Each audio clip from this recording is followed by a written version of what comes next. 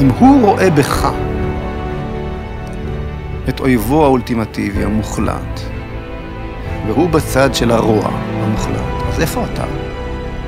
בסקאלה? למה אתה מוכן לזה? אני? לא, אנחנו צריכים להבין באיזשהו שלב עם מה אנחנו מתמודדים פה. האם בעיניך אנחנו עליונים גזעית? התשובה היא כן, עליונות מוסרית מובהקת. יש כאן תרבות שצריך להשמיד. אנחנו צריכים להוציא את האסלאם מחוץ לחוק. שלא נתבלבל, מדינת ישראל נמצאת כרגע על סף הקץ מבחינה ביטחונית. אתה בסיטואציה שהיא הרבה יותר קשה ממה שהיית במלחמת השחרור. אתה למעשה במלחמת השחרור השנייה, אבל אתה בכלל לא מבין את זה. אתה מספר לעצמך, תקשיב לאיזה סיפור מטומטם מספרים פה לעם הזה חצי שנה. אם צצה פה מלחמה אזורית, אנחנו כלום בלי סיוע אמריקאי. מאז שהתחלנו לקבל את הסיוע האמריקאי, הפסקנו לנצח במלחמה.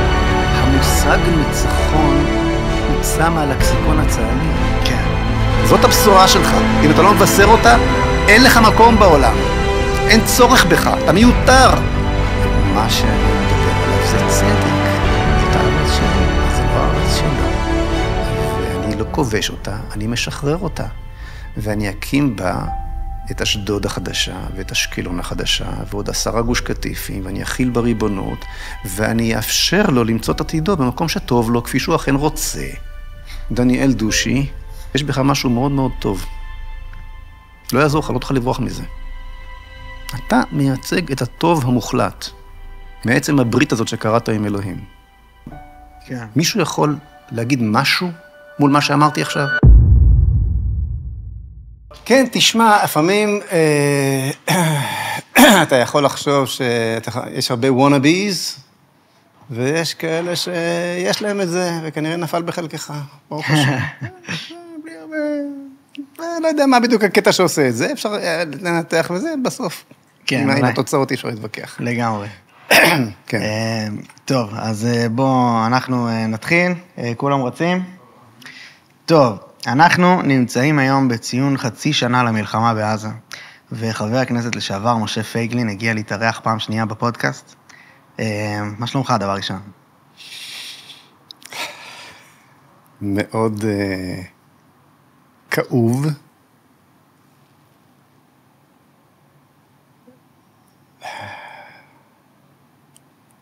לא מפסיק לחשוב על החטופים, לשנייה.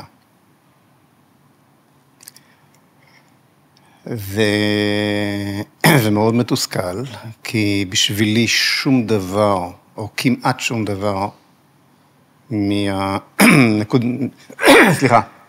מהנקודה שאליה הגענו לא היה הפתעה. אני חושב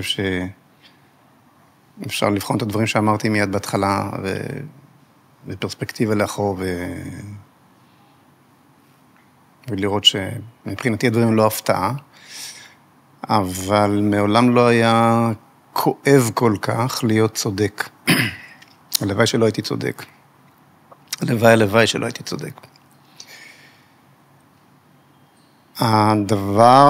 הצד השני של המטבע הוא שעם כל הכאב והצער, אני, עד כמה שזה יישמע מוזר, אופטימי. בתמונה הרחבה אני אופטימי.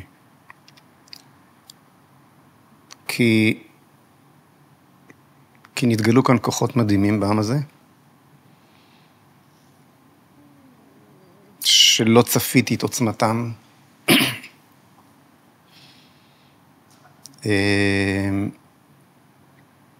והם לא יחזרו לישון, הם לא יחזרו הביתה. הם חוזרים מעזה והם לא... אנחנו במצב צבירה תודעתי חדש. שינוי אמיתי מחייב תודעה חדשה. אז יש כאן, ומכיוון שאנחנו עם הנצח, ואני אדם מאמין, וברור לי שהקדוש ברוך הוא לא משקשק לנו את הבקבוק בצורה כל כך חזקה, כן? שהבקבוק שכולנו בתוכו, סתם כך להנאתו. כן. אז... אתה רואה אבל... זה ילך בסופו של דבר למקום טוב, כך אני מאמין. אבל האם אתה רואה שיש איזשהו שינוי במצב צבירה התודעתי בפועל? בטח, מה השאלה? אני חושב אם בשמיני לאוקטובר אנשים יהיו בהלם, ואמרו לעצמם עוד מעט, אוקיי, היו פה פשלות נוראיות, אנחנו נחקור, נחליף אנשים, תהיו ועדות חקירה, כל מה שהפוליטיקאים יודעים לעשות, טיוחים כאלה, טיוחים אחרים, אבל המדינה שלא הייתה, תחזור ותהיה, ותגן עלינו ותטפל בעניין בצורה כזו או אחרת, בסוף יהיו בחירות, וכן הלאה. הכדור יוסיף ויתגלגל, אנחנו... דווקא השינוי העמוק הוא קורה עכשיו, כשאנשים מבינים שלא הייתה מדינה, וגם לא תהיה, במובן שאליו הם ציפו.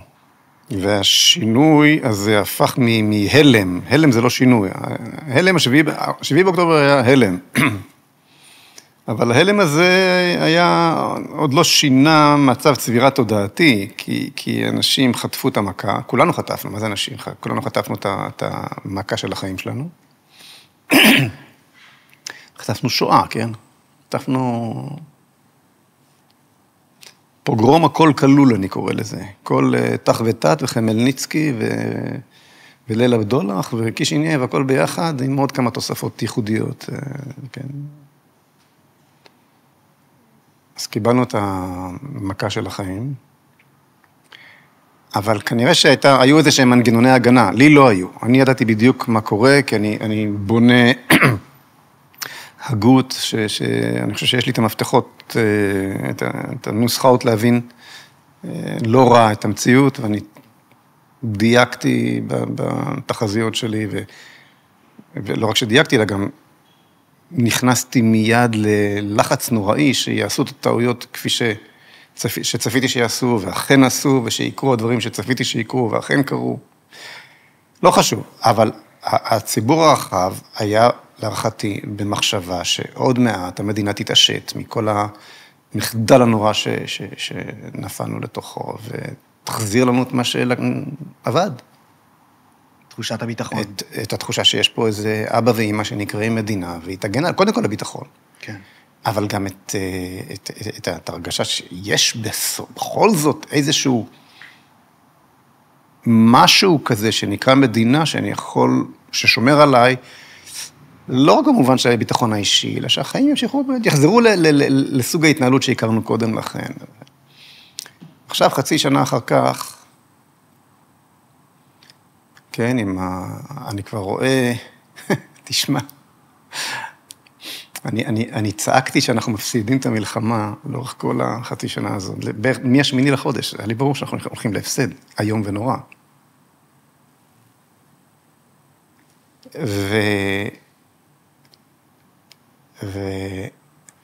אבל כעבור שבוע, כל הפרשנים בכל הרשתות, לסיכום החצי שנה, כולל בערוץ 14, כבר אמרו את אותו הדבר. כלומר,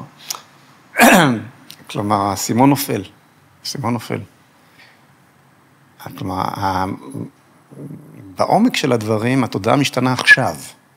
ההלם כבר חצי שנה אנחנו מסתובבים בהלם, אבל התודעה מתחילה להשתנות עכשיו. תחת איזה כותרת אתה רואה את השינוי התודעתי? זה משהו מוסרי? זה משהו ייעודי? זה קודם כל אין לנו על מי להישען. אין שם איזה משהו להישען עליו. כבר תראה, אני אחזור אחרונית, אני הרי הקמתי את זוהר ארצנו לפני 30 שנה, כדי לנסות לעצור את הסכמי אוסלו. והייתי אז, אני זוכר, הייתי כבר נשוי, עם ילדים, עם עסק עצמאי, והייתי בן 33 או 34, בגילך פחות או יותר, בן כמה אתה? 29. כן, באזורים הללו. היום כבר יש לי נכד בסיירת גבעתי, שתבין, עם איזה קשיש שאתה מתעסק פה. בכל אופן, אז הסכמי אוסלו הגיעו כן, ב-92, כשרבין עלה לשלטון, זה לא הזיז לי, אמרתי, מה ההבדל כבר? אתמול, להפך, הרמטכ"ל 6 הימים, לא הייתי אדם פוליטי לחלוטין, לא ראיתי שום הבדל בין רבין לשמיר שהיה לפניו, לא הרגשתי שחיי, לא האמנתי שחיי השתנו בשום דבר, ואז התברר שהם הכינו לנו מראש, עוד לפני הבחירות הללו, את הסכמי אוסלו, הביאו את ארגון המחבלים של ערפאת לארץ, מתוניס, נתנו לו את עזה, נתנו לו את חלקים יהודה ושומרון. כעבור 10 שנים שרון נתן לו את שאר השטח הרצועה, וכך נולד השטח שממנו הותקפנו ב-7 באוקטובר.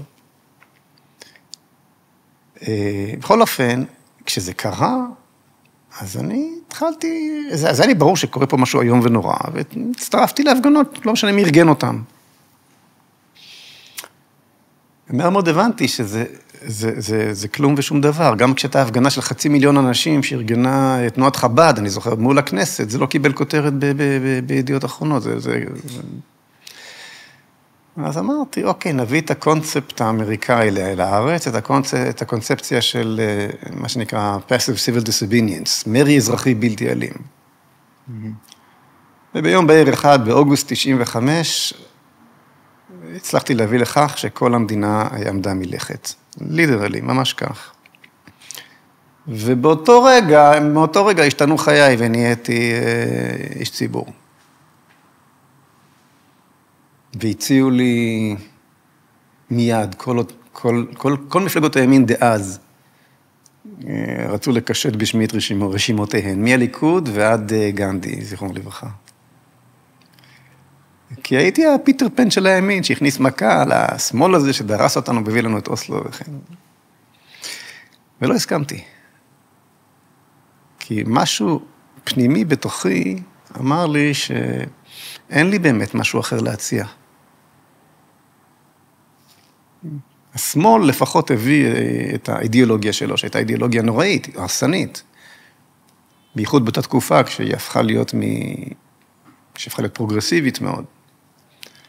אבל לפחות הייתה לו אידיאולוגיה, ובהזדמנות הראשונה החליט לבוא ולנסות ליישם אותה. ולימין מעולם לא הייתה אידיאולוגיה. הימין ידע להגיד לאורך כל השנים, רק דבר אחד, וזה שהוא לא שמאל. אבל מה אתה כן? משהו ממה שאני אומר עכשיו, זה לא היה מנוסח אצלי בצורה מדויקת כפי שזה מנוסח היום, אבל הרגשתי שאין לי באמת, מה אני אעשה עכשיו? אני אצטרף לליכוד שמסר את סיני? אז מה בדיוק ההבדל? כל הזרעים של אוסלו נזרעו כבר בקמפ דיוויד, ובהמשך בוועידת מדריד עם שמיר. ואנחנו רואים שגם אחרי אוסלו, הימין לא הצליח מעולם, בכמעט 20 שנות שלטון שהיו לו מאז, רובם של נתניהו, לרדת מהתהליך הזה, או להציע באמת משהו אחר. אז מה אני אעשה?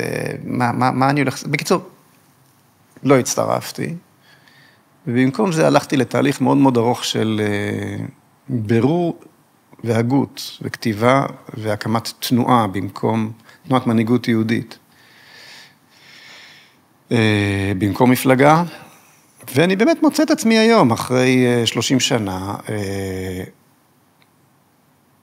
במצב שבו אני חש שהאינטליגנציה, נקרא לזה הישנה, מאוד מאוד חוששת מפניי. האינטליגנציה הישנה שבאה עם התודעה של אוסלו, ועם ההגמוניה האוסלואידית, האינטלקטואלית, נקרא לזה, כן? לא, אין טעם שאני אומר שמות, אבל זה, כן, כל הפרשנים שממלאים את הפאנלים בערוץ 12, מאוד מפחדים, מאוד מאוד מפחדים. הם מבינים שהם בנחיתות, אין להם תשובות. היום המצב התהפך. מה שאני הרגשתי אז, שאין לי תשובה, כן. ולכן אני ממתין עד שתהיה לי, אני חושב שלכולם ברור שלהם היום אין תשובה, ולי מאוד ברור היום שיש לי תשובה. אבל הנקודה, התפזרתי קצת. לא, אבל זו נקודה ממש חשובה בעיניי, וזה כן אני יודע מה שאני מיד אחזור, אני רוצה לומר כשהקמתי את זו ארצנו, כן,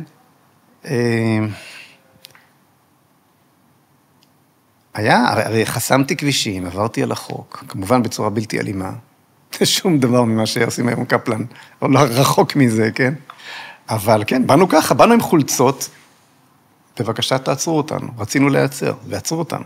אותי ישימו בהמרדה. משהו אחר לחלוטין מהמשחקים שמשחקים היום בקפלן. מה שיש היום זה לא מרי אזרחי בלתי אלים. מה שיש היום זה... ניסיון הפיכה. זה הפיכה של מוקדי הכוח באמצעות אנשים שלא מבינים שמשחקים איתם. אנשים טובים שלא מבינים שמשחקים איתם. משחקים להם בתודעה, ופשוט משהו מזעזע מה שקורה פה. ניגע בזה אם תרצה. אבל בכל זאת אני שאלתי, אז כאשר חסמתי את הכבישים, אני שאלתי את עצמי, מה נותן לי את הסמכות לעבור על החוק? והגעתי למסקנה שהם שולטים בנו, וזה תמיד נכון, זה לא משנה אם זה השמאל או הימין. כל השלטון, הם שולטים בנו באמצעות יתרון המידע, כביכול. כלומר, דברים שרואים משם לא רואים מכאן. ומה שגרם לי, אני גם כתבתי על זה בספר הראשון שכתבתי במקום של אנשים, מה שגרם לי להפוך למנהיג. לקחת אחריות, כן? מאחד שהצטרף להפגנות של אחרים, לאחד שמוביל פתאום קו ומחשבה ואידיאולוגיה. אני לא אשכח את הרגע הזה, זה היה כמו ברק שהבריק לי בראש. ההבנה שמה שאני רואה, זה מה שיש. אין משהו אחר. אין שם איזה משהו אחר. יכול להיות שברזולוציה מודיעינית, התמונה הפיקסלים של התמונה שמונחת בפניהם, יותר צפופים. אבל התמונה שאתה ואני רואים, היא בדיוק התמונה שהם רואים, לא שונה. ובהמשך אפילו פיתחתי את זה קצת, וזה לא רק שזה לא דברים שרואים משם, מכאן לא רואים, אלא דברים שאתה ואני רואים מכאן, משם כבר לא מצליחים לראות. זאת אומרת, התמונה, הבנת המציאות שלך ושלי, מכאן, משיינקין, היא הרבה יותר ברורה מהבנת המציאות של מי שעבר כבר את כל המתחנה הזאת, הפוליטית, והלחצים, והמחויבויות, והחובות לכל מיני כאלה ואחרים, וסבך האינטרסים הסותרים, הוא כבר לא רואה כלום. הוא כבר לא רואה כלום, הוא כבר לא מבין כלום. מי הוא אבל? כולם. כל מקבלי החלטות, כל השרים, אני אגיד לך איפה ההלך המחשבה שלך נתקע לי, שאני צריך, בשביל להבין אותך יותר לעומק. אז כמה דברים. אחד, האם הקו מחשבה הזה שהתנפץ, או שאתה רואה עכשיו שהוא הפוך, האם אפשר לקרוא לו חילוני ליברל? זה אחד. ובית, זה גם המצפן הערכי הזה שאמרת שנחת עליך ברגע, והבנת שאתה בעצם מחזיק באמת. אז גם מעניין אותי לשאול על זה, האמת, האם יש חסרונות בלהיות כל כך בטוח באמת של עצמך? וזה גם מוביל אותנו לרעיון שהיה לך ב-BBC, שממש מעניין אותי לדבר עליו, כי זה היה כל הוויכוח. אתה אמרת לו שם חד משמעית, זה שהרבה אנשים רואים תמונה מסוימת, ואני רואה משהו אחר, לא אומר שהם צודקים. נכון. אז לכל הדברים האלה, אני אשמח שניכנס. אני רק לא הבנתי את הקטע של החילוני ליברל פה, בתוך השאלה, בלבלת אותי קצת. הבנתי. היה לי חסר כותרת לכל האנשים שאמרת שהם לא מזמינים אותך, ושהם נשארו מאחור תודעתית. זה לא עניין של החילוני ליברל, זה הכל הגדרות שאני אף פעם לא יודע בדיוק מה מסתתר מאחוריהם עד הסוף, לפחות. לא, זה לא העניין של החילוני ליברל, או לא חילוני ליברל, תראה, הסכמי אוסלו בנו כאן גוורדיה שלמה של הנהגה, שכבה שלמה שמנהיגה את מדינת ישראל, שנבנתה, שלא הייתה יכולה להגיע לעמדות ההשפעה והכוח הבכירות ביותר במדינת ישראל, בכל מוקדי הכוח, בפקידות הציבורית, באקדמיה, כמובן בצבא, כמובן במשפט, כמובן בתקשורת, והרבה מאוד גם בפוליטיקה, למעט איים מסוימים. זה לא אותה אג'נדה שמתחברת עם אמריקה ועם... זה אותו דבר. אז זה האוסלואיזם הזה. האוסלו הזה שיצאתי נגדו, היה הרבה יותר מהסכם שלום, או הסכם גיאופוליטי מדיני, שנועד להביא איזושהי רווחה. זה לא היה על זה. אולי אני אתעכב טיפה כדי להסביר את הרקע. לקחנו לעצמנו את הזמן הפעם, אז אני יכול... זהו, אנחנו מתרווחים. תפקידי לשמור אותנו... אתה תשמור אותי עד שאני... ותחזיר אותי לקו. לגמרי. תראה,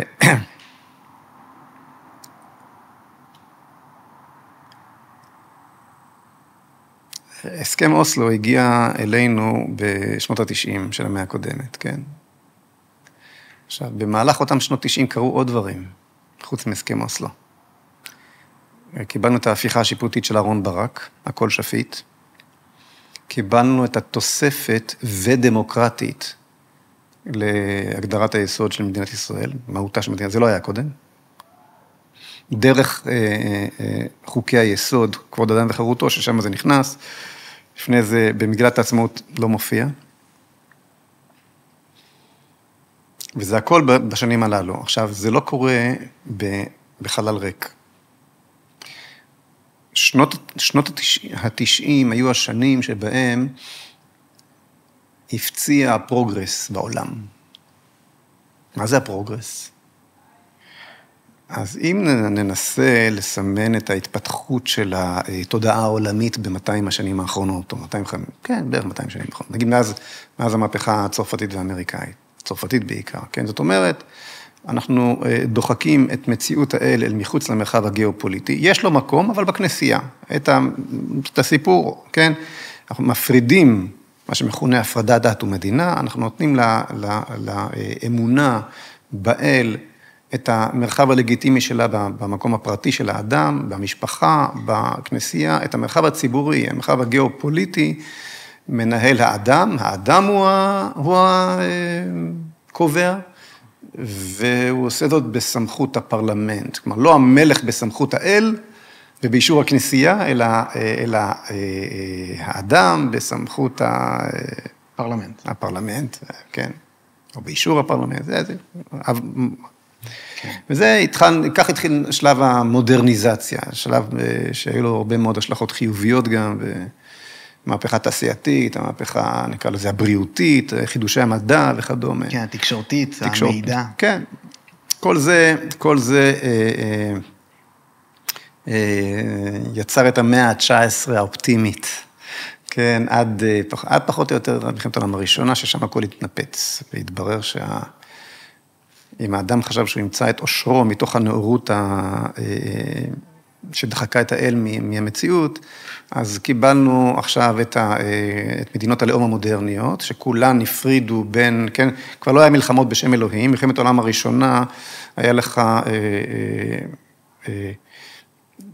צ'פלנס, כן, כאלה, היה לך כמרים, שני הצדדים התפללו אל אותו אל משני הצדדים, כן, וזה, הלאומים החילוניים נלחמו אחד בשני, זה לא המסעי הצלב נגד הסהר, כן?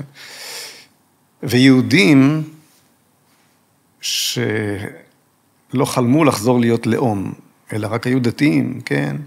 הרגו אחד את השני, אבל בהפסקות, כן? בהפוגות, השלימו מניין משני עברי הקו, יהודים צרפתים ויהודים גרמנים, התפללו מנחה ביחד, אחר כך הרגו אחד את השני כמו כל השאר. כן. לבושתנו, לחרפתנו, אוקיי? בכל אופן, כל זה התנפץ. והביא, כלומר, הנאורות הזאת והתקווה הגדולה, הובילה בסופו של דבר ל-Great War, למלחמה הנוראית ביותר שהעולם ידע עד אז. רק סייג אחד, זה יקראו גם לקומוניזם ונאציזם וכל דומיהם דת. חד משמעית. כן. לא רק יש, אני חושב כך. אני חושב שכדי לתת לאדם את משמעותו בלי דת, אז הנאורות המציאה דתות חילוניות, 4. שזה הדמוקרטיה, הקומוניזם, הפשיזם והנאציזם. אלו 4 האידיאולוגיות של המאה ה-20, האידיאולוגיות של עידן הנאורות שהפריד את האל מהמציאות הגיאופוליטית, והאידיאולוגיות נלחמו אחת בשנייה. כן, הדתות האלו החלו להילחם אחת בשנייה, ופתאום מתברר שחידושי המדע זה גם מכונות עירייה, וגם גזים רעילים, ורכבות שמביאות עוד ועוד ועוד ועוד ועוד חיילים לחזית, כלומר, פעם המלחמות היו נגמרות, כשפשוט כולם נהרגו, כן? היה צריך, לך תודיע שהמלחמה נגמרה, עכשיו יש טלגרף ומביאים לך את כל צעירי צרפת שוחות של ורדן והסום ומה היה שם עוד, כן, כל הבית מטבחיים שהתחולל שם. אז בעקבות זה, אגב, בעקבות הדבר הזה, קיבלנו את המדינה, כי החלק האמוני של האימפריה שניצחה, שזה היה בלפור, שבלפור ייצג אותו, אמר, טוב, היהודים צריכים לחזור, כי הבשורה צריכה לחזור אליהם, אולי הם יושיעו אותנו. אבל בכל אופן, המודרנה נמשכה עד מלחמת העולם השנייה. מלחמת העולם השנייה, המודרנה הפכה להיות, או קצת, מיד אחריה, הייאוש מהלאומיות ומה שהיא חוללה, המודרניזם הפך לפוסט-מודרניזם. והפוסט-מודרניזם כבר אמר כל אחד והאמת שלו. אין, לא רק קודם, בשלב הראשון עוד הייתה אמת. דחקנו את האל, אבל עוד היה שם, כי אמת אובייקטיבית ואלוהים זה שני צדדים של אותו מטבע. כלומר, אם אין לך נקודת אחיזה אובייקטיבית, נקודת ייחוס אובייקטיבית מחוץ למציאות, אז אין אמת. כן. בשלב הראשון הזה של הנאורות המודרניזם הזה, הייתה אמת, היה אלוהים. רבים מאוד מהמבשרים של המודרניזם היו אנשים מאמינים בעצמם. אבל התחושה הייתה שבגלל האחיזה באמת, שהאידיאולוגיות שדגלו באמת המוחלטת, קיבלנו את הלאומיות הקיצונית הזאת, וכתוצאה מכך הייתו מלחמות, הריאקציה הייתה פוסט-מודרניזם, שאמר כל אחד והאמת שלו. והאמת שלך לגיטימית בדיוק כמו שהאמת שלי, וכן אנחנו מכירים את התודעה העולמית הזאת, נולדנו לתוכה. עדיין הייתה אמת, רק גם שלך וגם שלי, ואנחנו לא מנסים להכריע ביניהם. בתוך התודעה הזאת, שאומרת כל אחד והאמת שלו, עדיין בתוך המציאות הישראלית, התודעה היהודית אמונית, והתודעה הישראלית האזרחית, כן?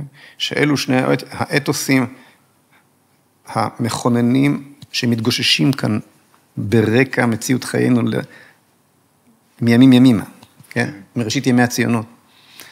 יכלו לחיות יחדיו, כי כל אחד והאמת שלו. אז אנחנו קצת מסתדרים, הנה יש פה עברתי עכשיו ליד בית הכנסת הגדול של תל אביב, לא הפריע לאף אחד, בנו פה בית כנסת מפואר בתל אביב, יש לי הרגשה שכשבנו אותו, לאף אחד לא הפריע שביום כיפור יש מניין בחוץ, על המדרכה ממול. זה הסתדר, זה התגלגל הלאה, זה דחה את תהליך ההתחה, כן, הסינרגיה של הישראלי והיהודי, לדורות הבאים, או לאיזשהו תהליך טבעי שימשך. שנות ה-90, ועכשיו אני חוזר לעניין הזה, מה קרה בשנות ה-90? בשנות ה-90, הפוסט-מודרניזם הפך לפרוגרס. התחיל להפוך לפרוגרסיביות. בפרוגרסיביות כבר אין כל אחד והאמת שלו. הפרוגרסיביות היא כל אחד והאמת שלי. כלומר, בשלב הזה של הפרוגרס, החזק כופה את האמת שלו על החלש. עכשיו, חזק זה לא רק מי שיש לו כוח פיזי. זה מי שיש לו כוח שלטוני, זה מי שיש לו את המיקרופונים, זה מי שיש לו את בתי המשפט, זה מי שיש לו את הכוח. ואז בא אוסלו. ואז באה המהפכה השיפוטית. ואז בא הניסיון הזה של הישראליות להכריע את היהודיות, את האתוס הישראלי להכריע את האתוס היהודי, בא בדיוק יחד עם הרוח הזאת, עם הרוח הפרוגרסיבית באותו רגע, ואמר את זה הכי מדויק, רון פונדק, שהיה מההוגים המרכזיים של אוסלו, האינטלקטואלים, אמר, זה לא היה על שלום, זה היה ניסיון לייצר ישראליזציה של המדינה במקום יהוד שלה. זה הרקע לכל מה שקורה כרגע. אוקיי, מיליארד של שאלות, ועוד יש לנו דברים שמקודם שאני אשמח רק הבהרה שנראה לי צורמת, אולי גם למאזינים, כי אצלי היא צורמת בהבנה. שאולי כל המהלך שהראית, של המודרניזציה ואיך שהיא הגיעה לתוך תודעתנו, היא בעצם אינדיבידואליזם, שזה הבסיס שלה. יותר ויותר, עם ההפיכה הצרפתית, המהפכה הצרפתית, וכל ההשתלשלות שהובילה למלחמת העולם הראשונה ועד להיום, ושנות ה-90 גם שהיה שם הקשר כזה רציני, עם התפשטות המידע הדיגיטלי. דווקא שם אפשר לראות את כל זה כאיזושהי נהירה לכיוון אינדיבידואליזם. ואולי זה העניין, שזה לא שיש אידיאולוגיה חדשה שהיא דת, אלא באמת יותר ויותר אנחנו משילים מעצמנו ככל שאנחנו מתקדמים, פרוגרסיביים, ליותר ויותר הסתכלות אינדיבידואליסטית. ואולי זה חיובי בשביל, אפרופו כוח והשפעה, הרבה מזה זה בעצם פסיכולוגיית האדם והבנת האדם עצמו, כל מיני דברים כאלה. אני מסכים איתך שמדובר פה בפנייה אל האינדיבידואליזם, ויתור על הזהויות האחרות, הלאומיות, כל הזהויות הפרוגרס מסביר את זה כהמצאות שנועדו לדכא, אז אנחנו צריכים להיפטר מכל הזהויות הללו כדי לזכות בחירותנו או בחופש שלנו, ובסופו של דבר מה שחשוב זה רק האדם, וכולנו אזרחי העולם הגדול, ולא אזרחים של מדינות שנלחמות אחת בשנייה לתועלתם של כל מיני עריצים כאלו ואחרים, זה הייתה תיאוריה, אני מכיר היטב. כן, ככה נשמע לי שזה הלך המחשבה של אלה שלא מזמינים אותך לערוץ הטלוויזיה לצורך העניין. הם רואים אותנו חד משמעית. כן. חד משמעית. אני רואה להם. ואני אסביר לך מה אני רואה להם. כי האמת היא בדיוק הפוכה. היא בדיוק הפוכה. האדם ללא זהות הוא אדם ללא חירות. אני עכשיו בשלבי סיום של כתיבת ספר גדול ששמו זהות וחירות. גם על המכתבה שלי מאחורה כתוב יהדות שווה חירות. גם המפלגה כמובן. והמפלגה נקראת זהות, כן. זאת אומרת, המחשבה שאני אגיע אל אושרי ואל החופש שלי, ואני בכוונה אומר חופש ולא חירות, כי חירות אפילו לא חושבים עליה, יש הבדל גדול בין חירות לחופש. אבל דרך העובדה שאשיל מעליי את הזהויות הכי בסיסיות, היא מחשבת הבל, והיא מובילה לשיעבוד ולמוות. בדיוק להפך. אז האם אתה לא מסכים שהמדינות ששמות במרכז את האינדיבידואל משגשגות יותר, ואלה שלא הן לא? זה מורכב, אבל אם התהליך הזה מקצין כפי שהוא מקצין היום, אז לא רק שהן מאבדות את השגשוג שהיה להם כשהייתה להם זהות, הן גם מאבדות את עצמן לדעת. וזה התהליך שעובר היום על אותן מדינות שאימצו את האידיאולוגיה הזאת. הן פשוט מפרקות את עצמן לדעת. באיטליה, אם אני לא טועה, יש משהו כמו 0.5 או 0.8% ילודה. זה אומר שאיטליה נגמרה. כל הציביליזציה המערבית, למעשה הציביליזציה העולמית למעשה, החליטה לפרק עצמה לדעת. אבל תן לי לנסות לסדר את זה, אוקיי? בגדול, אדם שיש לו זהות, הוא יודע מי הוא. למה הוא שייך? יש לו משפחה. הוא קודם כל הוא יודע שהוא בן אדם. יש לו צלם אלוקים. יש אלוקים, ואני אדם, לא חיה. אני בן אדם. ולחיים שלי יש ערך מיוחד. לא כמו ערך של הכלב שלי, שאני מאוד אוהב אותו, והוא נורא נחמד, ובאמת יש לי כזה, אגב, אבל אני לא בעל חיים מפותח ואינטליגנטי, לא. אני אדם עם צלם אלוקים, זאת מהות שונה. אוקיי? יש איזה דבר כזה, זהות אנושית. ולכן, למשל, מותר לי לאכול בשר, אכלתי עכשיו שווארמה. רצחתי את העגל, לא רצחתי את העגל, זה מותר היה לי, זה היה מוסרי וזה היה בסדר גמור. אוקיי? כי הזהות האנושית וזהותם של בעלי חיים היא מהות אחרת, זאת מהות אחרת. אז יש זהות אנושית, יש זהות מינית, זו לא המצאה. אלו זהויות שאלוהים נתן לנו, אנחנו לא יכולים לשנות אותן. כלומר, זאת כבר הקומה השנייה של הזהות, האנושית, המינית, יש את הזהות המשפחתית. אין דבר כזה אדם שנולד מגבר וגבר. זאת רמייה עצמית. תמיד, אתה יכול להסתיר את האמא, ואתה יכול להסתיר את הזרע של הגבר ואת הביצית של האמא, בתוך 1000 תהליכים ברחם של ההוא ובפונדקאות של ההיא, ובזה וזה, בסוף, יש אבא ויש אמא. למה?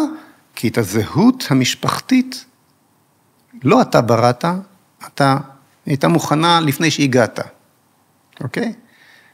והשלב הבא והאחרון בקונסטרוקציה הזאת של 4 זהויות הבסיס, שלא אנחנו ממציאים, אלא אלוהים המציא עבורנו, הפך אותם המציא לנו, הביא לנו, כן? הביא אותם אל המציאות עבורנו, זאת הזהות הלאומית. זו לא המצאה. אפשר להמציא זהויות לאומיות. בדרך כלל הם לא החזיקו מעמד יותר מ-100-200 שנה. אפשר להמציא למשל זהות פלסטיני, זו ההמצאה הכי מגוחכת שהייתה כנראה.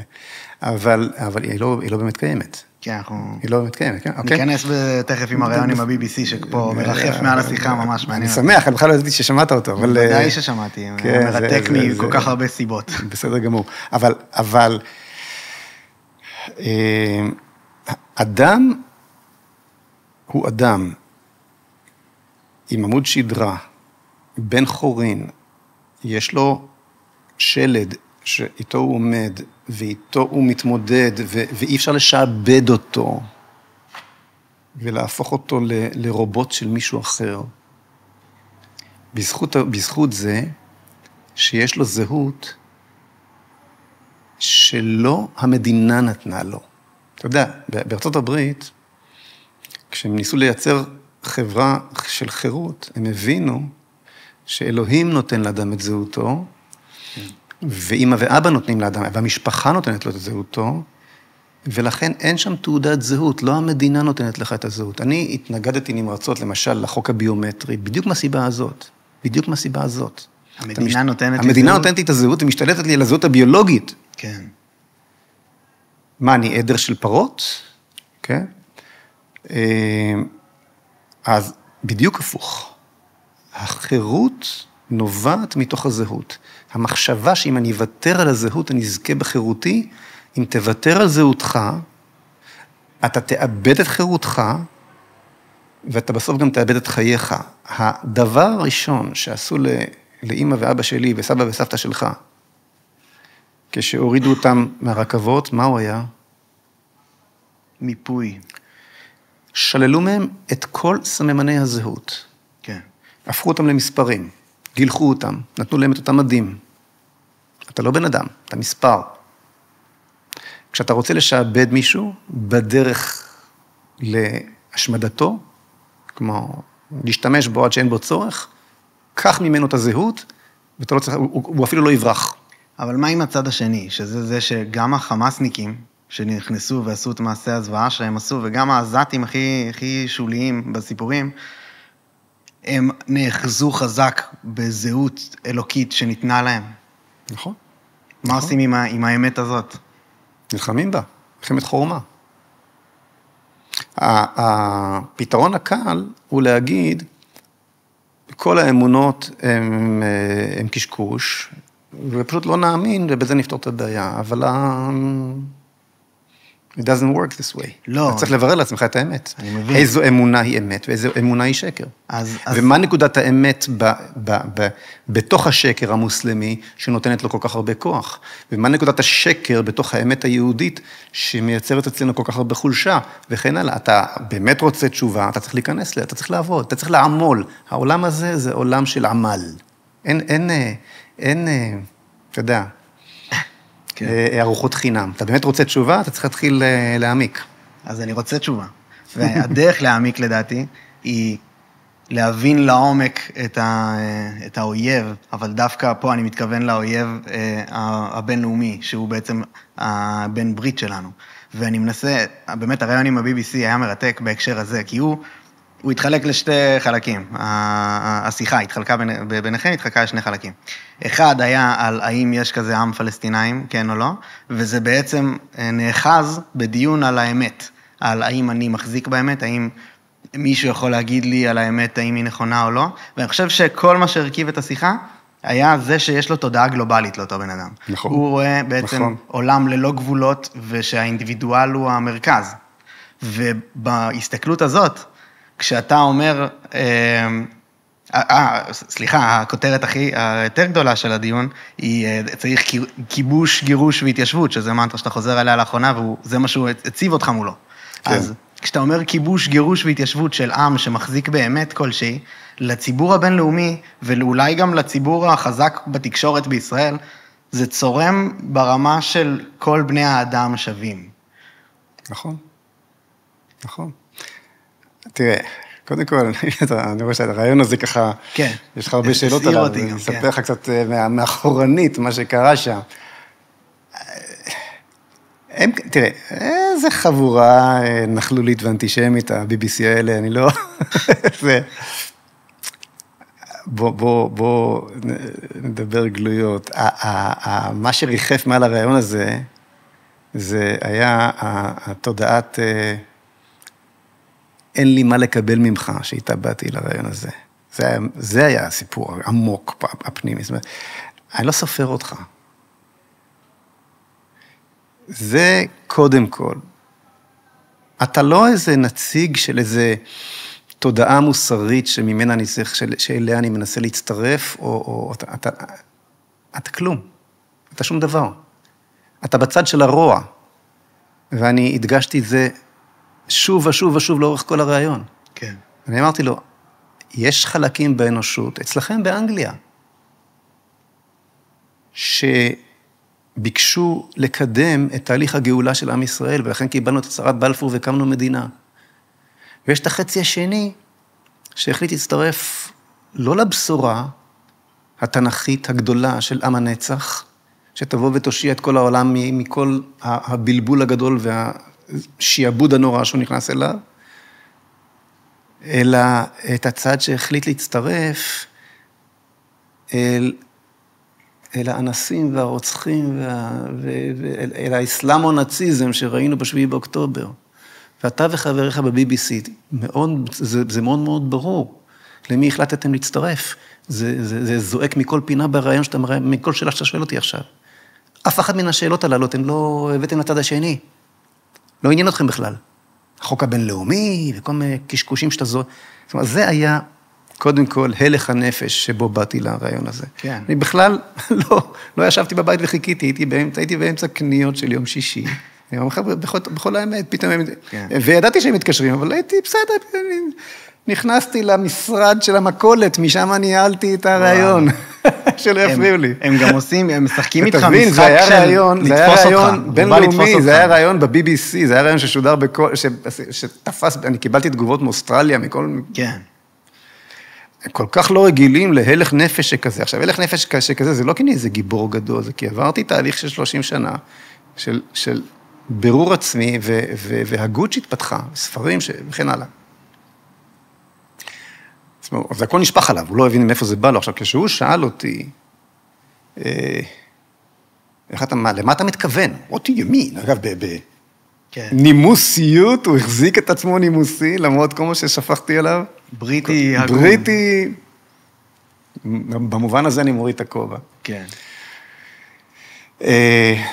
אז באמת השאלה שלו הייתה, מה אתה מתכוון גירוש? When you say, זה, אני לא זוכר את המילה שהוא השתמש, what do you mean? המבטא הבריטי הכבד הזה. כן. אז אמרתי לו, I mean justice. That's what I mean. אני מתכוון לצדק. אתה מבין? הם הפכו את עצמם לדורמט, למרבד הזה בכניסה, כן? איך זה נקרא? שמנגבים לה את הרגליים בכניסה. כן, דורמט. שזה שם. כן. באנגלית, יש בעברית, מה? נכון. כתוב פה עברית. יש שם לדבר הזה, מה שטיח, השטיחון בכניסה. השטיחון רצפה. שטיחון כניסה, כן. אז הם הפכו את עצמם לשטיחון רצפה של האסלאם, ברמה שלא תאמן. והסיבה לכך היא שהם, הם הרי פרוגרסיביים לחלוטין, והנקודת החולשה של האידיאולוגיה הזאת היא באמת שאין שום אמת. יש רק חזק חלש. פתאום בא המוסלמי הזה עם אמת מוחלטת ועם אלימות מוחלטת, וזה מקסים אותם. זה מהלך עליהם קסם, זה פחדים, אין להם על זה. אין להם שום יכולת התמודדות אידיאולוגית, מהותית, רוחנית מול הדבר הזה. כן.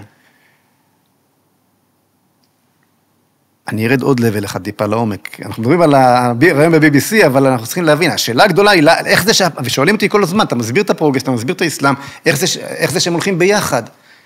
צריך להבין שהמטרה של הפרוגרס, כן, היא לדחוק את האל מחוץ למציאות, ולבוא בנעליו.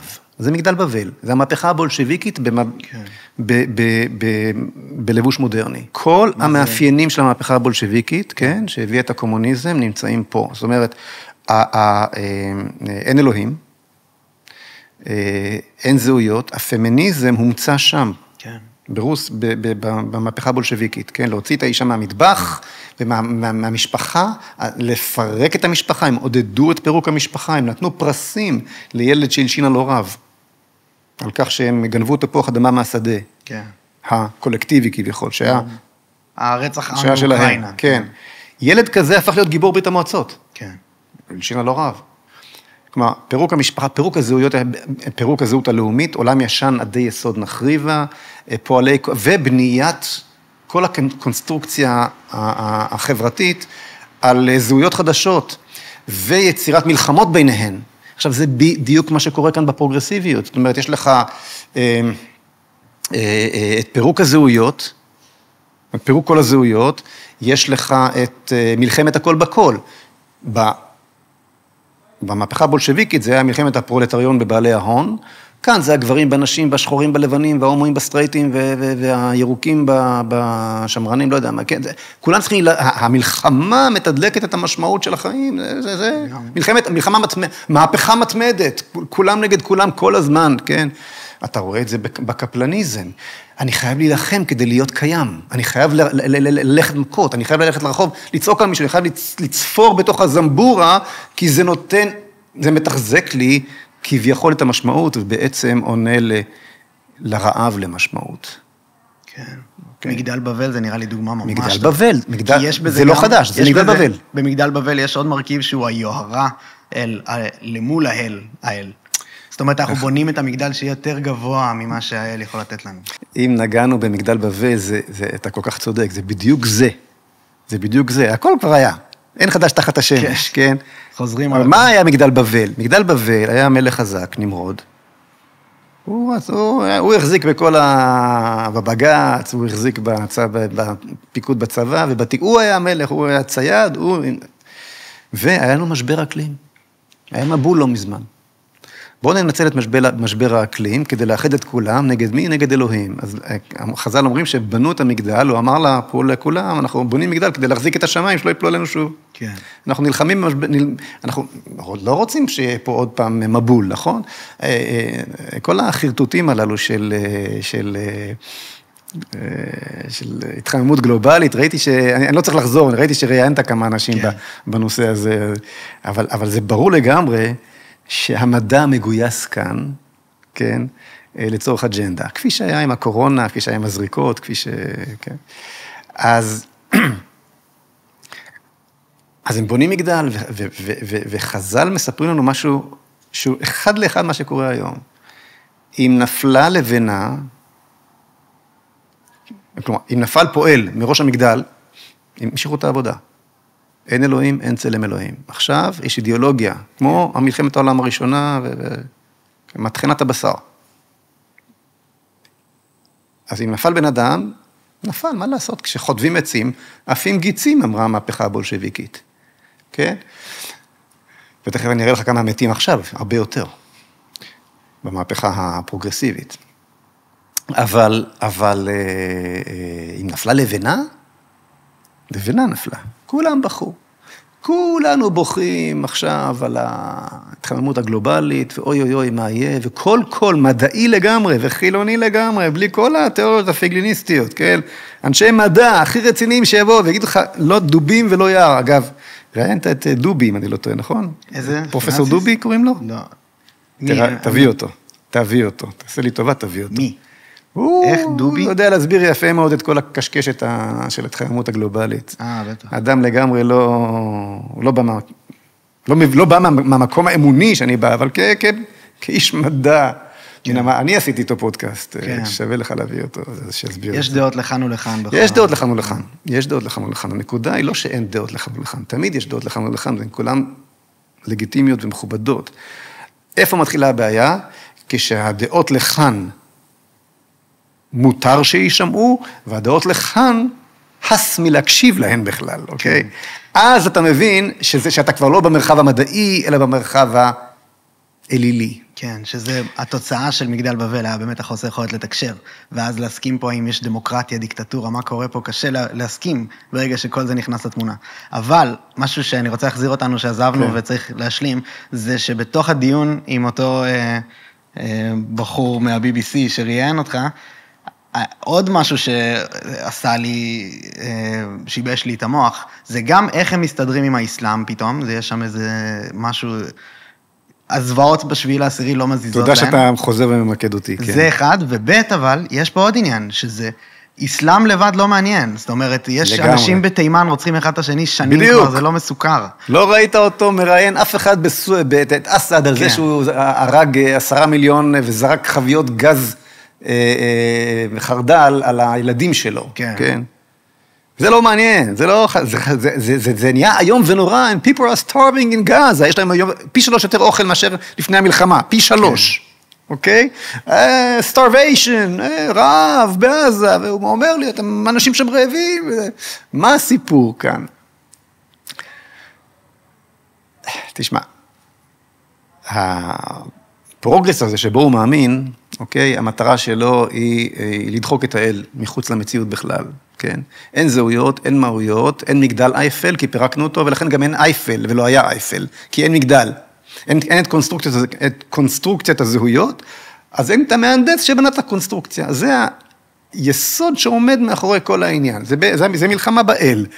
כל השאר, לא דובים ולא יער, זה לא על זכויות נשים, וזה לא על ה-environment, וזה לא על צער בעלי חיים, וזה לא על זכויות להט"ב. כל זה מעניין את כל מי שדוגל בזה כשלג דאשתקד, וההוכחה הכי גדולה היא ארגוני אנשים, ויתר ארגוני הפרוגרס, גם גרטה של האקלים, כולם מיד תומכים בחמאס. איך זה יכול להיות שארגוני אנשים, שרוממות זכויות אנשים בגרונותיהם, פתאום מול הזוועה הכי גדולה שוויזואלית נראתה אי פעם, וצולמה אי פעם, פעם אחרונה שזה היה בטח לא צולם בצורה שכזאת, כן? מתחת לאף שלך, ואתה מצטרף בעצם לצד השני שעשה את זה, אז זה לא על נשים. אגב, מרב מיכאלי עשתה את אותו הדבר. האונס הכי נורא שהיה במדינת ישראל, לטעמי, כולל 7 באוקטובר, היה סרסור בסוהרות בכלא גלבוע, אתה זוכר? אתה לא זוכר. לא זוכר. תראה כמה שזה נורא. תקשיב מה שאני אומר לך עכשיו. האונס הכי נורא. למה הכי נורא? לא כי הוא היה הכי ברוטלי, כי הוא היה בפקודת המדינה. הלכו מפקדים, וזה מדהים אותי שאתה לא זוכר את זה אפילו. ואתה לא זוכר את זה, כי לא הייתה ועדת חקירה. ולא הייתה ועדת חקירה לדבר הזה, כי מרב מיכאלי התנגדה לוועדת חקירה. והיא הודתה בכך שהיא מתנגדת להקמת ועדת חקירה ממלכתית, לחקירת פרשיית הסרסור בסוהרות. אז היה דבר כזה, כן, שמפקדים בכלא גלבוע, כדי להחזיק את המחבלים, הרוצחים, הכלואים לכמה מעשרי עולם, שאצלם בכלא רגועים, ואת מנהיגיהם רגועים, ושלא יעשו להם בלגן, כי כל המטרה שלנו היא לא צדק, אלא שקט, אוקיי? שקט פרוגרסיבי שכזה, כן? כי אין צודק ולא צודק. אז למעשה אילצו חיילות ששימשו כסוהרות בכלא גלבוע, לספק את תאוותם המינית של אותם מחבלים. מזעזע, נכון? כן. אבל זה יצא החוצה בעדויות ברורות, וזה נחקר, וזה תויח. וכשעלה קול שדרש לעשות... מה שהכי מזעזע זה שלא ידעת. זה מה שהכי מזעזע. בעיניי זה יותר מזעזע מ7 באוקטובר.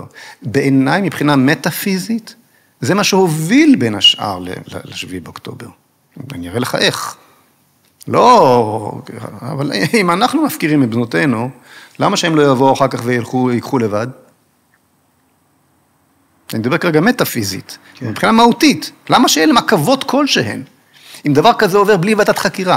עכשיו נחזור לעניין, למה הכהנת הגדולה של הפמיניזם הישראלי, אני חושב שנתתי לה עכשיו את התואר המדויק ביותר, מרב מיכאלי, אנחנו הרי יודעות על מה אנחנו מדברות, נכון? כן. אז למה הכהנת הגדולה של הימין הישראלי לא תיקח אונס בפקודת המדינה, ותדרוש ועדת חקירה? תתנגד לוועדת חקירה, אתה יודע למה? לא.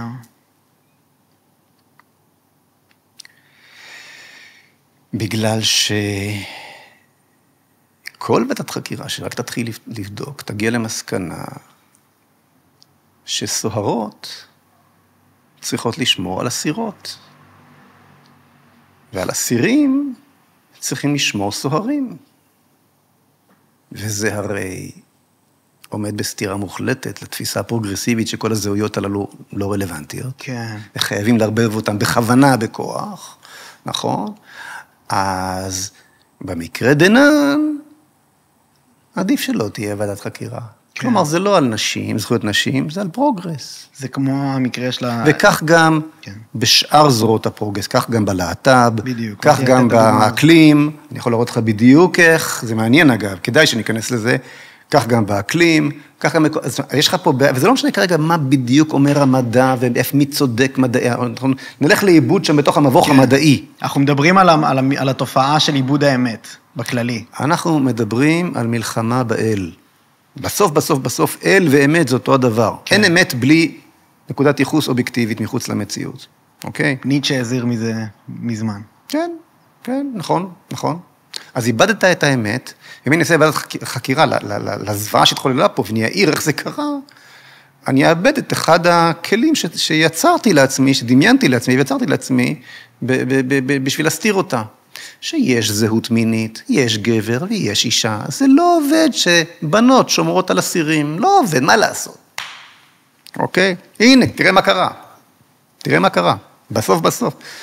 בקיצור, זה נראה לך דומה למה שקורה עם ההסתכלות המערבית עלינו, ביחס. כן, אז כאשר מתקשר אליי המראיין הזה של ה-BBC, ואומר לי, אתה מתכוון לגרש אותם? אני אומר לו, כן. הוא אומר לי, למה התכוונת? אני אומר לו, התכוונתי לצדק. זה נכון, זה צודק, זה מוסרי. למה? כי זאת הארץ שלי. לא שלו. הוא הפולש. תסתכל אצל מרק טוויין, שהסתובב פה ב-1868, אמצע שנות ה-60 של המאה ה-19, אוקיי? וכתב חוויות של מרק טוויין, ההוא שכתב את, כן, הסופר האמריקאי המפורסם, רואה לדוד תום, נכון? תום סויר. תום סויר והקלברי פין, כן. כן, מרק טוויין המפורסם. אז הוא קיבל כרטיס חינם מהעיתון שלו, לבוא לתאר מה קורה בארץ ישראל. הוא אומר, ריק לחלוטין, אין כלום. עזה הייתה עיר עם רציפות יישוב יהודית של 3,000 שנה, כמו ירושלים, עד מאורעות תרפ"ט. רוב תושבי עזה הגיעו לעזה ממצרים ומכפרים שגורשו ב-48. הם בעצמם, מה עושה שם אונר"א? הם פליטים. הם כולם פליטים שם. או מהגרי העבודה שבאו בעקבות הציונות, משפחת אל-מצרי, רובם מיוחסים למצרים, זוכרים את מצרים, או באמת אנשים שהיגרו מפה, כן. מצפון תל אביב, איך זה נקרא, שכונת... לא חסר פה הכל, זה יפו. כן, מיבנה, ממקומות כאלה, כן. לגמרי. כ-700,000, זה מה ש... 600,000. 600. כן. זה לא ארצם, זו ארצי. עכשיו, היו לך אולי איזה שהם זכויות, זכויות אדם. הגעת, התיישבת, איבדת את המקום, אפשר להתווכח על זה. ברגע שיצרת מציאות קולקטיבית שמתנהגת בצורה עמלקית שכזאת, איבדת לחלוטין את אחרונת זכויות האדם שלך, מה השאלה? אין לנו שם מלחמה עם חמאס, יש לנו שם מלחמה שכקולקטיב בחר באידיאולוגיה החמאסית, ויצא להשמיד אותך בצורה האסלאמו-נאצית הזאת. אז אתה במלחמה דתית, שכל כולה נעוצה בהר הבית, אגב, מבול אל-אקצה, אתה במלחמה דתית, אתה יכול להכביד את זה ממך, כן? אתה יכול להתחבא מזה, להגיד, לא, אתה יכול לטמון את הראש בחול, כמו בת יענה, עד שהוא מגיע וחותך לך את הראש ומשאיר לך אותו בחול. כן? אתה במלחמה דתית, בין אם תרצה ובין אם לא תרצה. והתשובה המהותית למלחמה הזאת, גם היא באה ממחוזות האמונה. הפרוגרס ההוא לא יכול לנצח אותם בשום אופן, כי אין לו את התשובה האמונית מול האתגר האמוני, אתה כן יכול, אבל אתה לא רוצה, כי אתה בורח מהזהות שלך כאן בשיינקין. פה אני מנסה להבין. ולכן אתה צריך אותי, שאני אנהיג אותך, ושאני אעצים, לא רק שאני לא אקח לך את החירות שלך, אני אעצים את החירות שלך, כי יסוד החירות הוא מתוך הזהות, הוא לא מתוך אובדן הזהות, אני אעצים את החירות שלך, אבל אני אתן לך את מה שאתה עוד לא השלמת. וזה את האמונה בצדקת הדרך שלך, שבאה מתוך אמונה בכלל. זה לא יכול, אתה נמצא כאן במלחמה שהיא קודם כל מטאפיזית.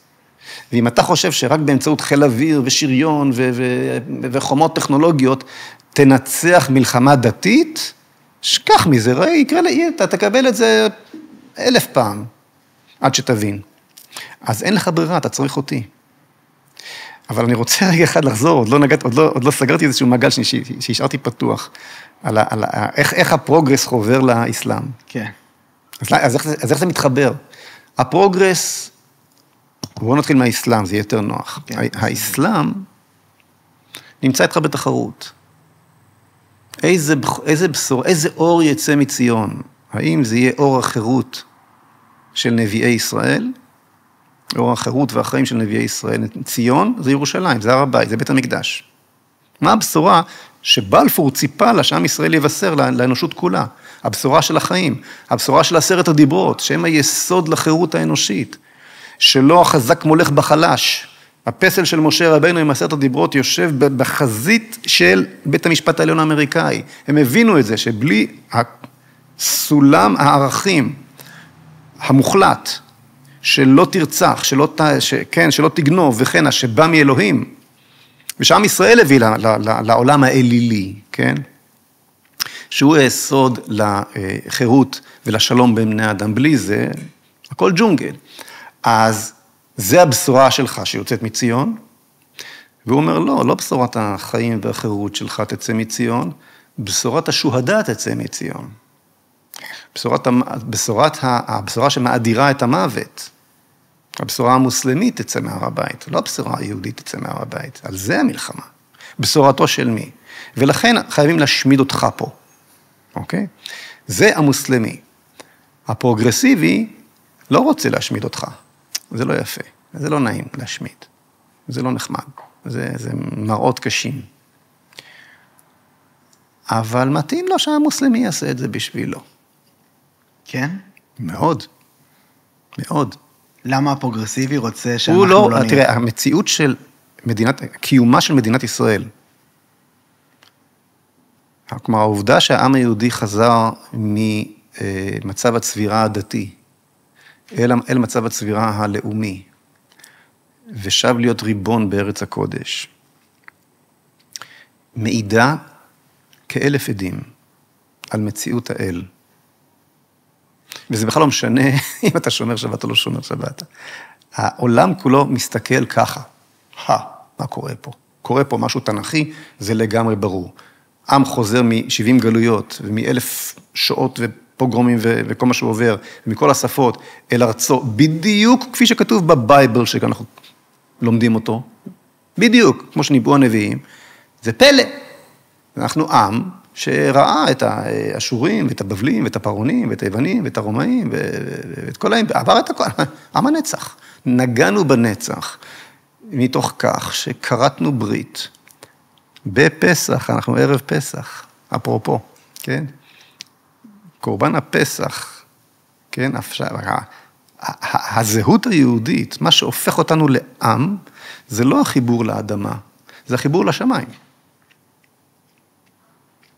אוקיי? זה לא עם שצמח מהאדמה, כמו שטוענת מגילת העצמאות, שניסתה להיות מגילת העצמאות של עם נורמלי, עם ככל העמים. לא בארץ ישראל קם העם היהודי, כמו שכתוב במגילת העצמאות. העם היהודי קם מתוך כריתת ברית עם בורא עולם בהר סיני. ומה שמבטא את הברית הזאת, זה אותו קורבן פסח, אותו שבשלו אנחנו עושים את ליל הסדר שלנו. לכן ליל הסדר הוא אחת המצוות, ליל הסדר, ברית המילה. ברית המילה היא הברית הפרטית של כל אחד ואחד מאיתנו עם אלוהים, וליל הסדר, או קורבן הפסח, שהיום מחליף אותו, הוא הברית הלאומית. הייתי אומר, ליל הסדר זה ההסכם שלנו עם בורא עולם, וברית המילה זה החתימה של כל אחד ואחד למטה, מצרף את חתימתו. אז אנחנו מחוברים בברית עם הנצח, ולכן אנחנו שורדים את הכל וקיימים לנצח, ולכן אין מה לדאוג, וגם את זה נעבור. שאלה רק מה יהיה המחיר. ככל שנתכחש לזהותנו, יהיה קשה יותר. אוקיי? אז זה הסיפור של עם ישראל. עכשיו, הפרוגרסיבי הזה, המראיין הזה מה-BBC, לא נוח לו עם הדבר הזה, עם העם הזה, שמעיד שכן יש פה אלוהים. שיחזור לגלות. אז אני צריך, והנה באים החמאסניקים הללו, ועושים לי את העבודה.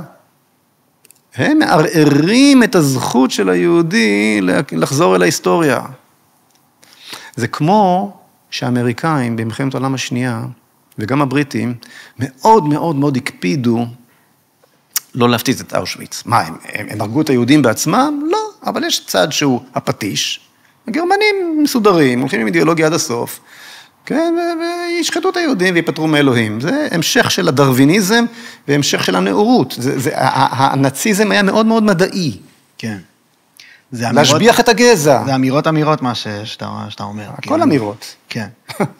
אבל אז האמריקאים והאנגלים, לא, אנחנו דמוקרטיה, אנחנו לא נאציזם וזה, אבל אנחנו לא נפריע לזה לקרות, אז אנחנו נורא נקפיד, אגב, הם כן הפציצו את אושוויץ, אבל רק את המפעלים שמייצרים נשק, הם נזהרו לא להפציץ, לא לבזבז פגז אחד, על מסילת הברזל שמובילה למשרפות. אבל אפילו לא צריך להגיע עד לשם, כי מיליון אנשים... ואת האונייה של הפליטים שהגיעה לחופי מיאמי, שלחו חזרה לגרמניה, וכן הלאה. כן, זה אפילו אבל לא צריך להגיע כל כך רחוק, כי מיליון אנשים יוצאים לרחובות בכל אחת מהמדינות האלה. כן, אז אני אומר, יש בתהליך הזה של הרצון לעיין את עם ישראל, שלא נהיה פה, שלא נפריע להם לאילוזיה הזאת שאין אלוהים, ולחזור אל עולם אלילי, אל עולם פגני, עולם שאין בו אלוהים, עולם שהחזק שולט, עולם שאין בו זהות ואין בו חירות, שאני מדמיין לעצמי שזה כיף, אני לא מבין שזה בדיוק הפוך, ולאן זה מוביל, אוקיי?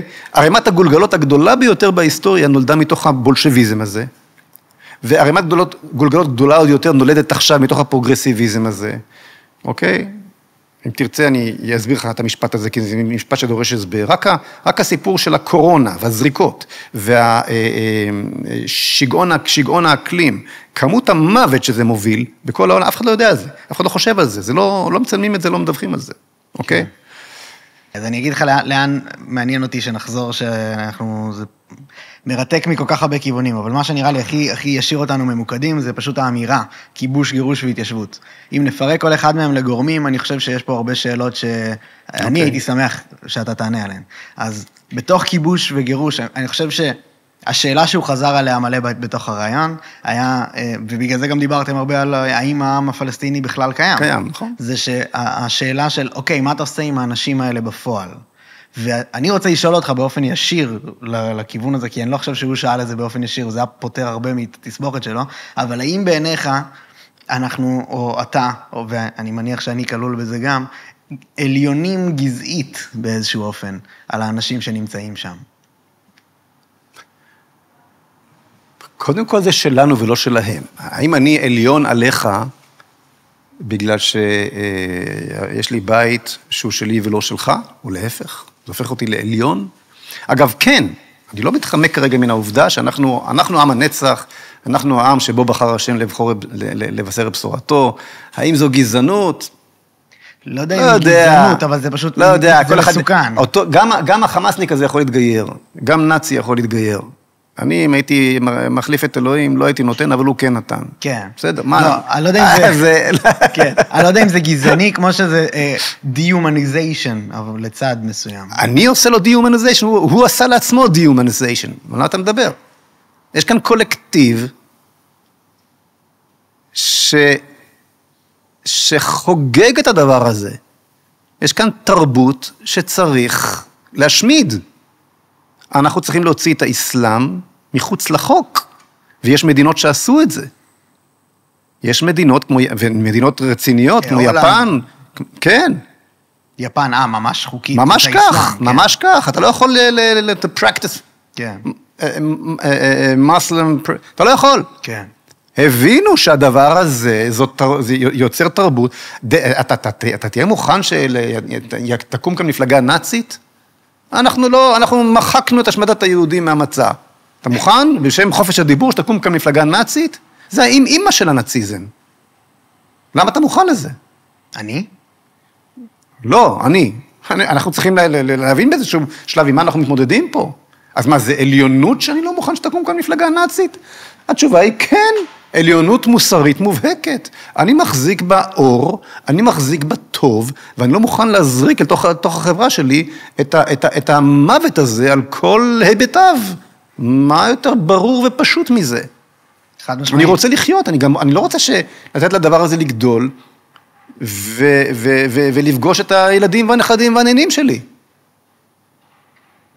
הסיבה היחידה שאני לא עשיתי את זה עד עכשיו, הוא לא שהרגשתי עליונות, אלא הפוך, הרגשתי פחיתות ערך מולו.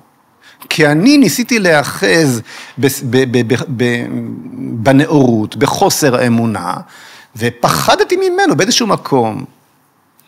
באותם הסכמי אוסלו. מה עשו הסכמי אוסלו? הסכמי אוסלו בעצם אמרו שאנחנו בהסכמי אוסלו איבדנו את הצדק.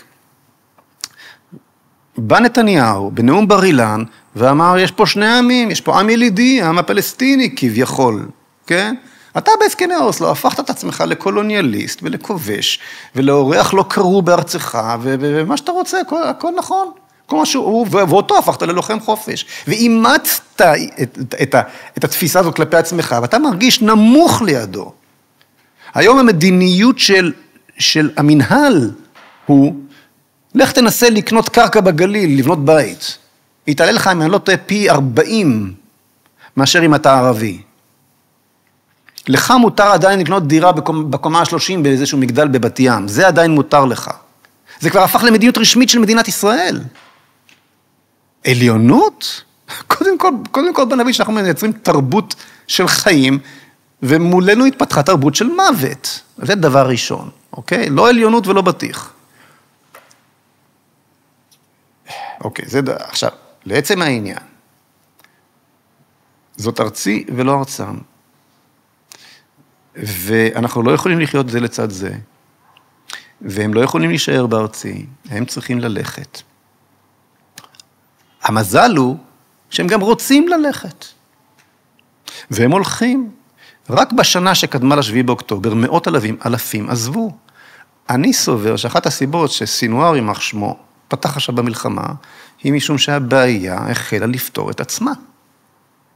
אתה יודע כמה ערבים יש כרגע בעזה? זאת מספר. אני מניח, מה שאומרים רשמית זה אזור 1,500,000, 1,700,000.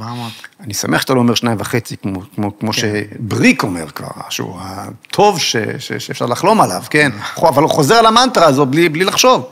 המספר הוא 800,000. המספר הוא 800,000.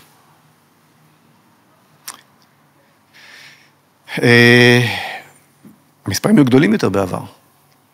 הם עוזבים, הם משלמים, תבין, בשנים האחרונות, בין 5,000 ל10,000 $, בשביל הזכות לעזוב. אתה יודע מה זה $10,000 לעזתי? זה עבודה של כמה שנים זה? שנות עבודה, כן? רק בשביל שהחמאס יפתח לו את השער, יאפשר לו להיכנס מהמנהרה, דרך המנהרה לסיני, שם המצרים גם לוקחים ממנו כסף, ואיכשהו עולה הסירה לטורקיה או לאירלנד, או לאן שלא יהיה, כן. תן לזה לקרות, זה הכל. תעזור להם. רע להם, וטוב שרע להם.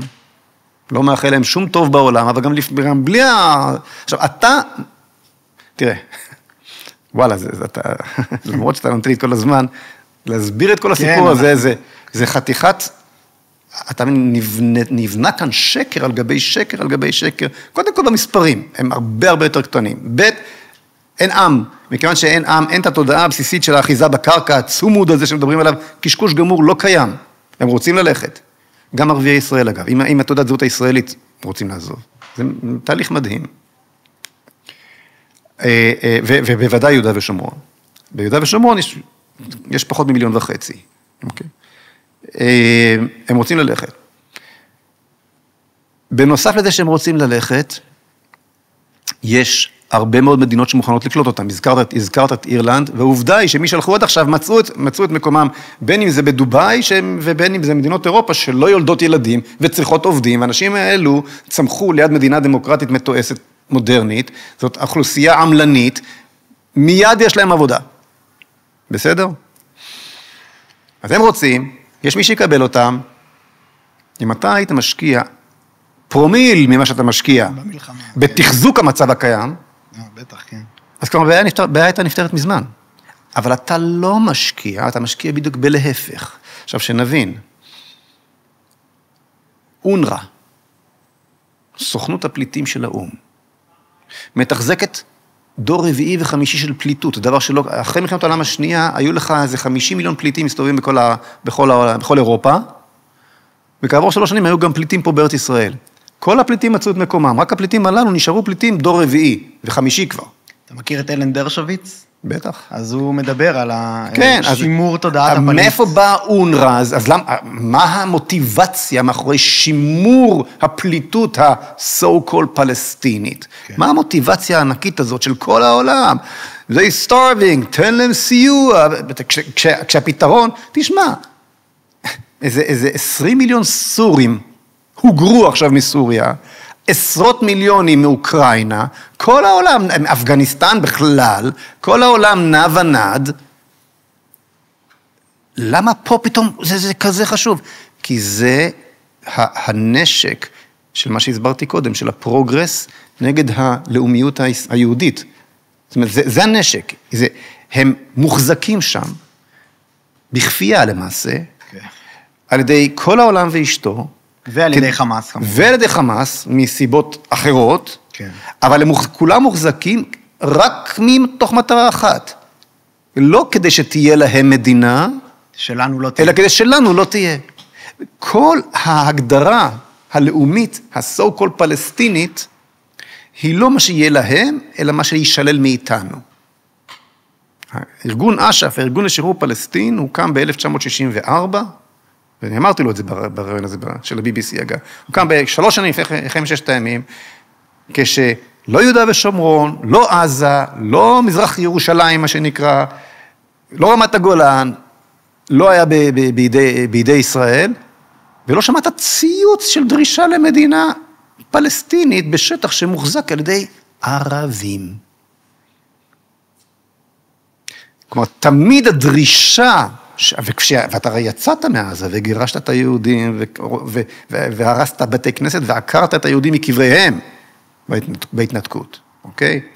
זאת אומרת, תמיד הדרישה הצודקת, הפלסטינית כביכול, כן? תמיד היא על הסנטימטר המרובע האחרון שעליו יושב היהודי בארץ ישראל. זה עם שלא קיים, זאת המצאה מדהימה, ההמצאה של המאה ה-20, כן? שהומצאה, ואנחנו כמו אידיוטים, במיוחד באוסלו, גולדה אמרה, אני פלסטינית, מה אתם מדברים? אין עם פלסטיני, אבל ביבי כבר לפניו, כבר בגין למעשה, בקמפ דיוויד, כבר התחיל לקבל את הקשקוש הזה. מרגע שאנחנו קיבלנו את זה, איבדנו את הנשק החשוב מכל, איבדנו את הצדק, והעברנו אותו לצד השני. עכשיו זה לא משנה אם הוא יורה עליך טילים משם על תל אביב, כי אתה חזק והוא החלש. הוא הפרא האציל, מה אתה רוצה? אין לו חיל אוויר, אז הוא עושה טרור, אז הוא יורה עליך רקטות. לא נחמד, אבל מה לעשות? גזלת את אדמתו, אתה הודית בזה. אתה הפכת אותו ללוחם חופש. אז קודם כל אמרתי לבחור מה-BBC, מה שאני מדבר עליו זה צדק. זאת הארץ שלי, זה לא הארץ שלו. ואני לא כובש אותה, אני משחרר אותה. ואני אקים בה את אשדוד החדשה, ואת אשקלון החדשה, ועוד 10 גוש קטיפים, ואני אכיל בריבונות, ואני אאפשר לו למצוא את עתידו במקום שטוב לו, כפי שהוא אכן רוצה.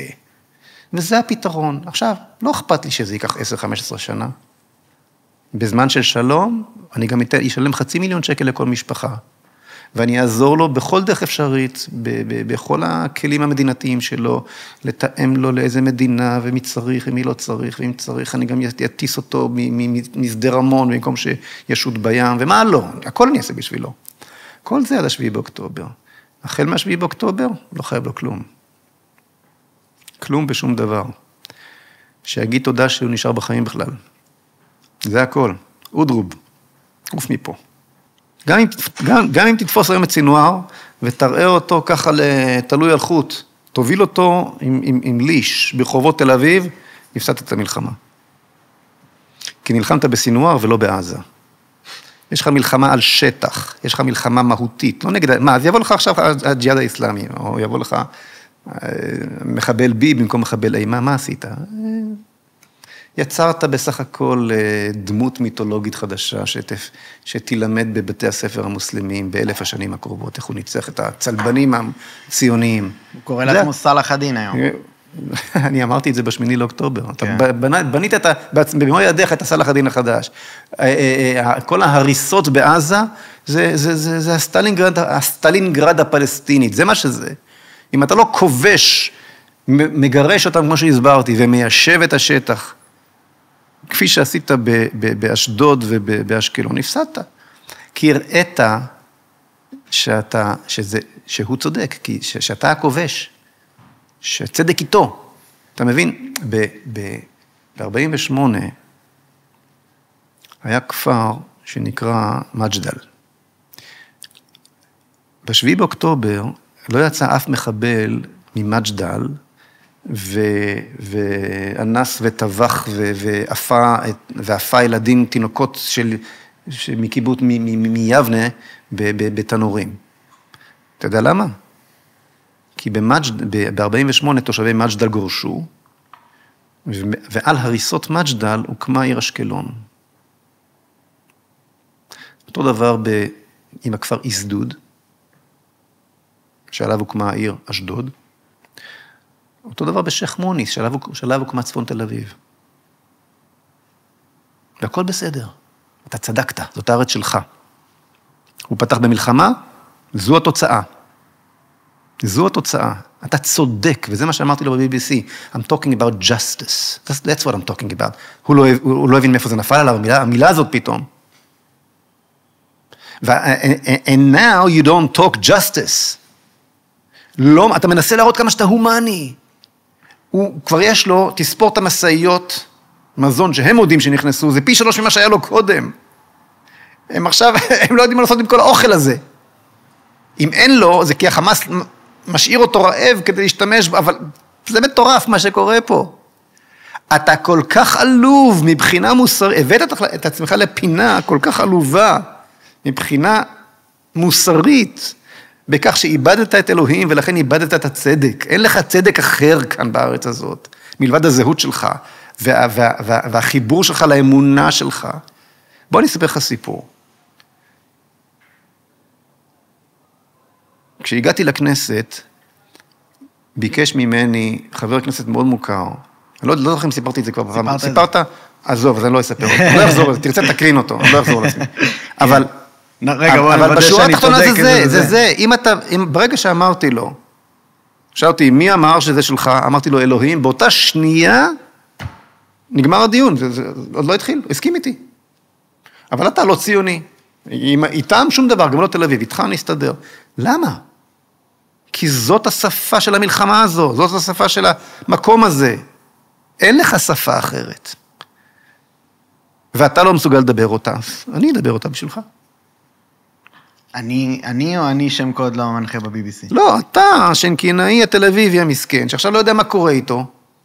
אתה עכשיו בסיטואציה נוראית. נכון או לא נכון? ברור. אתה בסיטואציה, אתה לא יודע מי אתה לא מבין איפה ברח לך הצדק, כל העולם נגדך, כן, אני מדבר כרגע על כל משפחת דושי כרגע, שפה יושב מסביב, כן? כל הטכנאים והצלמים פה, כל המשפחה שלך, כן? אני חושב על העוברים והשבים כאן בשיינקין, וליבי יוצא אליך. למה?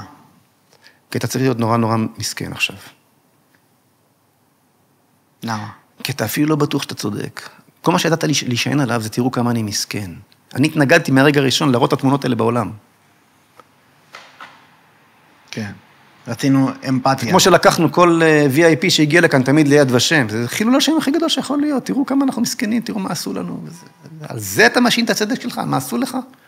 אין לך חתיכת צדק מלבד המסכנות שלך. הצדק הנוצרי זה הצדק של הצלוב המסכן. זה הצדק שלך?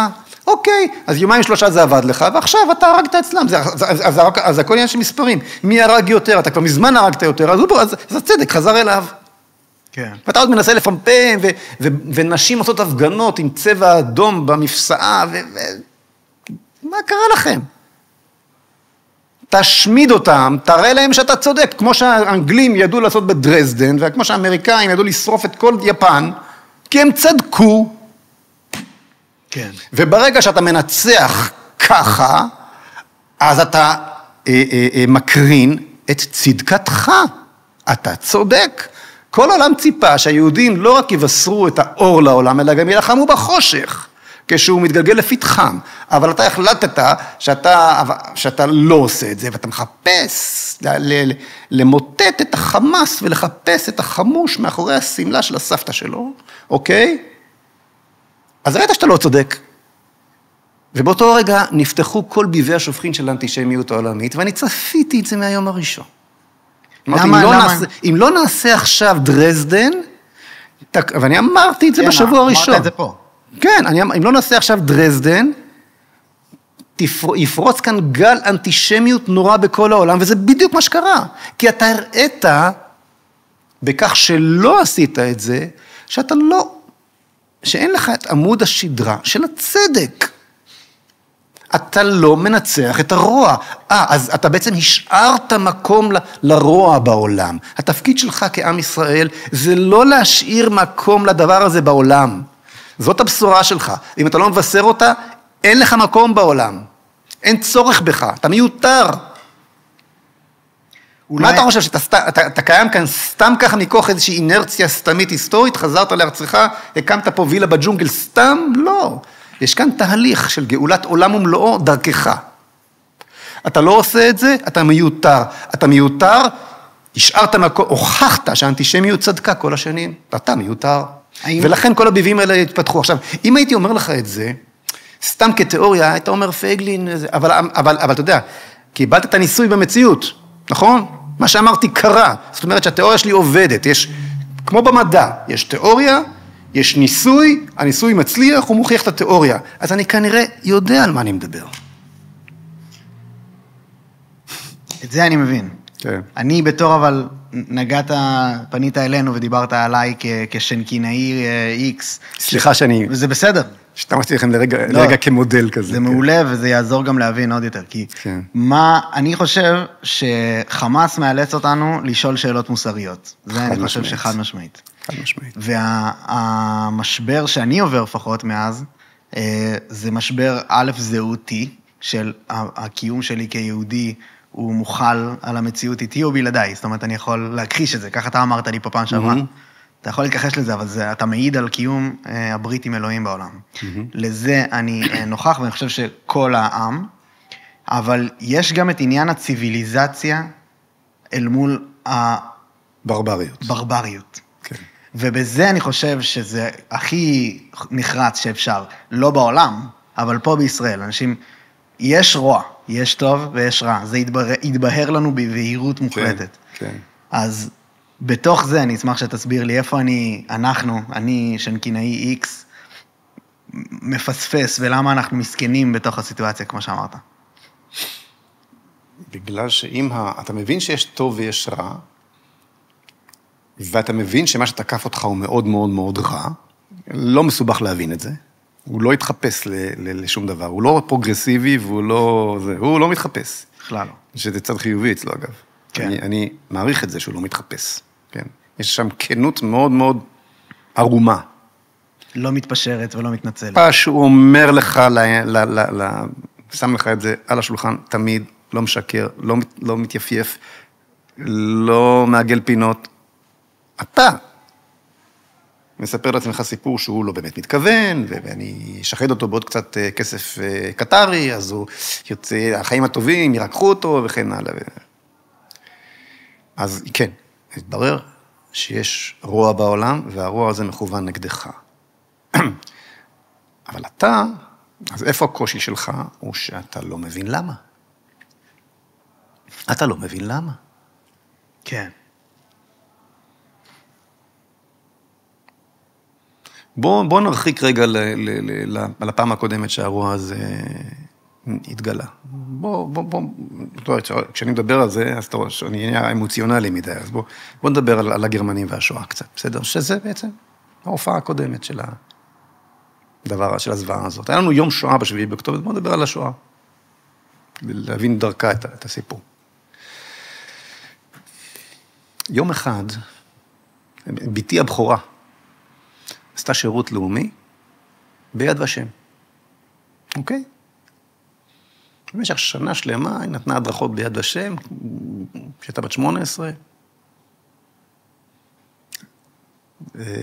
ויום אחד אני אוסף אותה הביתה, באיזושהי צומת, ככה טרמפים, ואני אומר לה ככה, היא ישבה מאחורה, לפעמים ישב איזה טרמפיסט או משהו, זוכר? ואני אומר לה, תגידי לי, כששואלים אותך שם הקבוצות ביד ושם, למה הם עשו את זה? למה זה קרה? מה את עונה? מה הדריכו אתכם להדריך את הקבוצות? כבר היה לפני למעלה מ-20 שנה. כן, 24 שנים. כן, היום יש לי נכד בסיירת גולן, בסיירת גבעתי, אמרתי לך, ממנה, היא הבכורה. כן. בנה. בכל אופן, ואז היא אמרה לי את המשפט הבא, אני מסבירה להם שבכל אחד יש נאצי קטן. תקשיב, אני כמעט עשיתי תאונה. אני נתתי ברקס, אני הסתובבתי אחורה, ואמרתי לה, תקשיבי, אין אצלי שום נאצי קטן. הם נאצים, ואני יהודי, ואין אצלי שום נאצי קטן. הם רעים, ואני טוב. ואל תגידי את הקשקוש הזה לאף אחד. ושם התחלתי להבין שאת ההסבר הכי בסיסי,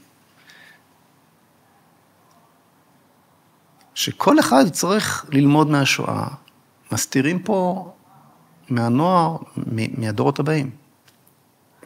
מה ההסבר הכי בסיסי? הכי פשוט.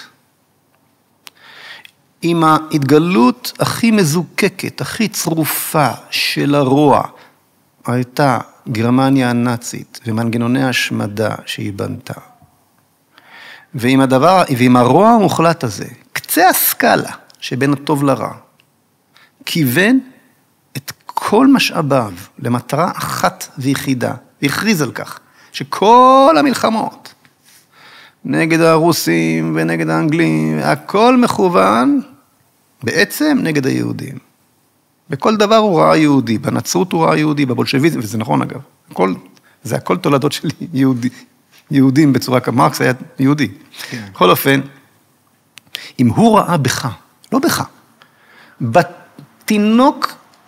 בתינוק בן יומו, את אויבו הגדול ביותר. כן?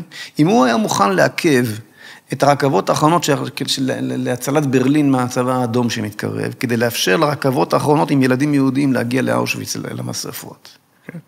אז עם הכותב הכי קיצוני של הרוע, רואה בך את האויב האולטימטיבי שלו, וזה לא בהשוואה לשום דבר, כמו שטוען צימרמן למשל, פרופסור צימרמן, הגרמנולוג וכו'. וכל הפרופסורים הללו שיד ושם מתהדר בהם, וכל הקו שיד ושם מקפיד להיצמד אליו. למה הם לא הסכימו שאפי איתם יהיה יושב ראש יד ושם? אוקיי? חייבים שזה יהיה מישהו חייבים לגייס את הזיכרון המכונן הנורא מכל, לצורך תפיסה מסוימת מכוננת למדינת ישראל. תכף אני אסביר. אז הוא ראה כלומר זה לא, הצימרמן הזה מנסה לומר, מה ההבדל בין זה לבין שואת העם הארמני? גם הטורקים השמידו את הארמנים, כן? הטורקים היו מוכנים למות, ובלבד שהארמנים ימותו איתם, היה להם סכסוך גבולות עם הרוסים, היה להם גם סכסוך לאומי ארוך שנים עם הארמנים, וכשהייתה מלחמה הם ניצלו את ההזדמנות ועשו ג'נוסייד. ג'נוסיידים תמיד היו, אומר צימרמן, והוא צודק, ולא רק צימרמן. אבל דבר כזה, המאפיינים הללו שאני מדבר עליהם עכשיו, לא היה דבר כזה בהיסטוריה. זה המלכיות מזוקקת, מוסר נפשו, ובלבד שגם יוציא עצמו עוד שתי עיניים, ובלבד שיוציא לך אחת. אוקיי? מסירות נפש על הזה. ואתה רואה גם בעזה, אגב, לא מעניין אותם הרווחה שלהם ככה. להפך. כל גרוש, כל סיוע הולך בשביל עוד פגז מרגמה, שתחביא בתוך אינקובטור, או שתבריח לישראל יחד עם האמא שהולכת ללדת בשיבה. וכל תינוק שמת תחת הריסות הוא שהיד. כן, זה פשוט. זה הכל כל כולו לא מרוכז בו בעצמו, אלא בהשמדתך. זה ההגדרה של המלכיות. אוקיי? כן. מה שכן שים את זה בצד. רגע, אז אם הוא רואה בך את אויבו האולטימטיבי, המוחלט, והוא בצד של הרוע המוחלט, אז איפה אתה? בסקאלה. כלומר, השואה מוכיחה, דניאל דושי, שיש בך משהו מאוד מאוד טוב. לא יעזור לך, לא תוכל לברוח מזה. אתה מייצג את הטוב המוחלט. מעצם הברית הזאת שקראת עם אלוהים. אוקיי? אבל אתה החלטת להיפטר ממנו. ועכשיו אתה בבעיה, כי הוא רואה את זה אליך, נחזור עכשיו אל החמאסניק, אל המציאות שלה, אל הנאציזם החדש. הוא רואה עליך את אלוהים, שאתה מנסה לברוח ממנו.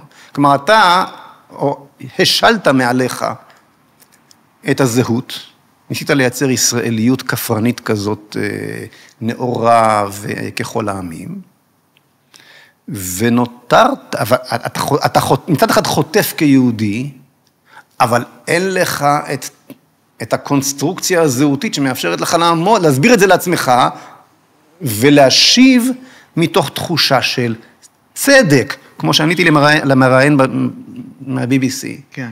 אז אני אחזיר אותך למשפט שאמרת, שהבת שלך אמרה שבכל אחד מאיתנו יש נאצי קטן. ואחר כך שמעת את זה מיאיר גולן, ומקצינים בכירים בצה"ל, וכולנו הפכנו להיות, ועכשיו אתה יודע מי, רק עכשיו לאחרונה, אתה יודע ממי שמעת את זה עכשיו? מבוגי יעלון.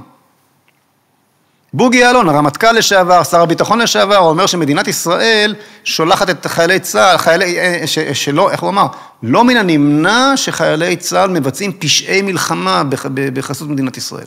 על אין נאצי בכל אחד, אני הייתי שמח להתעכב, כי לא השתכנעתי, אני אשמח לראות איך אתה רואה. אתה אומר, אולי כן יש נאצי בכל אחד מאיתנו. אני חושב שעצם השאלה היא שאלה חיובית. לא, קודם כל, כל שאלה היא לגיטימית. לא, השאלה האם יש בתוכי נאצי. האם אני עלול לצאת, גם מפה, עלול לצאת השד הזה, שגורם לעם אחר להיות פשוט לא מתחת לחיים, בחשיבות. לא, אין בך שום נאצי. לא קטן ולא גדול, יש בך משהו מאוד מאוד טוב. פוטנציאל להפצת הטוב בעולם. בדיוק להפך, אתה נמצא בכותב הנגדי. מי הוכיח את זה? היטלר יימח שמו. הוכיח שאתה מאוד מאוד מאוד טוב. אבל הוא גם בן אדם. נכון? בסוף הוא בן אדם. נכון, הוא היה בן אדם. זה מה שקורה. הוא לא היה משהו, הוא היה בן אדם. בדיוק. יליד אישה. כן. נכון? זה מה שנראה לי שהשוק של 7/10. זה בני אדם עושים את המעשים האלה? מה זה? בטח, בטח. בטח. יש בני אדם שמייצגים רוע, שאימצו את התודעה הזאת ומייצגים רוע, ויש בני אדם שאימצו תודעה אחרת ומייצגים טוב, נכון? אז יש אני פרטי ויש אני לאומי, אני קולקטיבי, כמו שאמר רוסו, אם אני לא טועה. יש זהות לאומית יש אופי לאומי, לכל עם יש את טביעת האצבע התרבותית שהוא מותיר, והציביליזציונית שהוא מותיר לאנושות. ברגע שהוא מפסיק לבשר את הבשורה הייחודית לו, הוא נעלם מעל פני ההיסטוריה, אגב. גם הרב קוק אומר את זה, אגב. ויש עמים שמבשרים חושך, ויש עמים שמבשרים אור, ואנחנו בצד של האור. זה לא אבל רעיונות? רעיון שאפשר לאמץ. זה רעיונות, אבל זה גם תרבות. אולי זה גם רעיונות שהפכו לתרבות. כן. אבל זה כבר ספוג ב-DNA הלאומי. יכול ערבי מעזה לעבור לחיות בתוך תרבות אחרת. הוא כבר לא מחובר לעני הלאומי שלו, והוא מותק של בן אדם, והוא הרופא הכי טוב שיציל את חייך בבית החולים פה בארץ, הוא באמת אדם טוב. ויש ערבים שאני אוהב, ויש יהודים שאני לא אוהב. זה שני דברים שונים. כשאתה אינדיבידואל ואתה לאום, זה שני דברים שונים. אבל אתה לא יכול לנתק את עצמך מהלאום. אתה בתוך תראה, סיפרה לי הבת השנייה שלי, אוקיי? שהיא אחות מיילדת בצפון. אני לא רוצה לתת יותר מדי פרטים מהסיפור, אבל בקיצור, שיח מילדות כזה היה, וזה. היה איתן, גדל מילדות, אומץ על ידי משפחה פה בארץ, ילד ערבי מעזה, סיפור מרתק, גדל איתם, אכל מפיתם, היה אח בתוך משפחה, נחשב כאח בין הזה. בהמשך למד רפואה פה בארץ, הפך להיות פרופסור בשיפה. והם נמשכו כאן, והקשרים נמשכו, כאחים ואחיות. וכשהם ישבו שבעה על האבא, רק עכשיו, זה סיפור מעכשיו, סיפור מדהים. ומספרות לעצמם את הסיפור עם האח שלהם שעכשיו נמצא שם בעזה, וברומנטיקה כזו, מתגעגעים לאח הנחמד שלי, פתאום כולם שמות לב, שהוא התקשר לכולם, כל אחד במקום מושבם, כולם גרו שם באזור העוטף, כל אחד במקום אחר. פתאום קלטו שהילד החמוד הזה, רופא בכיר בשיפה, שגדל בתוך משפחה ישראלית, ולמד את לימודי הרפואה שלו בישראל, וכל מה שיש לו זה מהיהודים, התקשר וניצל את תמימותן של כל האחיות הללו, שכל אחת מהן הכירה, כדי לשאוב מידע לקראת המתקפה של 7 באוקטובר. וואו. כן. ורק הבינו את זה בשבעה, כשאחת מספרת, ואז השנייה מספרת, ופתאום נפל לכולן האסימון ביחד, וקלטו מה קורה פה. אני מסתיר פה הרבה חלקים מהסיפור שהופכים אותו לעוד יותר דרמטי, אוקיי? כי זה סיפור אישי. כן. אבל... היו לא מעט כאלה גם. והיו הרבה סיפורים כאלה, זאת אומרת, כשאתה במצב הצבירה האינדיבידואלית האחד, כשאתה במצב הצבירה הלאומי, אתה משהו אחר, והם מתחברים לעני הלאומי שלהם ככה, מהר מאוד. וגם אנחנו נתחבר לעני הלאומי שלנו. בין אם נרצה ובין אם לא, זה יקרה. תראה, כבר עכשיו מדווח הג'רוזלם פוסט על עלייה של 33% בחיבור לזהות היהודית, מאז 7 באוקטובר. הם מתחברים לחושך, אנחנו מתחברים לאור. וזה בעצם החלק החיובי בכל התהליך. כל התהליך הזה, שהתחלנו מלדבר על כך שזה מאיר אותנו, וזה מוחק לנו את התודעה הבוטחת שנשענה על שקר, ובעצם מעביר אותנו לדף חדש, אנחנו יכולים לבנות את הזהות הישראלית-יהודית שלנו מחדש. אנחנו חייבים לעשות את זה. אין לנו ברירה. היהודי והישראלי חייבים לייצר את הסינרגיה ביניהם. אנחנו חייבים לפתח כאן את התרבות המשולבת, התרבות האחת. דיברנו על פסח, דיברנו על ברית מילה. אלו דוגמאות של מצוות תורניות שהפכו לחלק מהתרבות שלנו. אנחנו לא מקיימים אותם כי אנחנו דתיים או כי אנחנו חילוניים. אנחנו מקיימים אותם כי זה מה שאנחנו. כי זאת הזהות שלנו.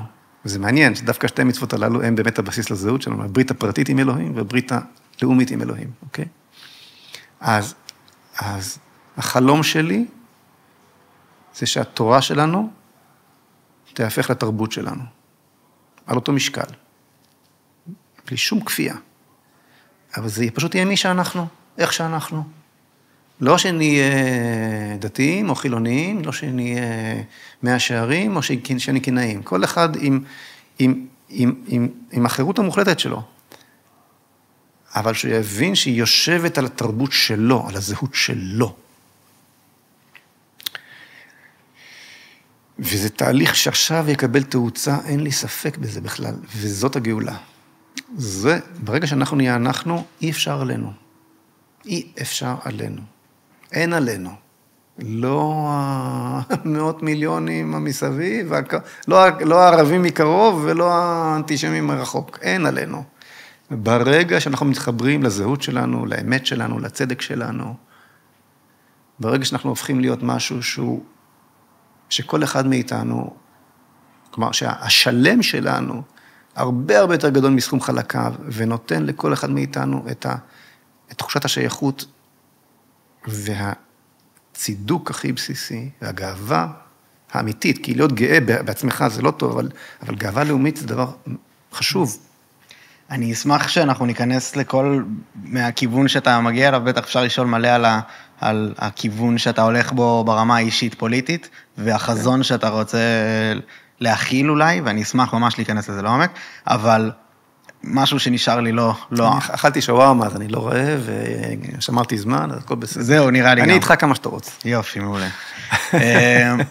אז, וגם אולי נעשה הפסקה גם אפשר לשנייה, אני אשמח ללכת לשירותים, אבל אז תקשיב, כאילו, מה שבא לי לשאול, זה לפני שניכנס למה שאמרתי עכשיו, שזה באמת הכיוון הפוליטי שאתה הולך אליו, מרתק ממש לשמוע, אני רוצה להחזיר אותנו לאדמה רגע. אוקיי, ואולי אחרי זה נעשה הפסקה. האדמה עצמה, שזה גם מתחבר לרעיון ב-BBC, שאתה רואה את הזיקה שלך אליה, ומשהו, קונצנזוס שאני ראיתי בכל האולפנים הבינלאומיים, שדיברו בהם גם התומכי ישראל הכי גדולים, כולם בקונצנזוס על זה שאנחנו צריכים להתפשר ברמת האדמה. ואף אחד לא תומך בסטלמנטס והתנחלויות וכל הדברים האלה, וההתרחבות של המדינה שלנו. בנוסף לזה, אני רואה שהרילוקיישן והעזיבה הגדולה שיש גם פה, שגם כן לא מסוכרת ממש, אבל אחוזים גדולים של אנשים במחנה שלי לפחות, עוזבים את הארץ. ואני חושב שזה נובע הבריחה מעצם זה שהאדמה פה קדושה. יש פה אדמה קדושה, ואנשים ליברליים שואלים את עצמם, אז מה אני עושה פה? גם אם אני יהודי. אם האדמה הזאת קדושה, אנשים ימותו עליה. תגיד, מה עשה לך הרעיון הזה?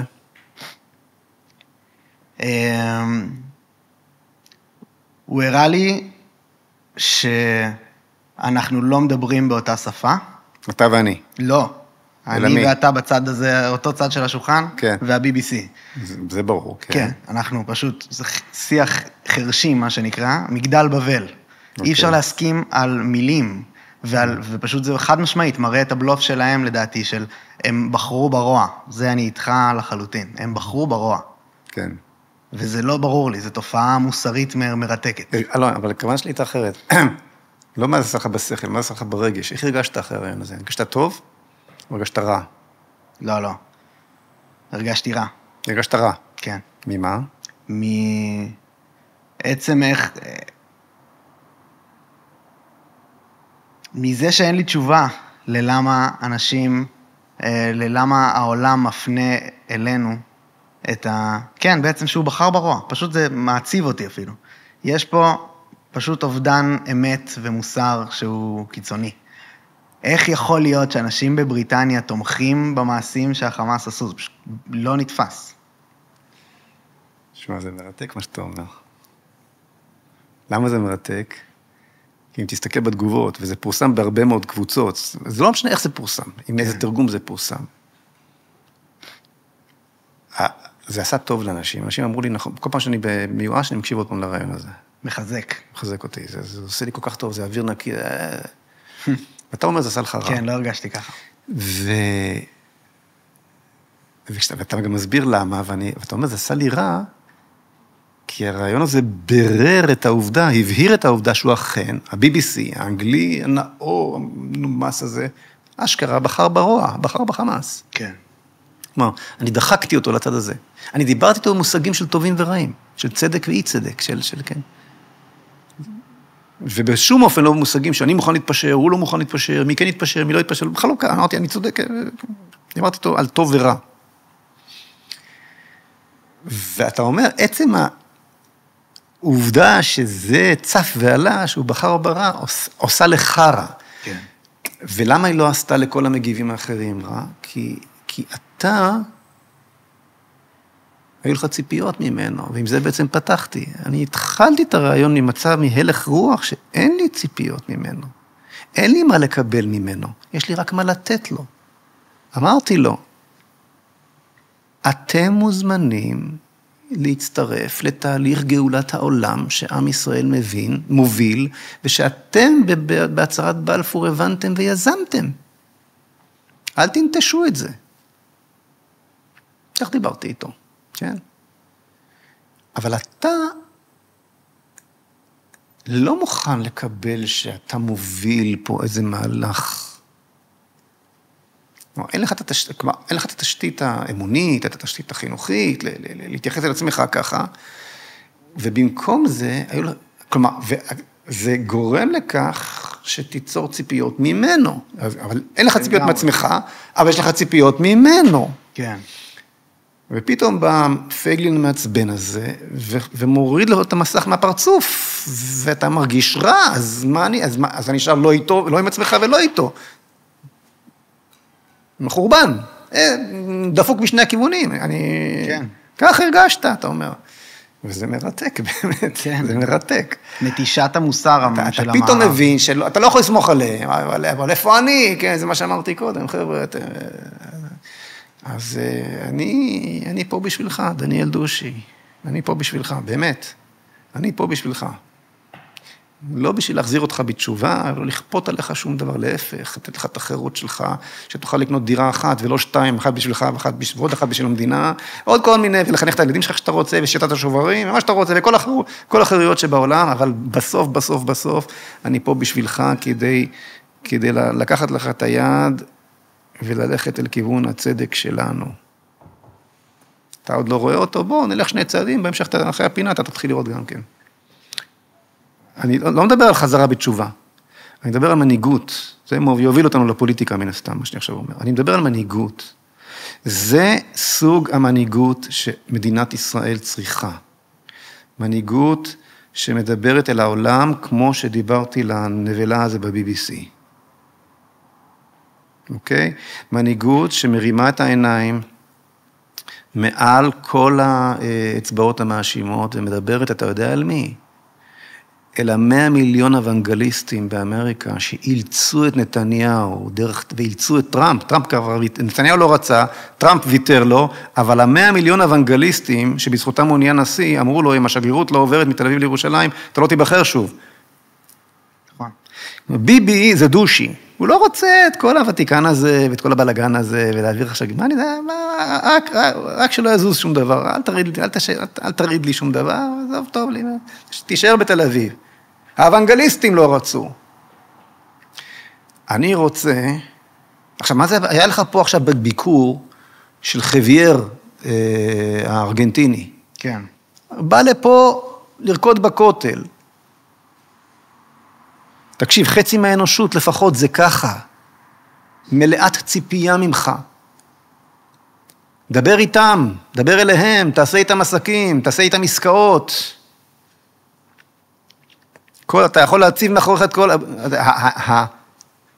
היסוד של האמונה שלהם, זה הפסוק, והברכה מברכך ומקללך האור. אם אתה טוב עם היהודים, אלוהים איתך. אם אתה רע עם היהודים, אלוהים נגדך. Those who bless you will be blessed, and those who cursed you will be cursed. בזה הם מאמינים. תאר לך איזה עוצמה של תמיכה בינלאומית אתה הולך לקבל, כשיעמוד לך כאן ראש ממשלה ישראלי, ויביט אל אנושות, וישאל מעל בימת האום, למשל. Do you want to be on the blessed side of humanity or on the cursed? כמו שדיברתי עם הבחור מה-BBC. כן. אתם רוצים להיות בצד המבורך של האנושות, ומה הם יעשו לנשיאים שלהם ולמנהיגים שלהם, אם הם יתנהגו איתנו כפי שהם מתנהגים עכשיו? זה לא אבל הצד שבוחר בציביליזציה אל מול ברבריות? זה הקולות שכן לא משמיעים. מה זה הציביליזציה? מה זה ציביליזציה בכלל? מה זה תרבות? אם לא 10 הדיבר, הברבריות, הברבריזם, כן, הברבריות נובעת מן האלילות, מן הפגניות. מה זה פגניות? זה אין אלוהים, ואני מחליף אותו. אני בורא את האל הזה, ואני בורא את האל הזה, ואני בוחר ונותן להם להילחם על תשומת ליבי, ואני בוחר בעצם אני אלוהים. אבל החמאסניק לא יסכים איתך. וזה יוצר את הברבריות. החמאסניק חושב שהוא בשם אלוהים. החמאסניק מדבר בשם אלוהים, אבל אלוהים שלו זה אלוהי המוות, הוא מקדש את המוות. כן. ואת השיעבוד. אין בחירה חופשית באסלאם, תנעל לה בסייף. היהודי צריך לבחור באל כל יום מחדש. אלוהים רוצה שתבחר בו כל יום מחדש. שנייה, הפסוק אומר, ובחרת בחיים. הרי נותן לפניכם את החיים ואת הטוב, את המוות ואת הרע, ובחרת, הבחירה היא שלך. שום סייף. אתה כל יום בוחר מחדש. בכל פעולה שאתה עושה. זה מחזיר אותנו פשוט לאדמה. ומכיוון שאתה בוחר, מכיוון שאלוהים רוצה שתבחר בו, אתה חייב להיות בן חורין, כי אם אתה לא בן חורין, איזה מין בחירה זאת? אז מה אבל אם לשים אדמה מעל חיים? זה מפחיד כשלעצמו. האדמה היא תשתית לחיים. אין חיים בלי אדמה. אין חיים בלי לאומיות, אין חירות בלי לאומיות. במובן הכי בסיסי של המילה. איך אתה מביא לידי ביטוי את החירות שלך? אתה שם פתק בקלפי, נכון? אתה בוחר. אתה מביא את הביטוי של החירות שלך בכך שאתה בוחר, נכון? מה נותן לך את הבחירה? איך אתה מביא לידי ביטוי את רצונותיך? דרך הלאומיות. דרך הלאומיות הריבונית, דרך הלאומיות שיושבת על קרקע משלך, אתה מחליט איך אתה רוצה לחיות, כן אוטובוסים בשבת, לא אוטובוסים, מתגייס, כל הוויכוחים. כן. מה זה כל הוויכוחים האלו? עבד לא מתווכח, מכתיבים לו, אתה מתווכח. למה אתה מתווכח? כי יש לך זהות לאומית, ויש לך אדמה, הוויכוחים האלו שאתה מתווכח עכשיו, שהופכים אותה, שבעצם נובעים מתוך כך שאתה בקומה שיש בה חירות. ממה הם נובעים? מכך שיש לך עם, זהות לאומית, ויש לך אדמה. עכשיו, כשלא הייתה לך אדמה, כשהיית בגלות, אתה חשבת שאתה תצליח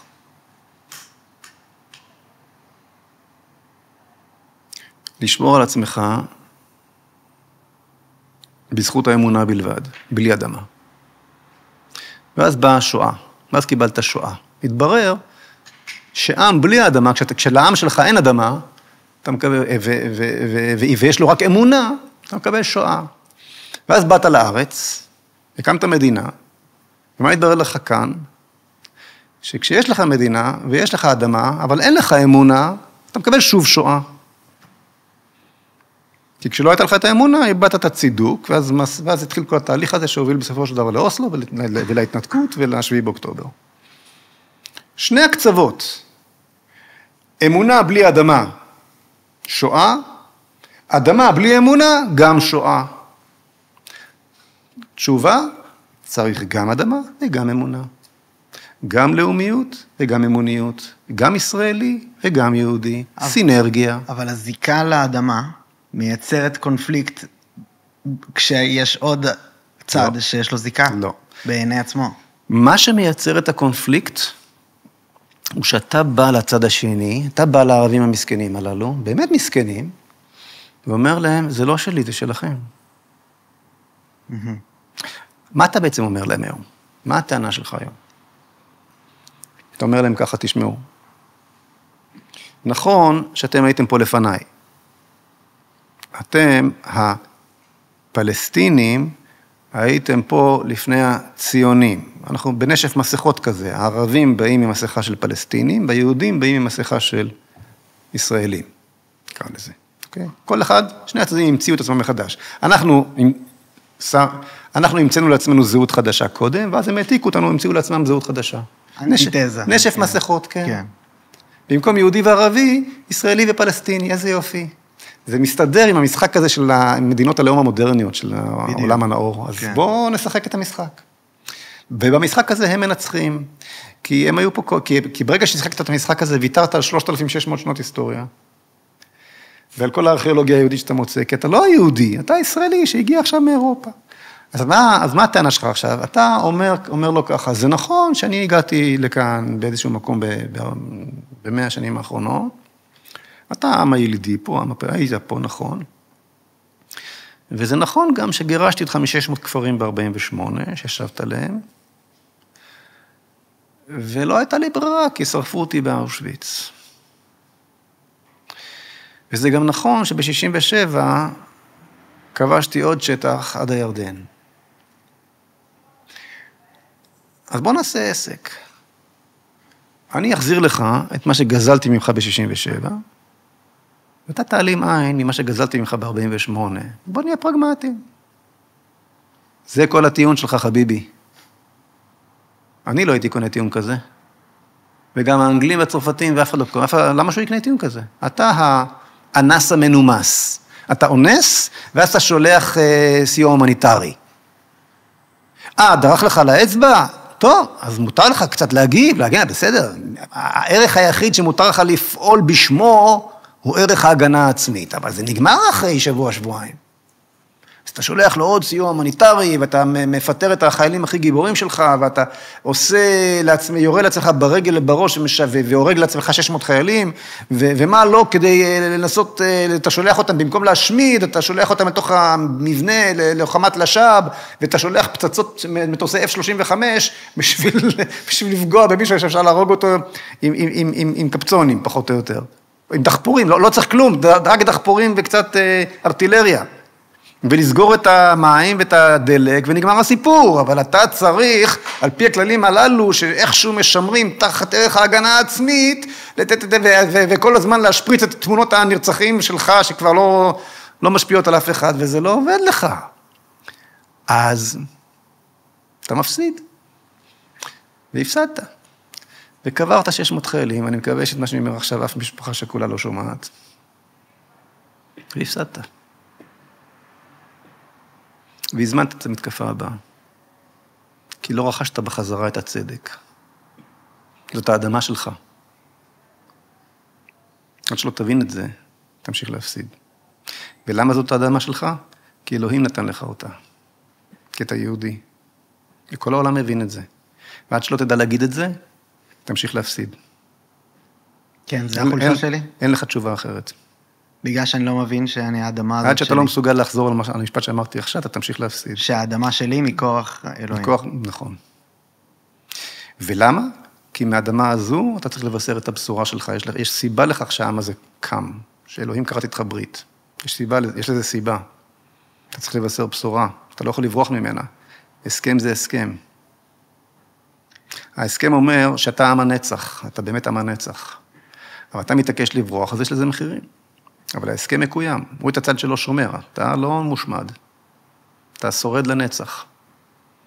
אבל עליך ההחלטה מה יהיה המחירים. אתה בורח מההסכם, אתה כל הזמן משלם מחירים. כן. אתה מתחבר לזהות שלך, יש לך שלום, כי הוא מבין שזה שלך, הוא קם והולך, גם היום הוא קם והולך, אתה לא נותן לו ללכת, כדי להפר את ההסכם. אני מראה לך מכל הכיוונים, שהשער לשלום ולאושר שלך, ושל כל האומות, ושל כל העולם בעקבותיך, פתוח, אבל הבריחה מהזהות, תוקעת אותנו בתוך מסלול שמוביל אותנו ל-7 באוקטובר הבא. עכשיו זה בדיוק הזמן להיכנס לדרך שאתה רואה. איך הולכים לשם? בואו נעשה רגע הפסקה, ואז נחזור ונכנס. רוץ לעשות פיפי. אני אעשה פיפי רגע, אתם בסדר? קודם כל, זה לגיטימי לגמרי, מגיע לך. אני... הצלחת לייצר איזה סוג של פלטפורמה של שיח, שמבחינתי הוא גן עדן, אני אומר לך בכנות. הוא גן עדן כי אני יכול לפתוח את כל יש כאן, אתה מבין שיש פה משנה סדורה רחבה מאוד, וחדשנית מאוד גם. ואם אתה לא מסביר אותה על כל אגפיה, היא גם לא נתפסת נכון. זה לא פשוט להעביר עם מתודעה אחת לתודעה שנייה. ופה אני מרגיש... אני מאוד הופתעתי כשראיתי את מספר הצפיות בפעם הקודמת. אני חשבתי עוד פודקאסט, בסדר. 15, 20, 30 אלף, זה יפה מאוד, כן. נכון לעכשיו זה כבר מעל 200, 210, אתה אמרת לי שבעצם זה 270 אלף, כי יש עוד... יש עוד 75 רק באודיאנס, כן, זה כזה 280. וזה, מה שזה... תשמע, את הפודקאסט קודם, אני סיימתי. אמרתי, כמה יקשיבו? כמה זה? והתברר לי שקשיבים. כן. מאוד שימח אותי. בשביל סוג כזה של שיחה, נינוחה, אינטליגנטית, מעמיקה, לא מתלהמת, כן, כזו שהולכת לעומקם של דברים, לאורך יותר משעתיים, מאות אלפי האזנות, זה חתיכת ציון לשבח לעם ישראל. תמיד אומרים לנו, דור הטיק-טוק לא מסוגל יותר מ-30 שניות, או זה פתאום בדיוק הפוך. לגמרי. אל תפסיק, תמשיך. ואתה אמרת לי, תבוא פעם הבאה בלי מגבלה של זמן. כן. תענוג? כשיש לך מה להגיד, זה תענוג? לגמרי, ואני חושב שגם הפעם לא יספיק לנו כמה שנרצה. לא יספיק, זה אף פעם לא יספיק. זה אף פעם לא יספיק. עוד חצי שנה נבוא שוב. חד משמעית. זה אף פעם לא יספיק, כי זה... תשמע, אני כותב עכשיו, אני עובד עכשיו על ספר, שנקרא זהות וחירות. המדריך לישראלי בעולם הפרוגרסיבי, ככה זה, מין כזה לקסיקון כזה, מורה דרכים, שוב. ואני עובד עליו עם פרופסור נדב לנסקי,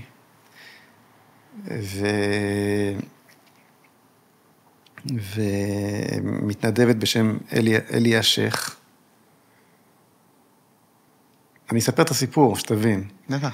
יום אחד מתקשר אליי לפני 3 שנים בן אדם, שאומר לי, תשמע, אני עוקב אחריך כבר 20 שנה, אתה לא מכיר אותי, ועד כאן זה כבר, אני רגיל לזה, זה קורה הרבה, אבל אז הוא אמר לי, אני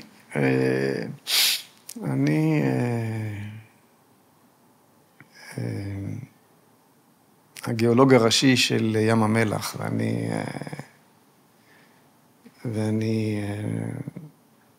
יש לי ספינת מחקר, גם ים המלח, גם הכנרת, הוא המוביל העולמי בתחום המסוים הזה של אגמים מלוחים, הוא ממש אוטוריטה בינלאומית. בקיצור, הזמין אותי ליום כיף, כי הוא יוצא עם הסטודנטים שלו למחקר בים המלח, בוא תרגע קצת וזה. בקיצור, הכרנו, הסתבר שהוא היה בשלדג, והוא חזר בתשובה, והוא פרופסור חרדי כזה, טיפוס מרתק כזה, ואנחנו מאז רוכבים ביחד על אופניים, התחביב שלי, אני רוכב הרבה, עושה הרבה אופני הרים, כמעט כל יום. אז יום אחד הוא אמר לי, בוא, תן לי משהו לעשות. אמרתי לו, אני מנסה להוציא ספר, לאחד את כל הרעיונות ואת כל המאמרים, לכלל משהו שיש לו זרימה אחת. כתבתי הרבה מאוד מסות והרבה מאוד, גם הוצאתי ספרים בעבר, אבל ספר שכל כולו רעיוני, שמסביר את כל הדברים שאמרתי כאן, ומכניס אותם לאיזשהו, באמת, כשמו כן הוא. שמי שקורא אותו, מקבל פתאום את הכלים להבין את המציאות אחרת, כמו לקסיקון כזה, שאתה נוסע ליפן, הוא אומר לך איפה... מצפן כזה. ערכי, מוסרי. מצפן, כן, ככה. ולא הבנו איזה גודל של משימה זה. יא חביבי, אני עובד יומם ולילה, הבוקר ב5 עוד הייתי על העבודה. ואתמול עד מאוחר בלילה. ספר זה לא צחוק. כל רגע, כי זה לקחת, חלק גדול נכתב כבר בעבר, חלק גדול צריך להיכתב מחדש, זה להתיך את הכל לכלל, באמת, זה לא קובץ מאמרים, זה משהו אחר, שמקבל חיות משלו. בקיצור, זה אינסופי, זה אינסופי. יצא בעזרת השם לקראת סוף הקיץ, אני מעריך. אני אשמח לקרוא אותו כשהוא יצא כמובן. בטוח, כן, תקבל אותו עם הקדשה. מגיע לך. תודה רבה. בוא ברשותך ניכנס לתוכנית שאתה זומם. מה החזון הפוליטי והמנהיגותי שאתה רואה? תראה, מבחינה פוליטית, קצת ניסיון פוליטי, בכל זאת הייתי סגן יושב ראש הכנסת, חבר ועדת חוץ וביטחון, וכל מיני כאלה תארים. אז אני מכיר את הסיפור מבפנים.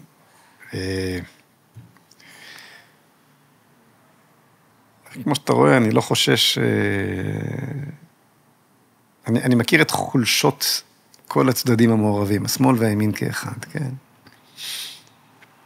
ימין דמיין לעצמו כל השנים, שאם הוא רק יצליח להגיע לימין על מלא, זה ייפטר. זאת אומרת, כן. בעצם הימין בורח מעצמו כל הזמן. זאת אומרת, אותה בעיה שיש לשמאל, יש גם לימין. זה שגם של השמאל. כן. רק לשמאל קל. לשמאל קל. למה השמאל קל? כי מבחינת השמאל, מה שצריך לעשות כאן, זה את האופנה האחרונה בלונדון ובפריז. העתק הדבק. אז אם האופנה האחרונה הייתה קומוניזם, לפני 110 שנים, עשינו העתק הדבק של המהפכה הבולשביקית, הנה, הקמנו קיבוצים, הבאנו את הדגל, עד שנות ה-80, עוד היה לנו מצעדי אחד, שמעון פרס עוד צעד ורבין, עוד צעדו בראש מצעד האחד במאי. הפועל תל אביב. הפועל, עולם ישן עד היסוד נחריבה, על המשמר. כן, אז לשמאל קל. כלומר, מה האידיאולוגיה? נורא קל, בוא נראה מה רץ עכשיו, מה עכשיו הכי שיקי, הכי תופס, ונעשה אותו דבר. כי הרי העניין שלנו לא איזשהו משהו זהות, אנחנו נגד זהות. אני חושב שזה השטחה של השמאל. אולי אם אתה תתייחס לזה אני לא מתכוון לזלזל, אני מתכוון, אבל אני משטיח את את כי צריך לייצר דוגמות, להבין מה מול מה. אני תכף את אותו דבר אני אעשה גם לימין, אז אתה לא תוכל לכעוס עליי, בסדר? בסדר גמור.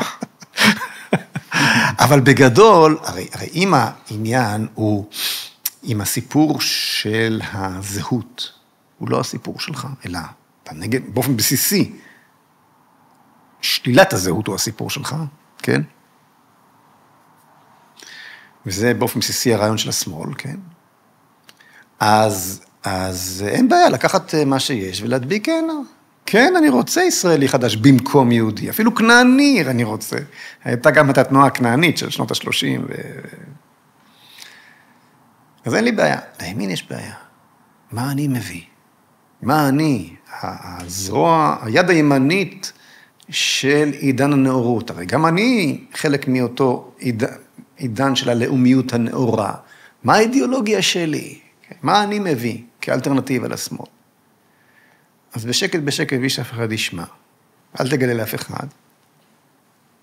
אבל עד מלחמת העולם השנייה, היה איזשהו פשיזם רומנטי. אוקיי? אני פשיסטן, כך כתב אבא אחימאיר.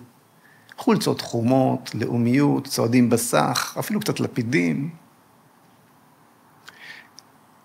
זה היה פשיזם לגיטימי, זה היה פשיזם רומנטי, זה לא היה חלילה וחס הזה, אבל הרעיון, אתה צריך להבין שהדתות הללו של עידן הנאורות, שדיברנו עליהם קודם, 4 הדתות הללו, שים כרגע את הנאציזם בצד. הפשיזם היה הופעה של אחד מהרעיונות, הרעיון הנושא, כלומר, הדמוקרטיה דיברה על חירות, הקומוניזם דיבר על שוויון, הפשיזם דיבר על המדינה, כחזות הכל, והנאציזם דיבר על המנהיג, הפירר, כן. זה היה... כלומר, מה הדיבר הראשון בעשרת הדיברות של כל דת? כן. מה אנוכי השם שלך? היררכיית הערכים. כן, כן. סולם הערכים. סולם הערכים. כן, אז זה היה קצת מזה לימין. כמובן שאחרי מלחמת העולם השנייה זה הפך להיות הס מלהזכיר, לא כן? והימין נשאר בלי כלום.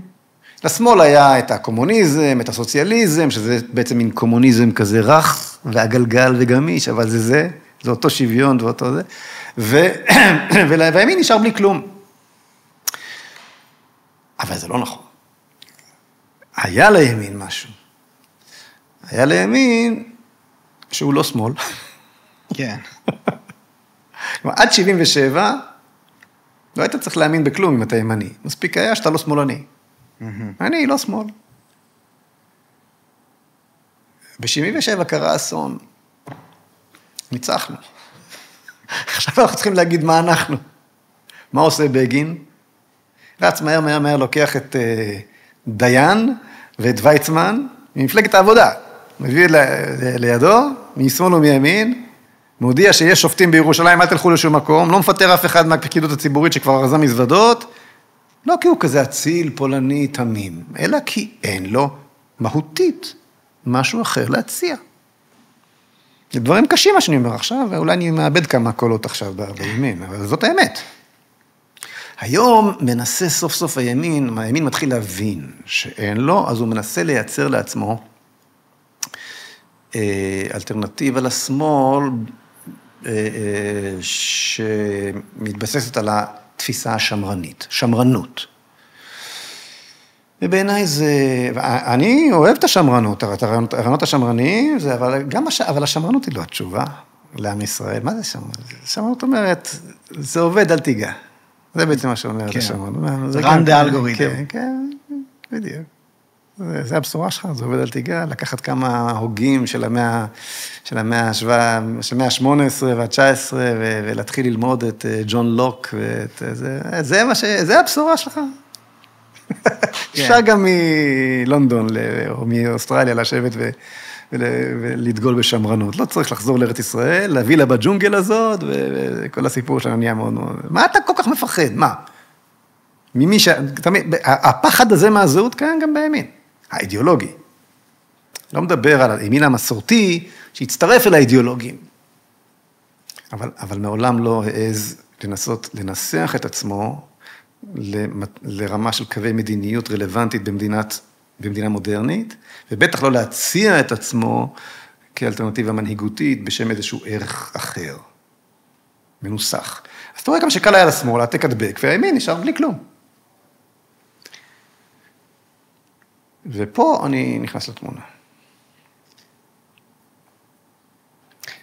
והמצע של מפלגת זהות, בכלל, עצם היומרה לייצר קווי מדיניות, שמתבססים על מי שאתה, על הזהות שלך, ועל הבשורה שלך, ולחזור ליסודות מצד אחד של הזהות והחירות, שבאים מתוך היהדות שלך ומתוך המהות שלך, ולתרגם אותם בחזרה לקווי מדיניות, איך זה הולך להתפרש בחינוך, בכלכלה, בבריאות, בביטחון, בכל דבר. כן? כל זה עשוי. לא סתם המצע של מפלגת זהות הפך להיות בסט סלר. נמכר ויצא ב3 מהדורות. בזמנו ב-2015? מצע של מפלגה, כן, ב-2019. 2019, כן. מצע של מפלגה נמכר כספר ונחטף מכל המדפים, ככה. של הליכוד אף אחד לא יודע איך להגיע. אף אחד לא יודע מה... האם זה קיים. אף אחד זה לא מעניין, כי אף מפלגה לא מתייחסת באמת. ידחפו לך כל מיני מילים, קיימות, אני יודע מה... אפשר שאלה ברשותך פה בזה? אני רק שאלה, אתה אומר. כן, אני רק שאלה, בדיוק. למה אתה הצגת את זה כמסר לימין? טוב, התחושה שלי היום, והלוואי שיתברר שאני טועה, אבל התחושה שלי היא שעיקר תמיכה תבוא מימין, כן. אבל האם אתה לא סתם מחלק? בגלל היסוד הזהותי, כן? בגלל היסוד האמוציונלי של הזהות שקיים בימין, שרובו אנשים מאמינים ומסורתיים. כן, אבל האם אתה לא מאבד קולות מהשמאל, שהם כמהים לזהות גם כן? אני לא מנסה לאבד. אני פשוט, יש לי חולשה שאני אומר את האמת. כן. אני עושה הפרדה מוחלטת בין הציבור שמספר לעצמו שהוא שמאל, או שאולי הוא באמת שמאל, שאין לי מבחינת הסימפתיה שלי, שום הבדל. כן. זה המשפחה שלי, זה האחים והאחיות שלי, זה הכי קרובה, אוקיי? זה פשוט. אבל יש לי תיעוב עמוק אל קבוצה מאוד מאוד קטנה שמייצרת פה אנרכיה מכוונת. אני לא בטוח שהם שמאל. יכול ללמוד שצודק. זה לא משנה, זה כסף מדינתי, להערכתי כבר עבר מזמן את המיליארד, זה לא כסף פרטי, וזה לא תרומות פרטיות, שאף אחד לא יספר לי סיפורים. אני חסמתי את כל המדינה, אני הקמתי את זו ארצנו, אני יודע מה זה הפגנות, זה לא מחאה אותנטית, אוקיי? זאת הפיכה של מוקדי הכוח נגד ממשלה נבחרת, whether you like her or it, אותה או את הממשלה הזאת ואת האנשים האלו או לא, בין אם אתה אוהב אותם ובין אם לא. זאת הפיכה, זו לא הפיכה עממית, זו הפיכה אולטרה פריבילגית. זו הפיכה של מוקדי הכוח, שיושבים פה על כל פתמות השמנת במדינה, שזליכה מסביר לך איך מתחלק פה הכוח הכלכלי, הוא צודק. כן. זה הפיכה של אנשים שמקבלים פנסיות, שאתה בחיים לא תגיע למשכורת, שמתקרבת לרבע מהן. בגלל זה אני לא חושב שהם מדברים בשמי. רק שנבין. ושהם לא שמים את הכסף שלהם, הם מקבלים אותו מגרמניה, הם מקבלים אותו מאמריקה, בכל מיני דרכים טלטלות. אני יודע להבין קמפיינים. זאת הפיכה של כל מוקדי הכוח, ובראש ובראשונה של מערכת המשפט. רגע, חייבים פה להסביר את זה. אבל אני רק חושב שיש פה עוול, כשאני בסך הכל אמרתי שמאל. יכול מאוד להיות. אני אמרתי שמאל ולקחת את זה להפיכה המשטרית, כאילו, ההתנגדות הקיצונית להפיכה. אבל ככה זה נתפס. אז אני חושב שזו טעות. אז אני מאוד מאוד שמח לשמוע שאתה מחדד את זה, ובואו להפך, אני רוצה לחדד את זה. אבל תן לי רק לגמור להסביר מה קורה פה, אוקיי? כי לא כולם מבינים את מה שאני אומר עכשיו. כששניים או שלושה חבר'ה עם חומר דליק ועם מפה של בית ראש הממשלה בהרצליה. עכשיו תקשיב, אני לא איש ביבי, הוא היה צריך ללכת שלשום, אני אעשה הכל שהוא יעלה מנוף חיינו, הוא גורם לנזק היום ונורא, ואם תרצה נדבר עכשיו עוד שעתיים על איזה נזק גרם ביבי. אוקיי? זה לא משנה, הוא ראש ממשלה שנבחר על ידי הרוב. וכששניים שלושה חבר'ה עם חומר דליק ועם מפה של הבית שלו נתפסים בדרך להצתה של הבית של ראש הממשלה, נתפסים, ומובאים להארכת מעצר, ומשוחררים עוד באותו יום. אתה יודע מה זה? זאת קריאת קרב של מערכת המשפט, נגד הממשלה הנבחרת. האנשים האלה היו... לא, עזוב אותי מהאנשים, הם לא מעניינים בכלל. המטורללים האלה לא מעניינים. הבנתי. השופט ששחרר או השופטת ששחררה מעניינת אותי. דמיין לעצמך ששלושה נערי גבעות עם חומר דליק היו נתפסים עם המפה של הבית של אחמד טיבי בטייבה, לפני הכניסה לבית שלו בטייבה. או של רבין.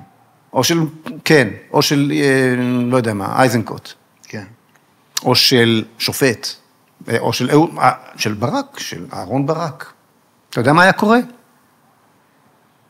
היה קורה בדיוק מה שקרה לאמירם בן אוליאל. אמירם בן אוליאל יושב עכשיו ל14 עולם, על העבירה שלא ביצע. העבירה שלא ביצע. יש צדיק אחד, אולטרה שמאלן, בשם אביגדור פלדמן, שהבין את זה, והסכים לייצג אותו בערעור. אני ישבתי שם 6 שעות, הקשבתי לטיעונים שלו. לא הבנתי איך פני הרשע, כן, מקום המשפט שם הרשע, המשפט שאמרתי עכשיו, קיבל את ההדגמה שלו שם. הסתכלתי על נשיא בית המשפט העליון בפועל, יצחק עמית, יושב שם, מקשיב לדיונים, ויצא לי קיטור. לא יכולתי להבין איך יכולים שופטים להגיד, קודם כל שלח אותו הביתה. מעצר בית. אחר כך נמשיך את הדיון. קודם כל שופט, לא הגון, שופט שהוא באמת שופט. חוץ מהודעה בעינויים, אין בתיק הזה כלום ושום דבר.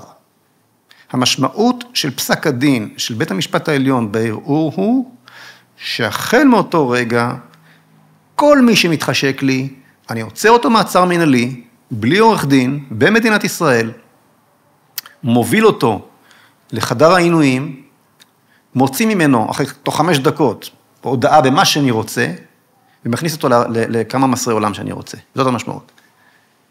ואתמול, קיבל צו מעצר מנהלי שכזה, נער בן 14 מיצהר, כי השתתף בהפגנה. אבל כאן בשיינקין, זה לא מעניין, כי יש כלל של הפסיכולוג הידוע, פיאז'ה. אתה יודע מה עשו הגרמנים עם מחשמם? מה הם הקרינו ביומנים של סרטי הקולנוע? פעם לא היה אינטרנט ולא היה חדשות, אז אנשים הלכו לקולנוע, ולפני זה היה יומן חדשות שהוקרן. אתה יודע מה הם הראו? הם הראו תמונות ממחנות הריכוז.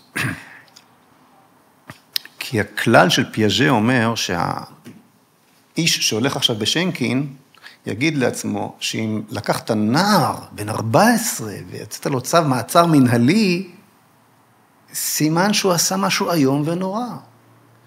אם לקחו את היהודים ושמו אותם במקומות כאלה, אין ספק שהם עשו משהו נורא ואיום. ככה זה, ושם נמצאת החירות של אזרחי ישראל ברגע זה. שם. ואני לא אומר את זה כי הוא ימין או כי הוא שמאל. אני הייתי חבר הכנסת היחיד שהגיע להפגנות תמיכה בזדורוב. סיפר לי בדיעבד,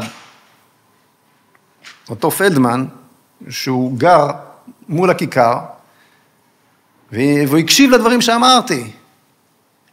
וזה 2 קצוות, אוקיי? ותמיד תמכתי בסרבני שמאל. בסרבני שירות של השמאל.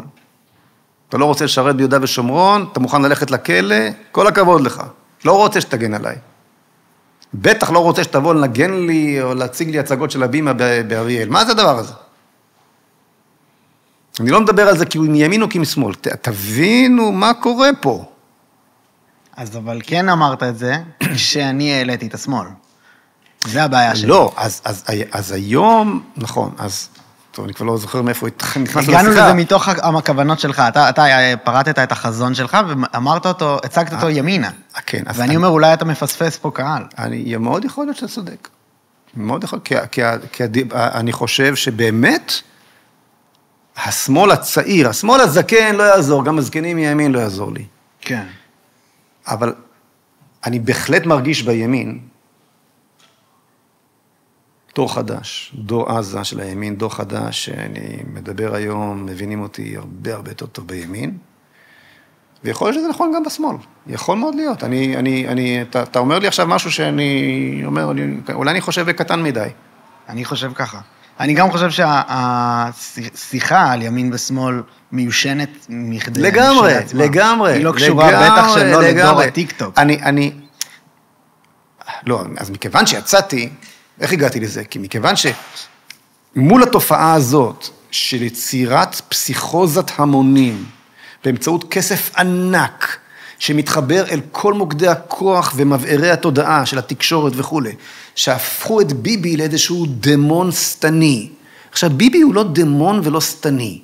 ביבי הוא פשוט כלום ושום דבר. הוא פשוט כלום. אין לו שום כיוון, מעולם לא היה לנו מנהיג כל כך חלש. הוא פשוט, הוא מאוד מאוד חזק במובן הפרטי. כן. זה עוצמות של אחיזה בכיסא שאין עליהם. בזה הוא ממש לא. בזה הוא כן. פנומן. אבל הוא לא מוביל, והוא מעולם לא הוביל בעבר לשום כיוון, ואת זה הימין התקשה לקבל. הימין תמיד דמיין תמיד, אני אלך טיפה אחורה, הימין תמיד דמיין לעצמו, מכיוון שלימין לא הייתה אלטרנטיבה, אוקיי? והוא פחד ועדיין פוחד, לשים את הזהות היהודית כאלטרנטיבה, כמה לעשות מה שאני עושה פה כרגע, אוקיי? אז היה לו קל מאוד ללכת בלי ולהרגיש עם. זאת אומרת, יש לי אמוציות יהודיות, מסורתיות יש בימין, זהות יש בימין, ערכי המשפחה יש בימין, כל הדברים האלה שהשמאל, הלך איתם עד הסוף וזרק, בימין יש. כן. אוקיי? שזה יפה יפה, הציבור המסורתי הוא התקווה שלנו בסופו של דבר, באמת. אני מאוהב בציבור הליכודניקי, מה שהשמאל בז, אני מאוהב, אוקיי? בכל אופן, אבל מכיוון שלא היה לו את האלטרנטיבה הזאת, והוא פחד להביא אותה בצורה מנהיגותית, הוא זרק את זה על ביבי. וכשאתה רוצה שירמו אותך, אז מרמים אותך, כמו אישה מוכה, שהבעלה אחרי שבוגד בה, אומר לה שהוא אוהב אותה, אז היא תמיד חוזרת אליו. מה ביבי נתן לימין? ביבי נתן לימין כיוון? מה הוא נתן? אני יכול להגיד באמת מה אני חושב. כן? אני חושב שזה פשוט מחזיר אותנו לדיון על מגדל בבל והאובדן של משמעות של מילים. שהימין והשמאל איבדו מהמשמעות שלהם, כי אני חושב שביבי, הקו שהוא מוביל, המנהיגותי, זה קו של טשטוש גבולות, חוסר לאומיות, והישענות תלות בגורמים חיצוניים. התשובה היא שהוא לא מוביל שום קו. הוא משאיר לך לדמיין מה שאתה רוצה. אבל הוא כן חיזק את הקשר עם ארצות הברית, עם תזה כלכלית. הוא לא עשה כלום. הוא עשה הרבה כשר אוצר, כראש ממשלה הוא עשה רק נזק. כשר אוצר הוא עשה דברים חשובים ביותר. כראש ממשלה, אני לא יכול לחשוב על דבר טוב אחד שהוא עשה. אני מצטער. אני מבין, ואני כמובן חולק את התחושה. אני לא מצפה שתחלוק או לא תחלוק, אני אומר לך מה אני... אבל אני לא מדבר מתוך כעס עליו, אני מנסה להסביר מה הסוד שלו. איך הוא שורד כל כך הרבה שנים. אם זה ככה, אז איך הוא שורד? כי הוא מנהיג ציבור שמפחד מבשורתו. ביבי, לתוך הוואקום הזה, אומר, בואו, אני אנהיג אתכם, אני איתכם, אני יודע. כן. כלומר, הוא מסוגל להראות פרצו, להוביל ציבור שמפחד לייצר את האלטרנטיבה לשמאל, עם מראה מאוד נאור, אמריקאי, מלוטש, מנהיגותי וסמכותי וכו' וכו'. ואתה תספר לעצמך שהוא לא אומר את הכל, כי הוא עושה פוליטיקה, כי הוא נורא מתוחכם, כי הוא בעצם רוצה את מה שאתה, הוא רוצה כמוך, את אותם דברים, רק הוא עושה את זה מתוחכם, הוא פוליטיקאי, וכל פעם שהוא יעשה ההפך, אתה תספר לעצמך סיפור שהוא לא יכול, כי הבג"ץ לא נתן, כי האמריקאים לא נתן, אתה תמיד תגן עליו. כן. אתה צריך את ביבי כדי להמשיך ללכת בלי אלטרנטיבה ולחשוב שיש לך. את האשליה, על האשליה הזאת הוא רוכב כבר 20 שנה. כן. ואני אומר לך שהוא הטייס ג'מבו הכי מוכשר שיש. הוא יודע להטיס ג'מבו, לברוח מכל הטילים והאתגרים הפוליטיים, ושוב להיבחר, ושוב לשקר, ושוב זה, והוא יספר לך שניכנס לרפיח, והניצחון המוחלט, כשאתה כבר כולם מבינים שהפסדנו, נמשיך לדבר על הניצחון המוחלט. כשביבי משקר, אתה יודע שהוא חי, כן? כן, חי בשביל זה. אני חושב לא, לא חי בשביל זה, אבל אולי כן, אבל העובדה היא שהפריירים בימין רק מתחלפים כל הזמן, רק מתחלפים. למה הם מתחלפים? כי זה שקר שהם רוצים שישקרו להם. כי הם לא מסוגלים לבוא ולהודות שבעצם טייס הג'מבו הזה טס בסיבובים. הוא הטייס הכי טוב, אבל אין לו מושג לאן להטיס את המטוס. וב-7 באוקטובר נגמר לנו הדלק. נגמר לנו הדלק. זה מה שקורה פה. אז עכשיו, אז זה הסוד של ביבי בימין. השמאל רואה לו. כן. אני רואה שאתה בדיוק כמוני. אתה בדיוק כמוני. אין לך משהו, אתה הרי מה? אתה מאשים אותי שהבאתי את אוסלו, ואתה רצת וחיבקת את ערפאת, ואתה שלחת את הזה, הימין יגיד, לעובדה שביבי שלח כסף לחמאס, הימין יעשה ככה, לא רוצה, לא נכון, בטח היה משהו אחר שלא יודע, לא מספרו לי כל הסיפור הזה. השמאל אומר, מה אתה מבלבל במוח? אתה מאשים אותי, אתה הצטרפת לזה, לחצת את היד לערפאת 5 דקות אחר כך בעצמך, נאמת את נאום בר אילן, שחררת את שליט, מה אתה מספר כאילו אתה איזה אלטרנטיבה? אז השמאל שונא אותו. אנחנו בבעיה, בבעיה קשה. אני בבעיה משני הצדדים. אני מגן על ביבי בכל כוחי, מול מעשה הנבלה שנעשה פה עם הקפלניזם הזה, ועם התיקים האלו, והשמאל הוא אכזרי. הוא לא לוקח שבויים, מנצל את הכוח שיש לו, את הכוח השלטוני, הלא נבחר, כל עמדות הכוח הבלתי נבחרות שהשמאל מחזיק מאז קום המדינה, שידע להחזיק אותם חזק. בג"ץ. לא רק בג"ץ, הצבא, עוד לפני הבג"ץ, מערכת הביטחון. כדאי שנשאיר מקום לדבר קצת על הצבא. חד משמעית. אוקיי? אז השמאל מנצל עכשיו את כל מוקדי התקשורת, האקדמיה, המערכת הביטחון לפני כל דבר אחר, משמשת פוליטית נגד נתניהו, יש פה הפיכה צבאית פר אקסלנס, אוקיי? אז זה מרתיח את הדעת מה שקורה פה. אז אני מוצא את עצמי מגן על ביבי. מצד שני, אני מבין את השמאל, אני מבין את התמונה הרחבה, כן? אז פה באמת נדרש רפרש גדול, רפרש אמיתי. אני רוצה להציע צורת הסתכלות מרעננת, כן. שזה אני לא מרגיש שהקפלניסטים מייצגים אותי בתור איש שמאל, שגם זה מוזר לי. אוקיי, נחזור פשוט לעניין של ביבי הוא דמות מפלגת. הפוליטיקה בישראל היא פוליטיקה מפלגת. כן. ואני חושב שאתה, בגלל זה גם השיחות האלה מתאפשרות, כי אפשר להגיע לעומק, כי אתה מביא אמת. נכון. אתה לא מביא הפרד ומשול. לגמרי. אז בגלל זה אני חושב שהדיבור על ימין ושמאל, ולפלג בשיח עצמו, זה משהו שאפשר לזנוח אותו ולהרוויח המון כוח. תראה, אני רוצה להגיד לך משהו על העניין הזה של המפלגת והימין ושמאל. קודם כל, אני לגמרי איתך, אני דיברתי על כך שהמושגים הללו לא משרתים שום דבר כבר לפני שנים. אתה צודק, ואני באיזשהו מקום נגרר על מושגים שנוח לנו לדבר איתה, להשתמש בהם. זה כמו שאני לא רוצה לדבר על פלסטינים. בדיוק. תשמע, לפני 3 שנים תרמתי כליה. אוקיי? והיה לי חשוב רק דבר אחד. היה לי חשוב שהכליה שלי תלך ליהודי. אז היא שמעה את זה, איך קוראים לו, בערוץ 12 או 13, לא זוכר, 13 אני חושב, איך קוראים לו, יש איזה עיתונאי... אברי גלעד? לא. אחד מהשמאלנים הכי כועסים האלה, כן. אמנון? לא משנה, תכף אני זוכר. הזמינו אותי לדבר. תרמת הכליה, מה אכפת לך לתרום אם אתה כבר תורם? למה אתה רוצה לתרום לערבי? אמרתי לו, כי אתה המשפחה שלי, מה זאת אומרת? כן. אני קודם כל, אם הייתי מעדיף לתרום למשפחה שלי, היית שואל את השאלה, בשבילי אתה משפחה. אתה דפקטיבי לגמרי, אוקיי? אולי טוב שאני לא זוכר את השם. כן. אתה דפקטיבי, אני לא אוהב אותך. אבל אני אתרום לך, ולא לערבי שאני כן אוהב. כי אתה משפחה, זה הכל. זה הכל.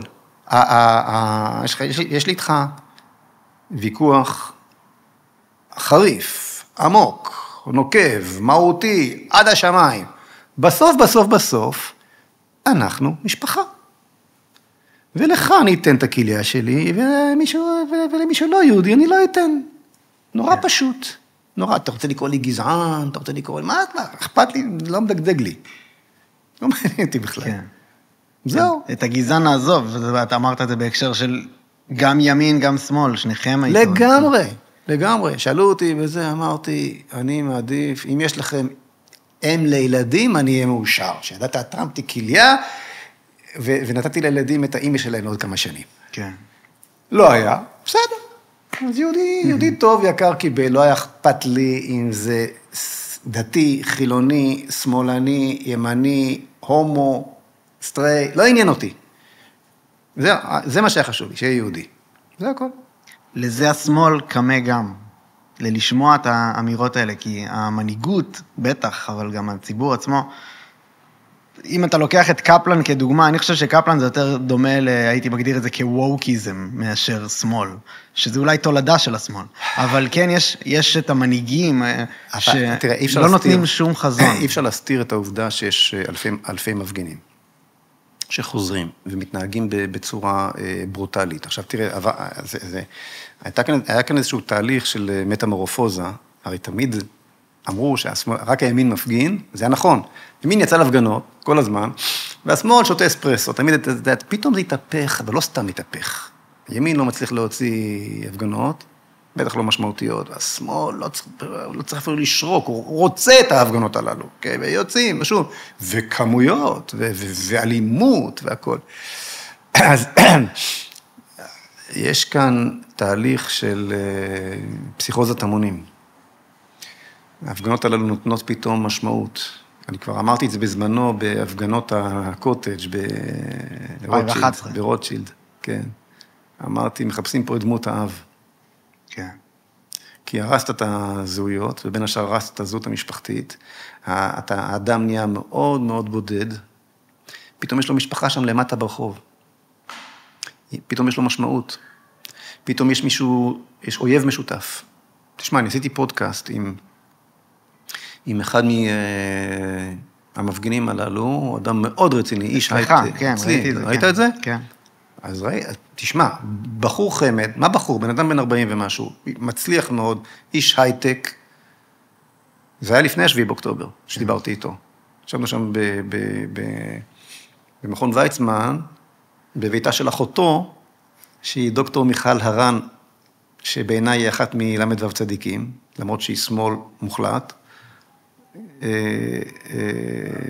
ואיך הגעתי אליה, דרך הסיפור של הקורונה והזריקות וכל זה, תרצה נדבר. אבל לא משנה, הגענו ודיברנו, היא אמרה, דבר עם אחי, נפגשנו אצלה וזה. וראית, אם צפית בשיחה הזאת, שהבן אדם, אני אומר לו, אתה מוכן לפתוח את השער לאיראנים? זה היה לפני המלחמה, בשביל להפיל את נתניהו, זאת המשמעות של מה שאתה אומר לי. הוא אומר לי, כן. כן, זאת אומרת, איבדו את זה לגמרי. עכשיו, זאת פסיכוזת המונים, יש לזה הגדרות מדעיות. זה אנשים שאיבדו את יכולת השיפוט שלהם. כשכל המערכות דופקות לך במוח, השכם והערב, את אותו מסר, אתה שומע את זה בחדשות, אתה שומע את זה מהחבר'ה בעבודה, אתה רואה את זה על כל הלוחות המודעות והבילבורדס בהשקעה של מיליארדים. אני אומר לך, כסף מטורף מושקע בקמפיינים הללו. אוקיי? משרדי יחסי הציבור המובילים והחזקים ביותר, מיטב המוחות, מקבלים את כל הכסף בעולם כדי לייצר את אותו דבר שדופק לך במוח, ובסוף קיבלת רובוטים. קיבלת ממש משהו מפחיד. משהו מפחיד. אני חושב שזה נובע... לא מפחיד במובן שאני מפחד ממישהו, אלא מפחיד מה עשו לכם למען השם. מה עשו ממכם? זה נובע מחוסר מנהיגות, חוסר דיבור. אף אחד לא מדבר לציבור הזה. נכון, נכון, נכון, נכון. אובדן המשמעות והכל. זה פשוט זורק, כאילו, עזבנו את החזון שלך, בשביל להפנים שנייה את הימין והשמאל, אני אשמח שנחזור לזה, אבל איפה שהלכנו, יש כן משהו שמעניין אותי שעוד נספיק לגעת בו אולי, זה שהקמפיין הנוכחי הזה, הוא אתה הראש, אתה השם. זה הקמפיין שעכשיו מובל על ידי אותם גופים. זה כל כך בזוי. זה כל כך בזוי. אתה לא מאמין ככה? בטח שהוא השם. בטח שהוא השם. אבל זה כל כך בזוי. בוא נגיד לך למה הוא השם. הוא השם משום שכשהוא אמר לרמטכ"ל אשכנזי ולראש המוסד דגן להכין את המתקפה על איראן לפני 10-12 שנה, הם סירבו.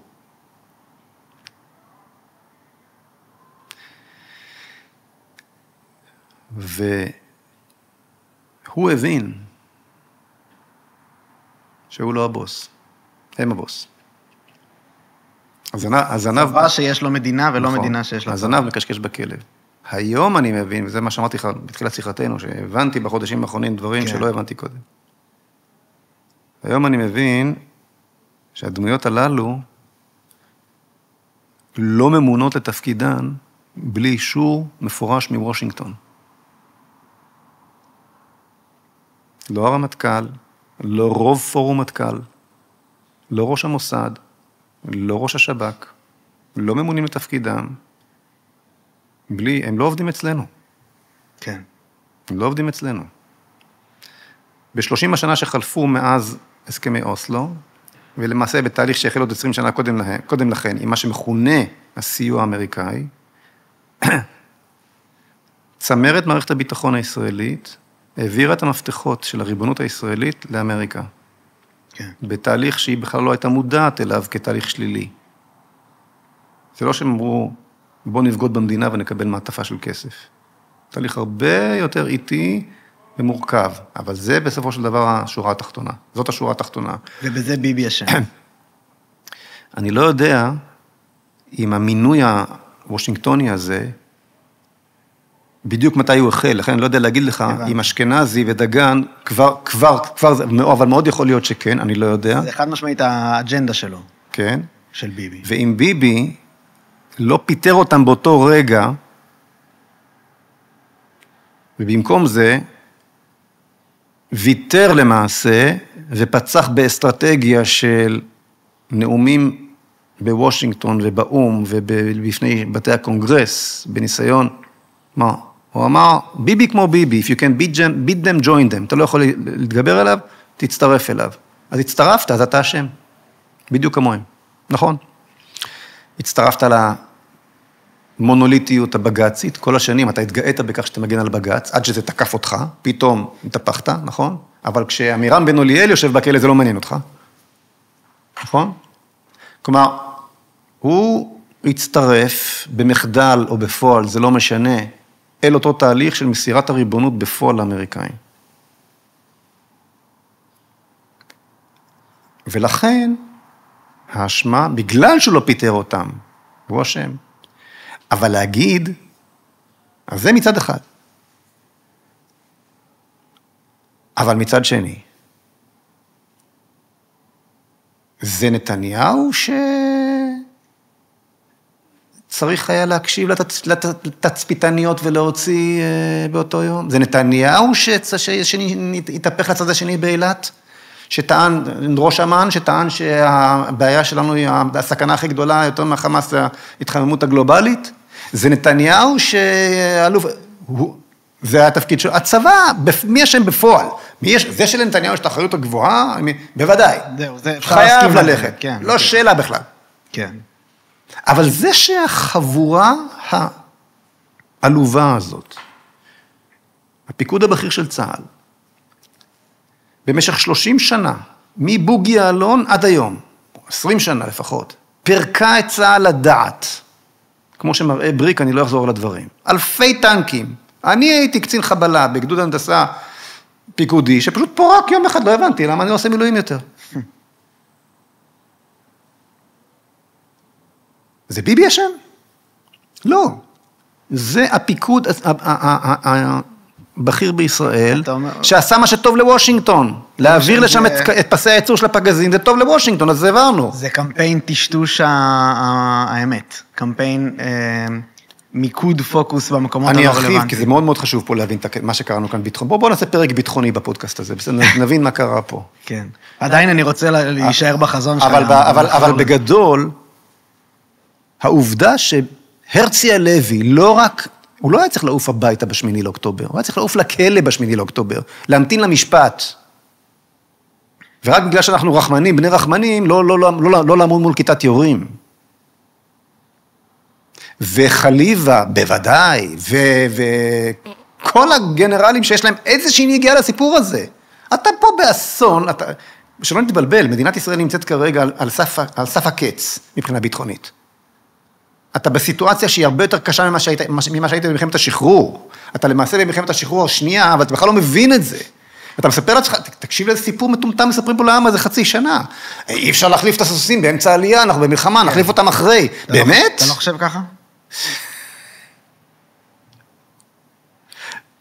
הם הובילו אותך לאסון, הם מנהלים את כל האסון הזה מתוך אותה קונספציה שהובילו אותך לאסון, הם תוך כדי הניהול של האסון, מפטרים את מי שלא טוב להם, לא מתאים להם אידיאולוגית, הם ממנים, עושים סבבי מינויים, לא רק בצה"ל, גם בשב"כ ובמוסד, כדי שמי שיבוא, כי ברור שבאיזשהו שלב הם יצטרכו ללכת, אז שמי שיבוא אחריהם, כשהם ימשיכו לאחוז במערכת מבחוץ, משבטים את עצמם לדעת, וחצי שנה אחרי, אתה בלי שום הצלחה. למה? הרי החיילים שלנו הקריבו את עצמם בצורה מטורפת. ומי יותר מכולם? הכיפות הסרוגות. ומי יותר מכולם בתוך הכיפות הסרוגות? המתנחלים. אלה שלא תמצא לעולם בפורום מטכ"ל. אלה שאתה מחפש איך רק בכל דרך להעיף אותם. עכשיו העיפו את ראש מטה חטיבת הנחל, נכון? כי איזשהו קבוצת סיוע חטפה פגז, אוקיי? לא משנה שאי אפשר, שזה המערב מתוכנן של החמאס, אי אפשר להבדיל. לא, טעות קיצונית. מה? טעות קיצונית שצריך לשלם עליה. לא הייתה פה טעות, והיא לא הייתה קיצונית, ובטח לא היה צריך לשלם עליה. שטות מוחלטת מה שאמרת עכשיו. באמת? חד משמעית. מה כן היה? הסביר לך מה היה, הרמטכ"ל שלח מישהו שיסביר למה הוא עשה את זה, למה הוא פיטר אותו, את ראש מטה חטיבת הנחל. קצין מדהים, שבאמת, לידרלי, לא ראה את הבית מעד השביעי באוקטובר, אוקיי? כן. אז אמר לך נועם תיבון, בשם הרמטכ"ל, לא הייתה ברירה, האמריקאים דרשו. את הראש של האיש הזה. למה? בגלל זה. ולפניו, היה תת-אלוף אחד, שכשכולם ברחו והתהפכו לצד השני באילת, רץ קדימה אל תוך האש וניסה לארגן את המלחמה, וארגן את המלחמה בקיבוץ בארי. כן. פה אנחנו נכנסים לדיון על ערכי צה"ל עצמם, האם הם רלוונטיים. כן, ואז פתאום התחילה חקירה, הוא ירה פגז, היה שם, בסוף חיל השריון עשה ועדה, וברר ולא, הוא לא הרג אף אחד. אבל נניח שהיה הורג. אוקיי? כלומר, יש מי שמצד אחד שולח את הכיפות הסרוגות קדימה, כי הם היום האליטה. הם היום אלה שמחזיקים את העוז ואת הגבורה, ומחזיקים על שכמם את כל החברה הישראלית, מבחינה ביטחונית, ולא רק מבחינה ביטחונית, גם 90% ומשהו מתורמי הכליה הבאים מהם, אוקיי? אבל אסור בשום פנים באופן שהם יחלחלו כלפי מעלה. אז צריך לחכות להם בפינה. ועכשיו מתברר, על פי העדות של נועם תיבון, שזה בכלל בהנחיה אמריקאית. כן, זה לא מפתיע אותי בכלל, זה הגיוני מאוד. כן. אתה מבין מה קורה פה? אגב, גם שכחתי את שמו שם, התת-אלוף הזה, חירם. חירם. אמר את אותו דבר? לא, הוא היה תת-אלוף, גם כן, אחד שאיבד עין בלבנון השנייה, המשיך, אתה יודע, הגבורה שלא תאומן יוצאת מהציבור הזה, גבורה שלא תאומן, אם רק היה לו גם תודעת הנהגה, היה סוגר לנו את המעגל ומסדר אותנו, אוקיי? אז הם בשר התותחים, אין לי, וסליחה, אני מתנצל ממי ששומע אותי, הציבור הדתי-לאומי הפך להיות בשר התותחים של האליטות, של המנהיגות השבעה והמדושנת והנהליסטית וחסרת חזון וחסרת קול, שהביאה אלינו את האסון ומתהפכת מצד לצד באילת בזמן האסון הזה, בשר תותחים שצריך לדאוג כל הזמן לכסח לו את הראש כשהוא מגיע לגובה מסוים, כי מה לעשות הוא גיבור, אני צריך אותו בשדה, אני צריך שמישהו ילחם בשבילי ויהרוג את עצמו בשדה הקרב, אבל אסור לי לתת להם לחלחל כלפי מעלה. בוא'נה, זה מציאות שהיא... כן, שתי שאלות. אחד, האם אתה חושב שאפשר לחיות פה ללא סיוע אמריקאי ביטחוני? וב', הגעת לכל זה מתוך להסביר למה צריך לפטר את כל שכבה העליונה. כל שכבת ההנהגה. כל שכבת ההנהגה.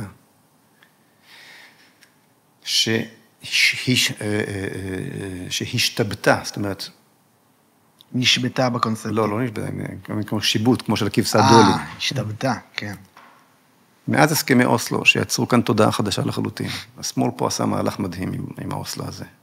זה לא גנב שגנב 1,000 שקל וכולם רודפים אחריו, הוא גנב את כל הבנק וכולנו בתוכו. אוקיי, אז אי אפשר לתפוס אותו יותר על זה. צריכים להתנהל עכשיו בתוך הבנק הזה שנלקח בשבי. זה כמו הבדיחה שאומרת שאם אתה חייב לבנק 1,000 שקל, אז יש לך בעיה. אתה חייב מיליארד שקל, אז יש לבנק בעיה. כן. אנחנו הבנק ולקחו וחייבים, אוקיי. אבל מה שקרה כאן מאז הסכמי אוסלו, עשו שער כזה יפה, מגנומטר, אל כל מוקדי הכוח הישראליים, וזה לא משנה, זה במשפט, באקדמיה, במערכות החינוך, גם בכלכלה, בוודאי בפוליטיקה, בוודאי בתקשורת, והכי, הכי, הכי בצבא, במערכות הביטחון. זה השער אל עמדות ההנהגה הבחירות בישראל, הפקידות הציבורית, כן? ואתה לא יכול לעבור את השער הזה, אם לא אימצת על קרבו ועל קרעיו את אוסלו ואת הערכים הפרוגרסיביים שהוא הביא עמו. אתה לא יכול. כן. ואם באת עם כיפה, אתה צריך להוכיח שאתה, אם קוראים לך שי ניצן ולמדת בישיבה, אתה צריך להיות יותר צדיק מהאפיפיור, במובן האוסלואידי פרוגרסיבי. כן? ואם קוראים לך יהודה פוקס ובאת משם, אתה צריך לרדוף את המתנחלים יותר מכולם, כדי להתקדם וכן הלאה. פה ושם אתה רואה כיפה, אבל זה בהפוך על הפוך.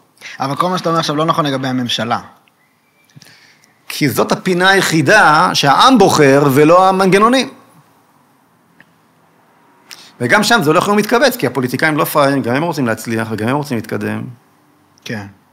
וכך נוצרה לך שבמשך 30 שנה שכבת הנהגה שמשועבדת לחלוטין לתודעה הישנה, ואז נופל עליך 7 באוקטובר. עכשיו בוא נחזור לצבא, ואז נופל עליך 7 באוקטובר, וה7 באוקטובר זה סתירה מוחלטת לאוסלו.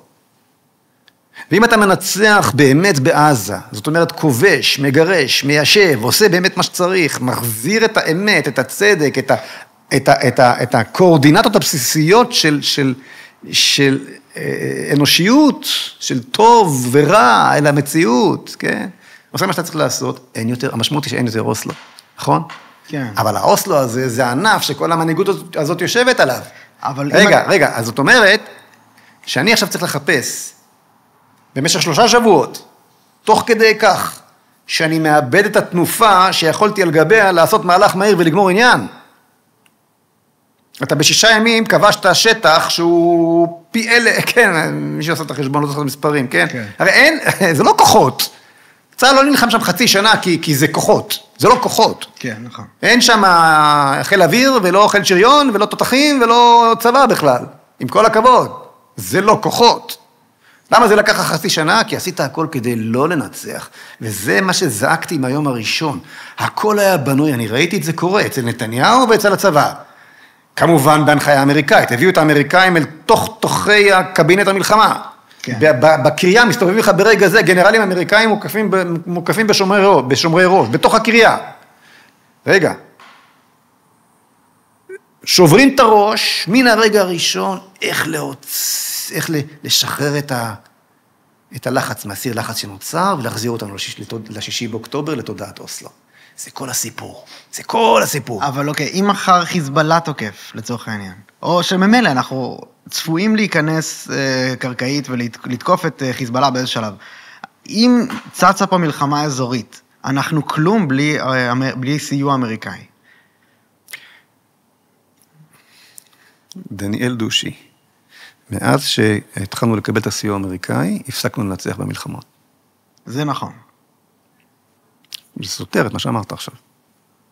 לא, אבל אף אחת מהמלחמות האלה לא היה מלחמת קיום. באמת?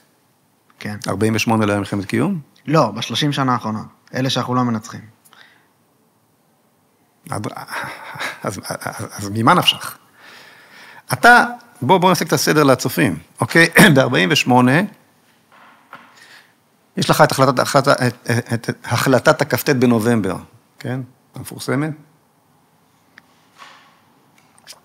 29 בנובמבר 1947, אומות המאוחדות, רוסיה, אמריקה, אומות המאוחדות, מחליטים תוכנית החלוקה. כולם תומכים ביחד, לא כולם, יש רוב לתוכנית החלוקה, שגם נותן אישור להקמת מדינה יהודית. היהודים רוקדים בתל אביב, כאן בשנקין, או בדיזנגוף, איפה שזה לא היה, כן, לא הרחק מכאן, והערבים מצחצחים חרבות, זאת המשמעות. ההחלטה הזו, אגב, לא הייתה לה שום משמעות מעשית. בלפור הייתה לה החלטה משמעות גדולה מאוד. לכ"ט בנובמבר לא הייתה שום משמעות, מה שהקים את המדינה בסוף, היה לא כ"ט בנובמבר, אלא העובדה היהודים ניצחו את הערבים. כן. בעצם הערבים עצמם, שפתחו במלחמה, הכריזו על המדינה. בכל אופן, ב-48, ערב הקמת המדינה, זאת אומרת, ערב, לקראת חודש מאי, מתקשר, לא יודע בדיוק את התאריך, מתקשר הנשיא האמריקאי לבן גוריון. הוא אומר לו, אם אתה תכריז על הקמת המדינה, קודם כל אמריקה נסוגה מתמיכתה, מודיע, חזרה בה, נסוגה, רוסיה לא, אמריקה כן, ומודיע לו, אם אתה מקים, אין לך אותנו, אנחנו לא מאחוריך, ולא רק שאנחנו לא מאחוריך, אנחנו נטיל אמברגו על משלוחי נשק למזרח התיכון. עכשיו, היה אז הרבה נשק שנקנה על ידי יהודים אמריקאים, העודפים של מלחמת העולם השנייה, ושהם מוכנים למשלוח. האמריקאים, אגב, בין השאר, איש מאפיה מפורסם, שהיה יהודי, איך קראו לו? שכחתי את השם. סיפור מרתק בפני עצמו. מנעו האמריקאים את הנשק הזה, לערבים לא הייתה בעיה לקבל נשק. לנו הייתה בעיה, כלומר, בן גוריון יודע, אין לו את אמריקה, אין לו נשק, מתחילה פה מלחמת אזרחים פנימית, היה פה יותר ערבים מיהודים בשלב ההוא, ולהם היה נשק, אוקיי? 5 צבאות ערב, מתחצחים חרבות מסביב, כשאתה, אין לך בכלל צבא, יש לך מיליציה של ההגנה, הם יש להם טנקים ותותחים ומטוסים. מצרים הפציצו תל אביב, לא היה לך תשובה, עם הספיט פיירים שלהם.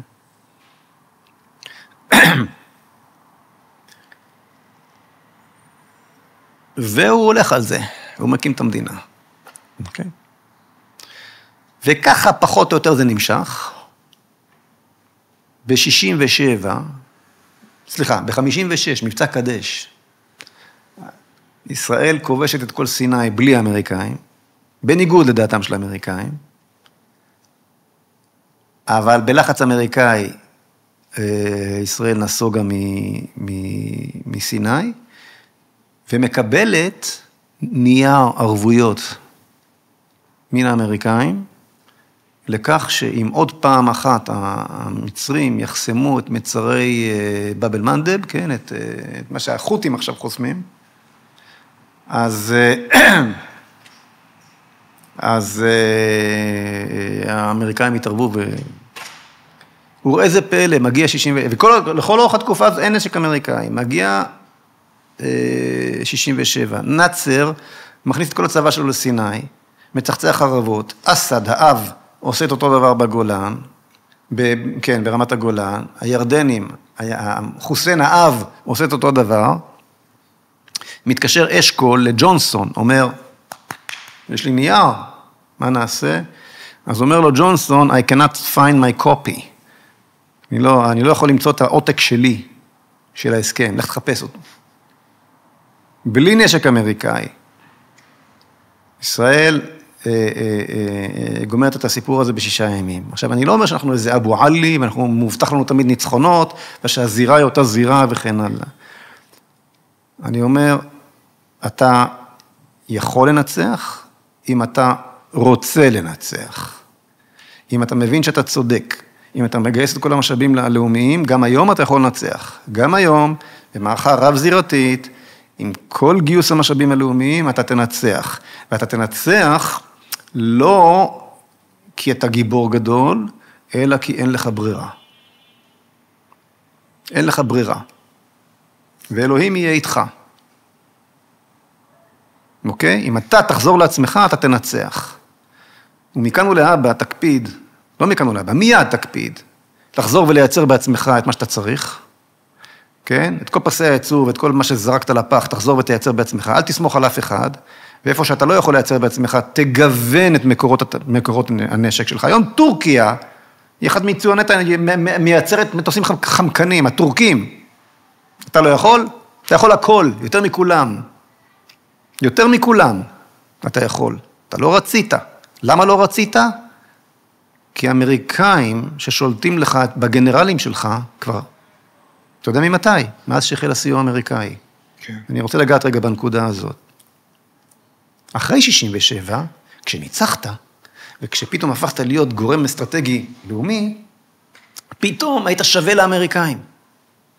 היה שווה. וואו, היהודים זה לא תופעה חולפת. זה לא קורה עכביש. הם פה כדי להישאר, תראה, ב6 ימים הכריעו את כולם. אני מעצמה, אני צריכה, יש לי אינטרסים במזרח התיכון, אני חייב, אוקיי? פתאום מגיע לכאן ניקסון, פוגש את גולדה, חיבוקים, נשיקות, מתחיל הסיוע האמריקאי, הסיוע, so called סיוע האמריקאי, זה לא סיוע. זה השקעה אסטרטגית, איפה שטוב להם. אוקיי? כן, חד משמעית. והשקעה שאתה משלם עליה בכפל כפליים. בכפל כפליים. אני יכול לתת לך כל מיני דוגמאות. אתה היית, מה גם שהיום הכלכלה שלך היא לפחות פי 10, יותר מפי 10 ממה שהייתה אז, אתה יכול, הם בסך הכל נותנים לך 1% מהתוצר שלך היום. מה-GDP שלך היום, זה כלום מה שאתה מקבל מהאמריקאים. וזה עולה לך הרבה הרבה יותר, אבל עזוב כרגע את הצד הכלכלי. כן. אתה צריך לגוון את מקורות התחמושת שלך, אתה צריך לייצר כמה שיותר בעצמך, לגוון, ואני לא אומר לא לעשות פוליטיקה בינלאומית, אני לא אומר לא לנהל מסחר ואינטרסים, והכל טוב ויפה, אבל אתה נמכרת על ידי בעלי עניין בהנהגה, בעיקר הביטחונית שלך, ספציפית לאמריקאים.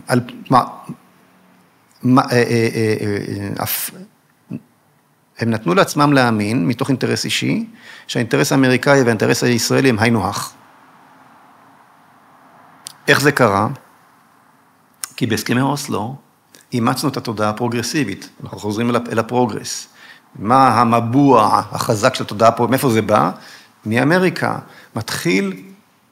מתחילים יחסים של קשרים בין גנרלים ישראלים לגנרלים אמריקאים, הם טסים לשם כי הרי אתה יכול את כספי הסיוע לממש רק שם, המשלחות רצות, הלוך חזור, והאליטה הביטחונית הישראלית נחשפת יותר ויותר למעצמה האמריקאית, וזה ענק, ויש לזה השפעה משקרת בכף, כמו יין.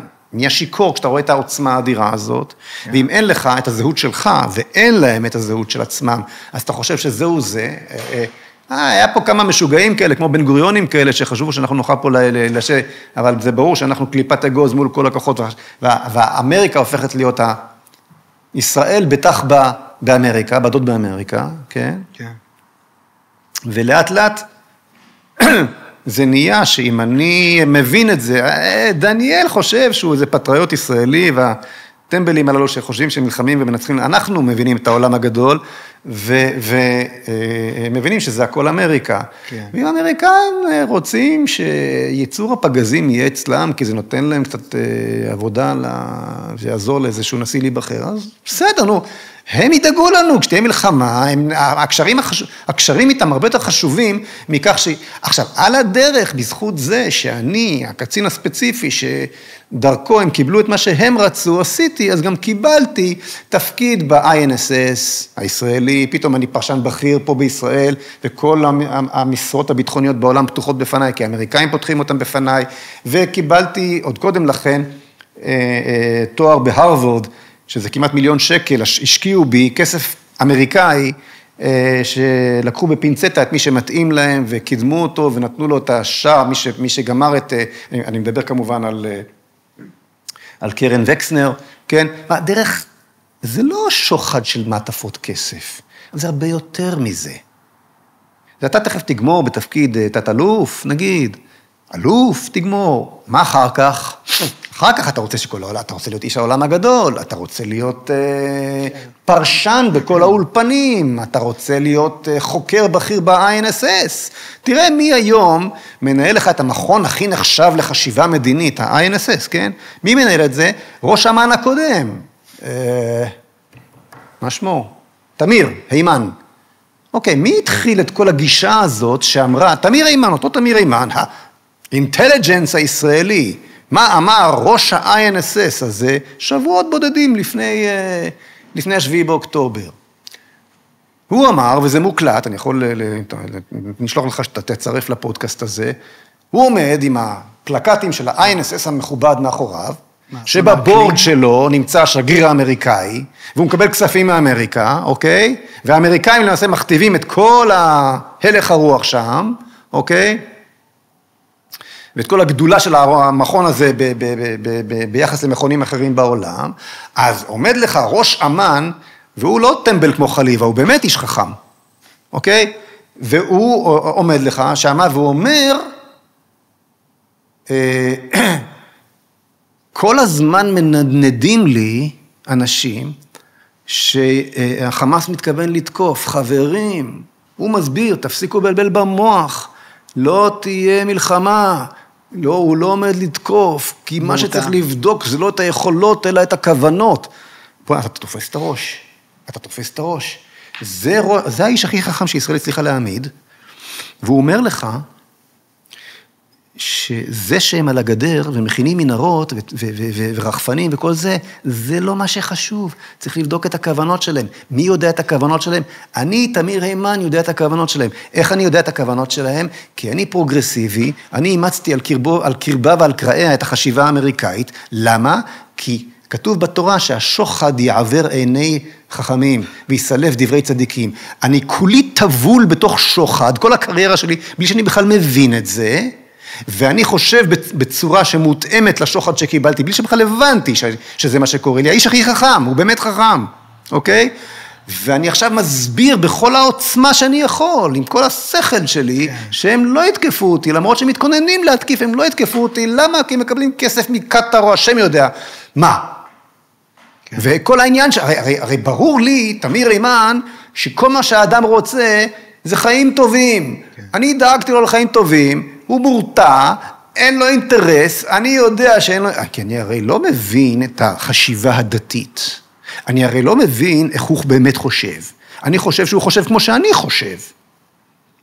ואתה תקוע בתוך מערכת ביטחונית שכל כולה משוחדת, וכל כולה טבולה בתוך השמנת האמריקאית הזאת, ומתהפכת מצד לך צד באילת, כשהוא שוחט לך את בנותיך וחוטף אותם, והיא לא מבינה מאיפה זה בא לה בכלל. וכל הסיפור הזה חייב ללכת הביתה. אחרת לא נצא מזה. ולא רק בצבא, בכל המערכות. פה צריך להוריד סכין של D9 לעומק של 30 שנה, עד אוסלו, עד שנות ה-90, ואת כל שכבת ההנהגה הזאת לגלח החוצה. היא לא תוותר. זה לא יקרה לבד. מישהו פה צריך לעשות פה ניקיון יסודי. אז השמנת המשקרת הזאת שאתה מדבר עליה, ממש, יש לה עוד מרכיב שאליהו יוסיאן היה פה, והראה לי באופן מאוד מאוד... הצליח לעקוף אותי, אגב, בקלות. כן. אני פגשתי אותו, אחרי כמה ימים אמרתי לו, תקשיב, חשבתי שאני הכי גיבור, אתה באת והחזרת אותי לגודל הטבעי שלי. כן, מה, באיזה אופן? למה? אני ראיתי את המאות אלפי צפיות שאני מקבל אצלך, כן. אמרתי, וואו, איזה פופולריות יש לי, ואז בא יוסיאן ואמר, כן. אז יפה, מה שהוא הצליח לגרום לי שם לראות, בין היתר, זה כמה השמנת הזאת מחלישה גם. כמה עצם זה שהם לא יכולים לנצח, זה גם חולשה. התלות באמריקאים, כמה שהיא נראית לי חוזקה, היא נראית לי מחזקת אותנו, היא בעצם מחלישה אותנו. המושג ניצחון הוצא מהלקסיקון הצה"לי. כן. אין יותר ניצחון, התחילו לדבר בכל מיני ביטויים פרוגרסיביים. חיי אדם, התחשבות בחיי אדם. אפילו לא זה, אני מדבר לך ביטחונית, הכלה, השתבללות, כל מיני ביטויים, כל מיני פילוסופיות פרוגרסיביות שלא אחוזות בשום... אתה מנסה להמציא לעצמך את המציאות, לדמיין ניצחון. עכשיו הם מדברים שניצחנו. עכשיו הם מספרים לעם ישראל שניצחו. כן. השגנו את המטרות, ככה הם אומרים. באמת? אתה יודע מה היו המטרות? מישהו זוכר בכלל על מה דיברנו כמטרות? חטופים ופירוק חמאס. פירוק כל התשתיות המדיניות וזה של החמאס. שחרור החטופים. שחרור החטופים, אגב, זה באנדרסטייטמנט היה. זה לא היה מטרת המלחמה בהתחלה. אחרי זה כן. אחר כך, זה התווסף אחר כך. כן. ריווייז. כן. כלום לא השגת, שום דבר. יצרת מונומנט נפלא לגבורה סו-קול פלסטינית, את סטלינגרד, על כל בניין הרוס הם קבלו עכשיו 3, כפי שקיבלו בעבר 3 אגב. העסק הכי, סינואר לא יכול לחלום על הצלחה שכזאת. כל שהיד זה בשבילם נהדר, כל מישהו שהם נתנו את ה... מה הצלחת? אני לא אשכח שהגיע לקרני שומרון, בכיר מאוד בקואליציה, אני לא אומר את שמו, בתחילת המלחמה. והתווכחתי איתו, לא, אנחנו באים אלינו, וזה, מדווחים לנו, אני אומר לך, זה שונה הפעם, הפעם אנחנו מנצחים. ראיתי שאני לא פורץ אותו, אמרתי לו, בוא נתערב, אתה מוכן להתערב איתי מי יראה את העירייה האחרונה במלחמה הזאת? אתה מוכן להתערב, אמרתי לו, אתה מבין שהחמאס הוא זה שיראה את הטיל האחרון, כמו תמיד, כמו בכל סבב. זאת אומרת, כשנצא, יחזרו הטילים. כן.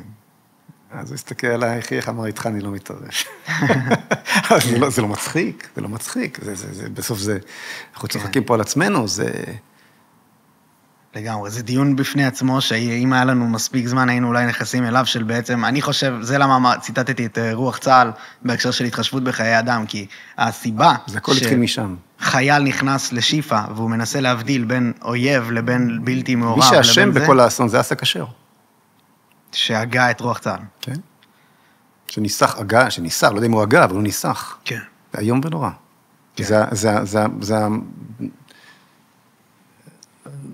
זה המסמך הכי טרף שיש. מסמך ליברלי. זה מסמך שקבר מאות ואולי אלפי חיילים עד היום. כן. זה מטורף. זה מה זה מנע את הניצחון, כן. לא הקשבתי עד הסוף, אבל שמעתי חלקים מהפודקאסט הזה. כן. אז אוקיי, אני גם את יוסיאן שאלתי את זה, ואני גם אשמח לשאול ממש אותך. גם אמרת משהו שאני לא רואה איך בפועל קורה, זה החלפת ממשלה תוך כדי מלחמה, ברמה הפרקטית, כי צריך כמה חודשים של בחירות, זאת אומרת, ממשלה נופלת מהחוויות האחרונות שלנו. אז זאת אומרת, בזה אני לא בטוח שזה בכלל אפשרי, אבל נניח וזה היה אפשרי, ומחר אתה ראש ממשלה. מה אתה עושה? טוב, קודם כל אותם מנהיגים שניהלו פה את האסון הזה, את האסון הגדול ביותר שעם ישראל חטף מאז הקמת המדינה, חייבים, מנהיגים צבאיים, אני מדבר, הם צריכים ללכת מיד, כמו שאמרתי, עם צו ייצור יציאה מן הארץ, עם חקירה שתיבה, עם לקחת להם טלפונים. אני מדבר איתך על הרצי הלוי, אני מדבר איתך על חליבה. עליהם אני מדבר. ללכת הביתה למעצר בית? ללכת הביתה למעצר בית. על זה אני מדבר. והסיפור הזה שאין מי שיחליף אותם, זה הבדיחה הכי גדולה שיכולה להיות. הבדיחה הכי גדולה שיכולה להיות. אתה יודע, הסוס של קליגולה בתור המטכ"ל, והחתול של קליגולה בתור שר הביטחון. לא שר הביטחון, בתור ראש אמן, היו מביאים תוצאות יותר טובות. כן. בטוח. מישהו פעם שאל אותי, מה היה קורה אם פצצה גרעינית הייתה נופלת על הקריה? אמרתי לו, מצב הביטחון בישראל היה משתפר פלאים. ולא צחקתי. אוקיי? מי הציל אותנו ב7 באוקטובר? זה אתה זוקף לחובשי הכיפה? לא, אני כרגע לא מדבר חובשי כיפה, לא חובשי כיפה. מי שהציל אותנו ב7 באוקטובר לא הייתה המדינה. היו האזרחים. האזרחים והחיילים הפשוטים. זה לא היה הצבא וזה לא היה המדינה. כן. זה היה השוטרת המדהימה בתחנת אופקים, שזורקים עליה רימון והיא זורקת אותו בחזרה. פעם היו שרים לזה בלדות. בחיים גורי היה כותב על זה סרנדות, למעשה גבורה של איזה פלמחניק שהיה עושה דבר כזה. זה ב7 באוקטובר, זה בא לך ככה משוטרת. כן. וזה בא לך ככה מאזרחים שרצו קדים. זה הם הצילו את המדינה. לא הייתה מדינה. אז אתה אומר שאי אפשר להחליף אותם? כאילו מה שנשען עליהם? הם הזיקו וממשיכים להזיק. אתה אומר... חוץ מזה, שתיקח את אותו ברק חירם, ובמקום לחפש איפה אפשר להעיף אותו, תשים אותו בתפקיד. כן, גם אם הוא תת-אלוף, שים אותו עכשיו בתפקיד של רב-אלוף. אתה אומר שאם הממשלה מוחלפת... אם לכאורה אין לך, ויש לך, מה, אין לך וינטרים, אין לך... תביא את אופק בוכריס. אם אשתו מאמינה לו, גם אני מאמין לו. אוקיי? תפסיק בבלי במוח. אתה צריך עכשיו את הבוכריסים האלה שינהלו פה את הצבא, לא את החליבות האלה. זה מה שאתה צריך. אין מי שיחליף, יש פה דור גבורה מדהים, תן לו לבעבע למעלה אל הפיקוד ולרוץ קדימה ולהביא לך ניצחון. זה מה שאתה צריך. אין במי להחליף אותם. עכשיו, מי מגן עליהם? על מי שהביא אותך, זה שנתניהו צריך ללכת, הסכמתי. מי מגן על הגנרלים שצריכים ללכת? התקשורת עוטפת אותם, מערכת המשפט עוטפת אותם, כל הפרוגרס עוטף אותם, כי הם מייצגים אותם בתוך המערכת האמיתית שמחזיקה את המדינה הזאת. אמר לך את זה מפורשות, זה לא קונספירציות, אמר לך את זה מפורשות, יאיר גולן, אל תלכו לפני שביבי הולך. אני מדבר על השוטרת מאופקים, על קיבוצניק, על שמאלן, על ימני, כל עם ישראל. חס וחלילה לא לוקח את הדבר הזה מהביחד של כולם. בוודאי שיש דומיננטיות גדולה מאוד, אנחנו רואים בדיוק מאיזה כיוון בדומיננטיות של הגבורה היום. רואים את זה, אי אפשר להתכחש לזה. רואים את זה בשורות בבתי העלמין. זוועה, אוקיי? אבל מדינה לא הייתה שם. ומדינה לא הייתה שם, כי לגבורה הזאת לא נותנים לעבור אל מוקדי הכוח, כי מוקדי הכוח הצבאיים הללו הם בעצם מוקדי כוח פוליטיים. הרי מי עשה לך פה את ההפיכה? לא מחאה, אלא הפיכה. הסרבנים. מאיפה הם באו? מהצבא. את מי העיפו מחיל האוויר? את מי שהתנגד לסרבנות, את שי קליך. את הטייסים שאיימו בסרבנות, אף אחד לא נגע בהם. מפקד חיל האוויר צריך ללכת. כל טייס שדיבר כפי שדיבר לפני השביעי באוקטובר, חייב ללכת. חייב ללכת, כי הוא פוליטי. כל זה אתה אומר, אבל בתוך בעצם תשובתך למה אתה עומד אני לעשות בתור ראש ממשלה. אני מעדיף להישאר עם חצי מחיל האוויר, עם רבע מחיל האוויר, אבל חייבים להוציא את התפוחים הרקובים האלה מהארגז. וזה הדבר הראשון שאתה עושה מחר בתור ראש ממשלה. מיד. 300 המלקקים של גדעון, זה מה שאתה צריך כדי לנצח כרגע. אתה לא כרגע המערכה היא לא מול ברית המועצות. היא לא מול הצבא, כרגע המערכה, אתה ראית שיש לך את כל הגבורה בשטח, את כל הרצון לנצח בשטח, אבל הפיקוד הבכיר, שמנוהל ישירות מוושינגטון, לא סופר את הממשלה, לא סופר את הממשלה בכלל. נתניהו אמרתי לצבא להיכנס לרפיח, הרצי גורר רגליים. למה הוא גורר רגליים? כי הוא מקבל את ההנחיות מוושינגטון. בגלל זה לא נכנסנו לרפיח. מעניין שאתה חושב שביבי פחות מהצבא מקבל הוראות מוושינגטון. ביבי בין הפטיש לסדן, כי ביבי גם חייב באיזשהו פרצוף לעם. הרצי, מה אכפת לו? זהו, כן, הוא פוליטיקלי קורקט. כן, הרצי, מה אכפת לו? חליבה, מה אכפת לו? יהודה פוקס, מה אכפת לו? מפקד פיקוד מרכז שמוציא לי עכשיו צו מעצר מנהלי לילד בן 14, כי זה מה שאומר לו החונך האמריקאי שלו, הגנרל האמריקאי שמוצב כאן בארץ. כן. זה תהליך ארוך טווח של מסירת, הם למעשה הורידו את הדגל, והעלו את הדגל האמריקאי בלי שהרגשנו, בלי לשאול אותנו, לא אותך ולא אותי. מי עשה את זה? הגנרלים. אומר לך הרצי הלוי, בנאום שהוא נותן בבסיס של חיל האוויר, שצה"ל סומך על חיל האוויר, ומדינת ישראל סומכת על צה"ל. כלומר, חיל האוויר הוא הזנב שמקשקש בזנב של צה"ל, שמקשקש בכלב, שזה אנחנו. זה לא זנב שמקשקש בכלב, זה זנב של הזנב שמקשקש בכלב. מי בראש הזנב? הטייס, הסרבן. מה הביא לך הטייס הזה בכל המלחמה הזאת? הוא היה שם ב7 באוקטובר? הוא היה יכול להיות שם אחרי 5 דקות. איפה הוא נעלם?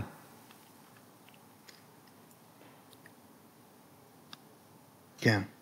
אתה בבעיה קשה ביותר, קודם כל מול מערכת הביטחון. קודם כל. אז דבר ראשון, רענון שמה. רענון גורף. שידוד מערכות מוחלט. מה הלאה? מערכת המשפט, כמובן. אין משמעות לבחירה שלך היום. אין משמעות. זה לא משנה איזה חוקים תעביר, איזה החלטות תקבל. זה אוליגרכיה מוחלטת, שפה מעל רצונה, עושה מה בא לה. אתה צריך להחזיר את הריבונות לעם. ואני אמרתי בדיוק איך. כל הוויכוחים האלה שהיו בעיניי מגוחכים. מיותרים לחלוטין. צריך שאחת ל10 שנים, או אחת ל3 מערכות, 12 שנה, אחת ל3 מערכות בחירות, you name it, שופטי בית המשפט העליון ייבחרו באופן ישיר, בבחירות ישירות, על ידי הציבור הרחב כולו. לעקוף את כל השאלות, כמה אחוז מהוועדה תהיה של האופוזיציה, וכמה של הקואליציה, וכמה... יחד עם הבחירות לכנסת, אחת ל3 בחירות, או מה שלא, איך שלא תגדיר את זה, העם בוחר את שופטיו, העליונים, והם בתורם ממנים את כל השאר. אתה תקבל מערכת משפט, בית משפט עליון, שמייצג את כל הציבור, לא תוכל... כן. מישהו יכול להגיד משהו מול מה שאמרתי עכשיו? כן. איך? יובל נוח הררי מביא את הטיעון שאני מצאתי הכי חזק עד עכשיו בקונטרה הזאת, היא שהגורם האחרון שנותר, שמגן מפני ממשל טוטליטרי עריצי, זה בית המשפט. אני לא אומר שהוא לא מושחת בפני עצמו, והוא לא עם אג'נדה בפני עצמו. אבל ברגע שאתה פורק אותו מנשקו, ללא חוקה, אתה מסכן, גם אם אתה לא תיקח אותנו לכיוון עריצי, אחד מהבאים אחריך. טוב, תרשי לי להזכיר לך. תראה, יובל נוח הררי הוא הכהן הגדול של הפרוגרס העולמי. מאוד מתאים לו לקחת יהודי מישראל, זה עובד יפה, אוקיי? יובל נוח הררי הוא האיש שהסביר שהאנשים הופכים למיותרים, כפי שאמר לנין בזמנו, סטלין בזמנו, אין אנשים, אין בעיות, האנשים הופכים למיותרים, נצטרך לתת להם סמים ומשחקי מחשב, כי אין מה לעשות איתם. רובוטים יעשו את העבודה, האדם הפך להיות מיותר. קו נטוי, אין אלוהים, אין צלם אלוקים, אין משמעות לחיים. כן, שמעת את כל זה באמירה הזאת? זו אמירה הוא אתאיסטית. הכהן הגדול של הפרוגרס, וזה מה שהוא אומר לך, שהחיים שלך מיותרים, כי אתה לא מייצר משהו בשבילו. בשביל מי? בשביל האדון הררי. הרי, מי לא ניתן לו, האם גם ליובל נוח הררי אנחנו ניתן סמים ומשחקי מחשב עד שניפטר ממנו? האם גם אותו נדלל החוצה ממציאות חיינו? אבל אני הייתי מעדיף... לא, אני לא מעדיף, אני רוצה שתענה לי. שמה? האם כשיובל נוח הררי הסביר שאנשים הופכים למיותרים, וכל מה שנצטרך, וכדי להיפטר מהם נצטרך לתת להם סמים ומשחקי מחשב, הוא התכוון גם לא עצמו?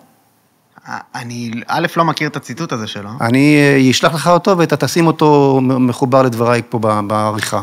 חשוב מאוד. כן. אוקיי? אני פשוט, אבל יש מונח... אתה מדבר פה על משהו סתני. לא, רגע. רגע. לא, זה חשוב. יש מונח בתחום הדיבייטים שנקרא אד הומינם, שזה התייחסות לגופו של אדם ולא גופו של עניין. אני אמרתי טענה, אני לא מסכים עם כל מה שהוא אומר בחיים שלו. אתה הבאת ציטוט מיובל נוח הררי, אני רוצה להסביר לך מה האידיאולוגיה שמייצג האיש. אני לא אומר לך שהאיש הזה הוא מושחת. אני רוצה להסביר לך מה הוא מייצג.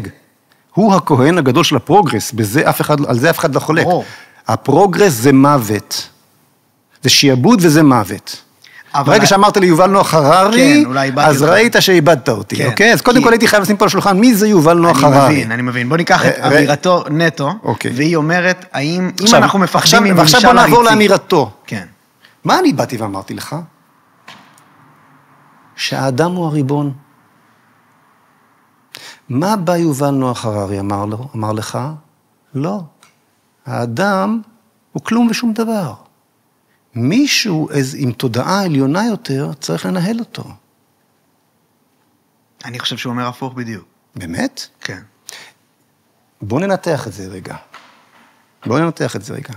אני אמרתי לך שאני לא שווה יותר ממך ואתה לא שווה יותר ממני, ואנחנו שנינו ביחד נבחר לנו את מי שמייצג בצורה רחבה את הערכים המשותפים שלנו. זה מה שאני אמרתי לך.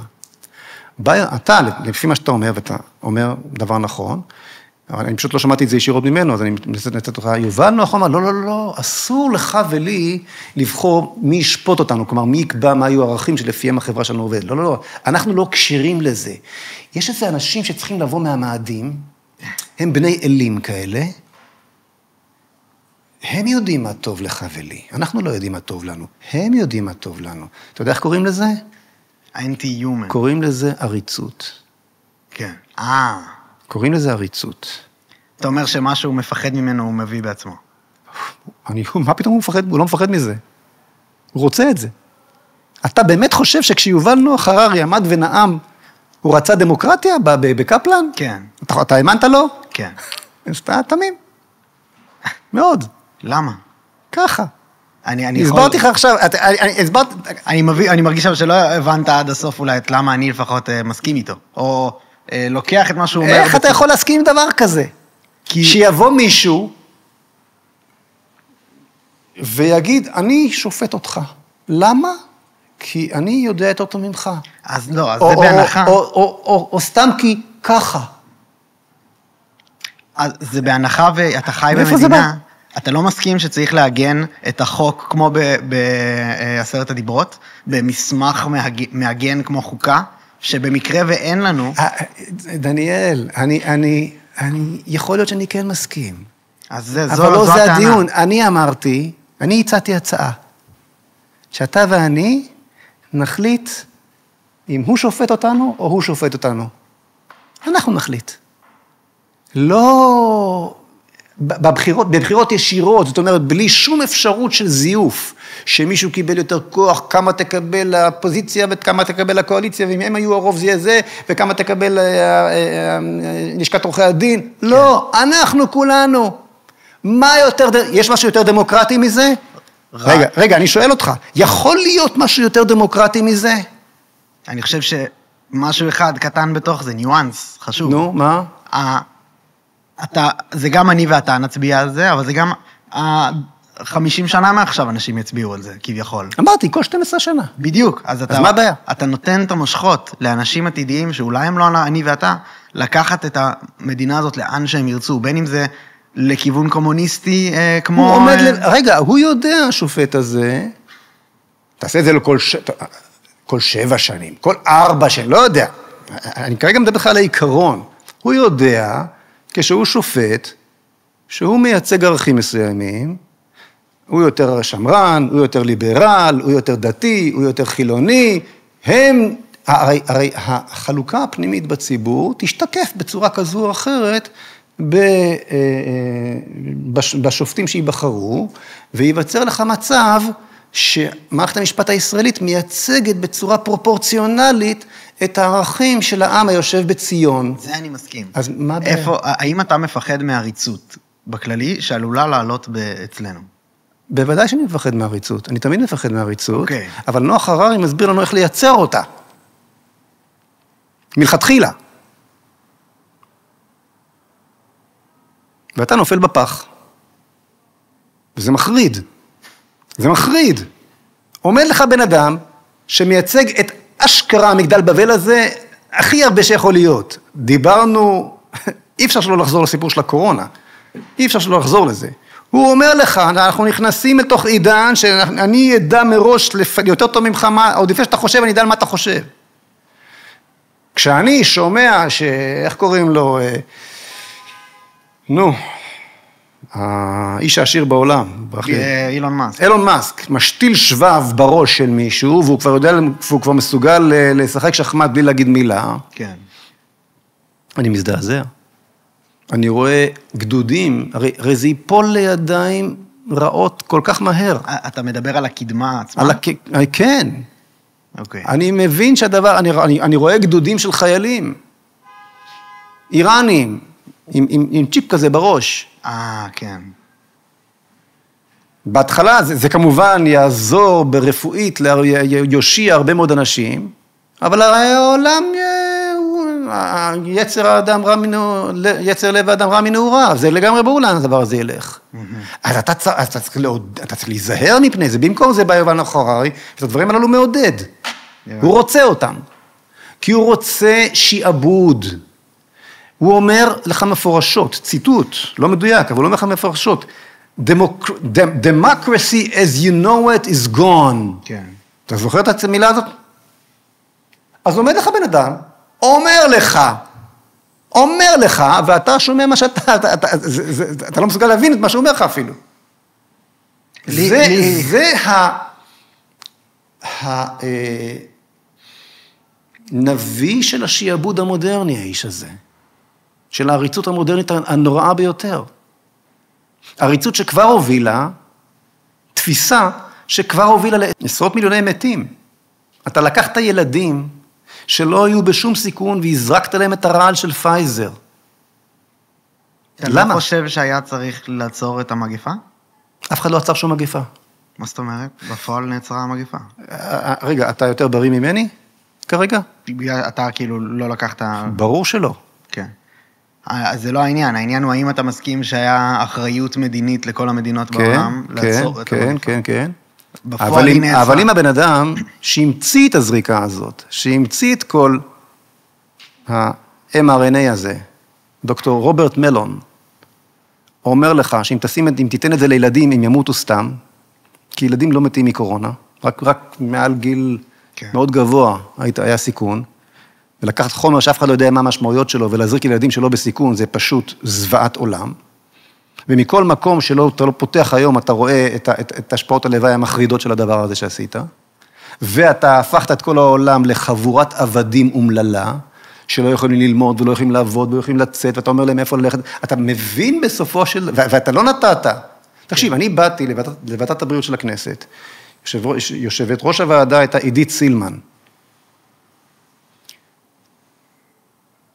ומגיעים אנשי משרד הבריאות, שבדיוק כמו הקצינים של צה"ל נמצאים בקשרים רבי שנים עם גורמי כוח, עם חברות התרופות, עם גורמי כוח וכן הלאה, אז הם כולם משוחדים לגמרי, לא מודים בזה, אבל כולם משוחדים לגמרי, ומסבירים בוועדה שצריך להתחיל להזריק לילדים בגיל 5. כשאתה לא יודע מה תופעות הלוואי של הדבר הזה, כשבאותו רגע שהם באים באתר האמריקאי שבו מדווחים מקרי מוות, יש כבר 30,000 מקרי מוות מדווחים מהזריקה הזאת. כן. בעבר חיסון שקיבל 14 דיווחים על מוות, הורד מהמדף. אתה כבר ב-30,000 מקרים, ואתה צריך להעביר בוועדת הבריאות של ישראל, החלטה להתחיל להזריק את זה לילדים שלא צריכים את זה. איך הכל חוזר אצלך לחירות, זה המרכיב העיקרי.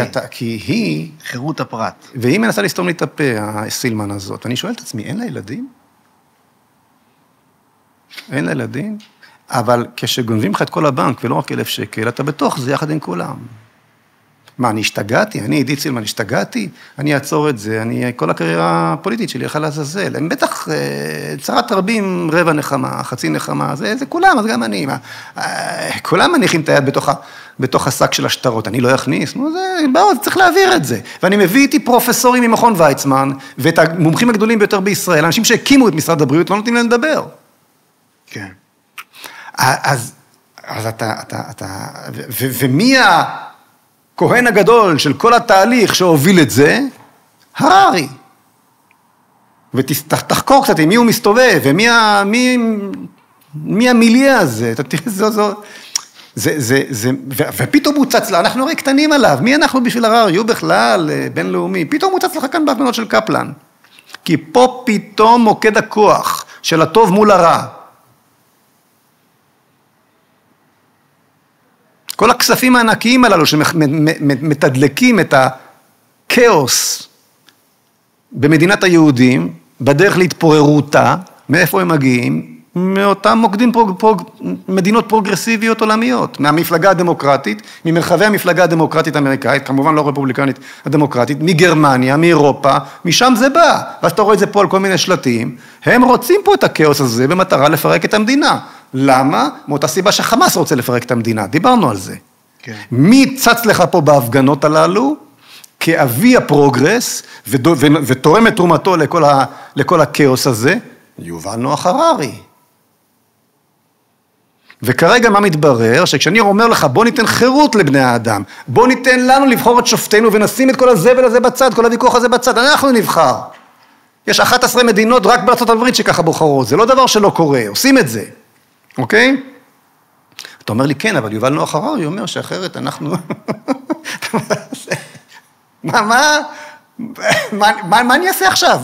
מה שאני רציתי להוביל. אני יושב איתך, בן אדם אינטליגנטי, סופר אינטליגנטי, כאילו אני כאילו, אתה מייאש אותי. מתנצל על הייאוש.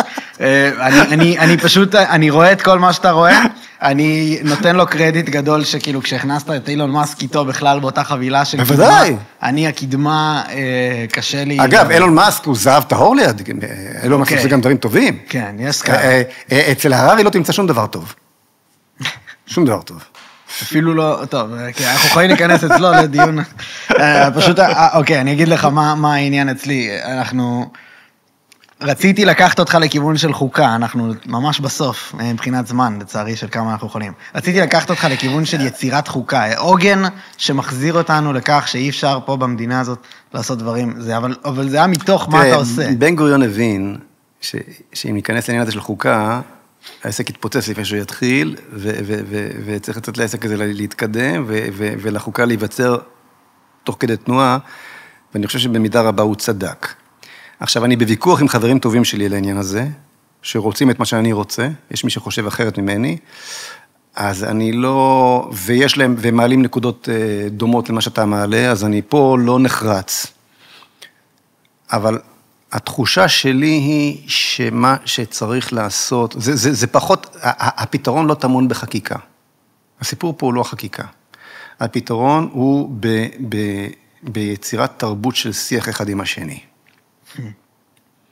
אנחנו צריכים להפסיק להפחיד אחד את השני, אנחנו צריכים להתחיל להביט בעיניים אחד של השני, להבין שאנחנו תלויים לחלוטין אחד בשני, אני לא יכול בלעדיך, דניאל דושי, אתה לא יכול בלעדיי, שאני מקווה שהשתכנעת, ובאמת, אני באמת לא יכול בלעדיך, אני מבין את זה. אני רק מכניס לזה את נוח הררי גם.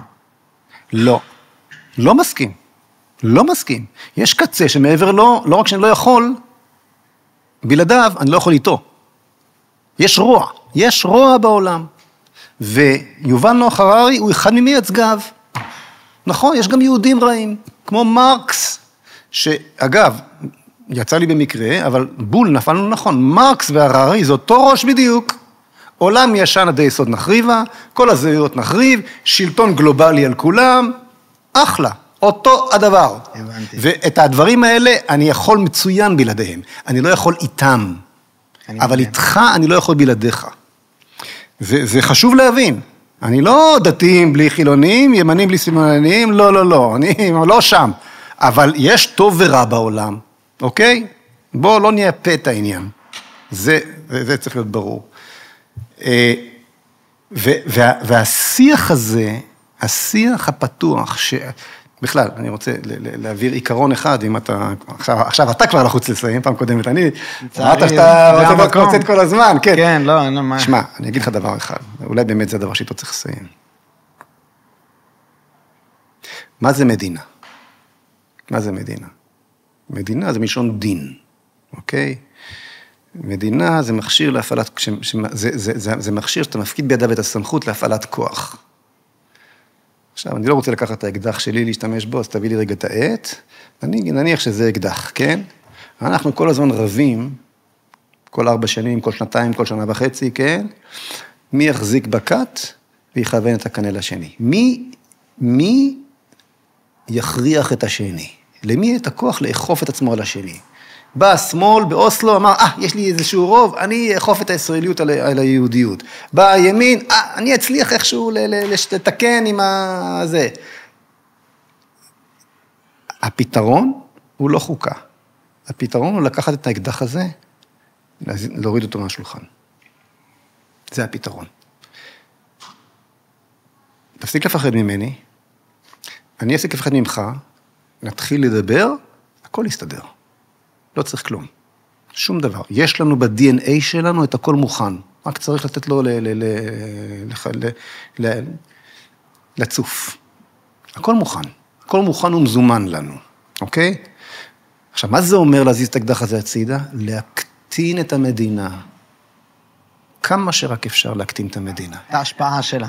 כן, את הכוח, תן לנו להחליט על עצמנו, איך אנחנו נחנך את הילדים שלנו, תן לי לבנות בית איפה שאני רוצה, אל תיקח ממני 100% מס על כל דירה. תן לי לפתח את החיים שלי, תן לי לאהוב אותך, לתרום לך ולהתערם ממך. לכולנו יש חלקים בפאזל, בכיס, לא רק לי, לא רק לך, בוא נניח אותם, זה כמו שילדים משחקים בפאזל, כן? למי יש חתיכת אדמה, למי יש חתיכת שמש, יש לך אולי כנף של ציפור, הדיאלוג יוצר את התמונה, לא החוק, אוקיי? רק במילה חוק, חוקה, חקיקה וכל אלה, המילה שנראה לי השורש היא חקיקה, זאת אומרת מלשון חקוק.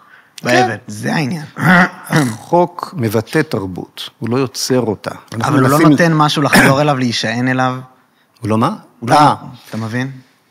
כן, אבל רק אחרי שהנוצרה התרבות תקבע אותה בחוק. כן, הפאזל עצמו. כן, אבל רק אחרי זה. זה חייב להיות בצורה הזאת. זה חייב להיות בצורה הזאת. כן. זה החלום שלי, זה מה שאני רוצה. ואמן שתצליח. בעזרת השם, בעזרת השם. אני הבנתי שלקדם את החלום הזה מתוך הליכוד זה כבר לא יקרה. וחזרתי והקמתי את זהות על רגליה. תנועת זהות, אני לא אוהב לקרוא לזה מפלגה, אבל תנועת, כי זה בהחלט תנועה. אחרי ששמעת אותי עד עכשיו, אני חושב שאתה יכול להסכים איתי שזה לא מפלגה מלשון פילוג, זה תנועה, יש כאן תנועה. ואת הדבר הזה אנחנו חייבים לעצמנו. באמת, הכאב המטורף שאנחנו נמצאים בתוכו. ואני כל כך משתגע שיש מי שמנצל את הכאב הזה, ומתגן אותנו על הגחלים, לוקח סיבוב על הכאב הזה. באמצעות שאלות כמו גיוס חרדים, ובשאלות מי אכפת לו ומי לא אכפת לו מהחטופים, וכל פעם אתה רואה בתקשורת, מה, סמוטריץ' אמר שהחטופים זה לא הכי חשוב, יאללה, עליהום, אודרוב, בוא נסובב את השישליק הזה, שאנחנו לא ישנים בלילה, ואנחנו מוטרפים, ואנחנו משתגעים, ובאמת, אוי לי, אין לי יום ואין לי לילה, ואני, לחברה הישראלית אני מתכוון, כן? ואל תוך זה יש מי שמזריק קמפיינים של שנאה, וקמפיינים של זה לא מתאים לנו עכשיו. לא מתאים לנו עכשיו הפילוגים האלה, אנחנו צריכים לנוע קדימה, וזהו, זאת הבשורה. זאת הבשורה. יש לנו את זה, יש לנו את הכל, הכל. ואנחנו ננצח, כמו שאמרתי לו מה-BBC. זה היה כיף לומר לו את זה. And let me tell you something, we're going to win. We're going to win this war. אהבתי לשמוע את עצמי אומר את זה לאנטישמי הזה ולכל העולם. תדעו לכם, אנחנו עם הנצח, ועם הנצח מנצח. בסוף מנצח. מי שמתעסק איתנו, בסוף נופל. רק נדבוק במי שאנחנו וננצח. זהו. בסדר גמור. תודה רבה. באהבה גדולה. בשמחה. היה תענוג, באמת. כן. אני מקווה שלפחות כמה אנשים איתנו עד כאן. אין ספק שזה הרעיון הכי ארוך שנתתי בחיים שלי. כן? כמה שעות אנחנו חושבים פה, וואו. כמעט 4. וואו. מדהים בעיניי. טוב, שוב, ממש תודה שהתארחת. תודה לכל מי שהקשיב. תודה לך. יאללה.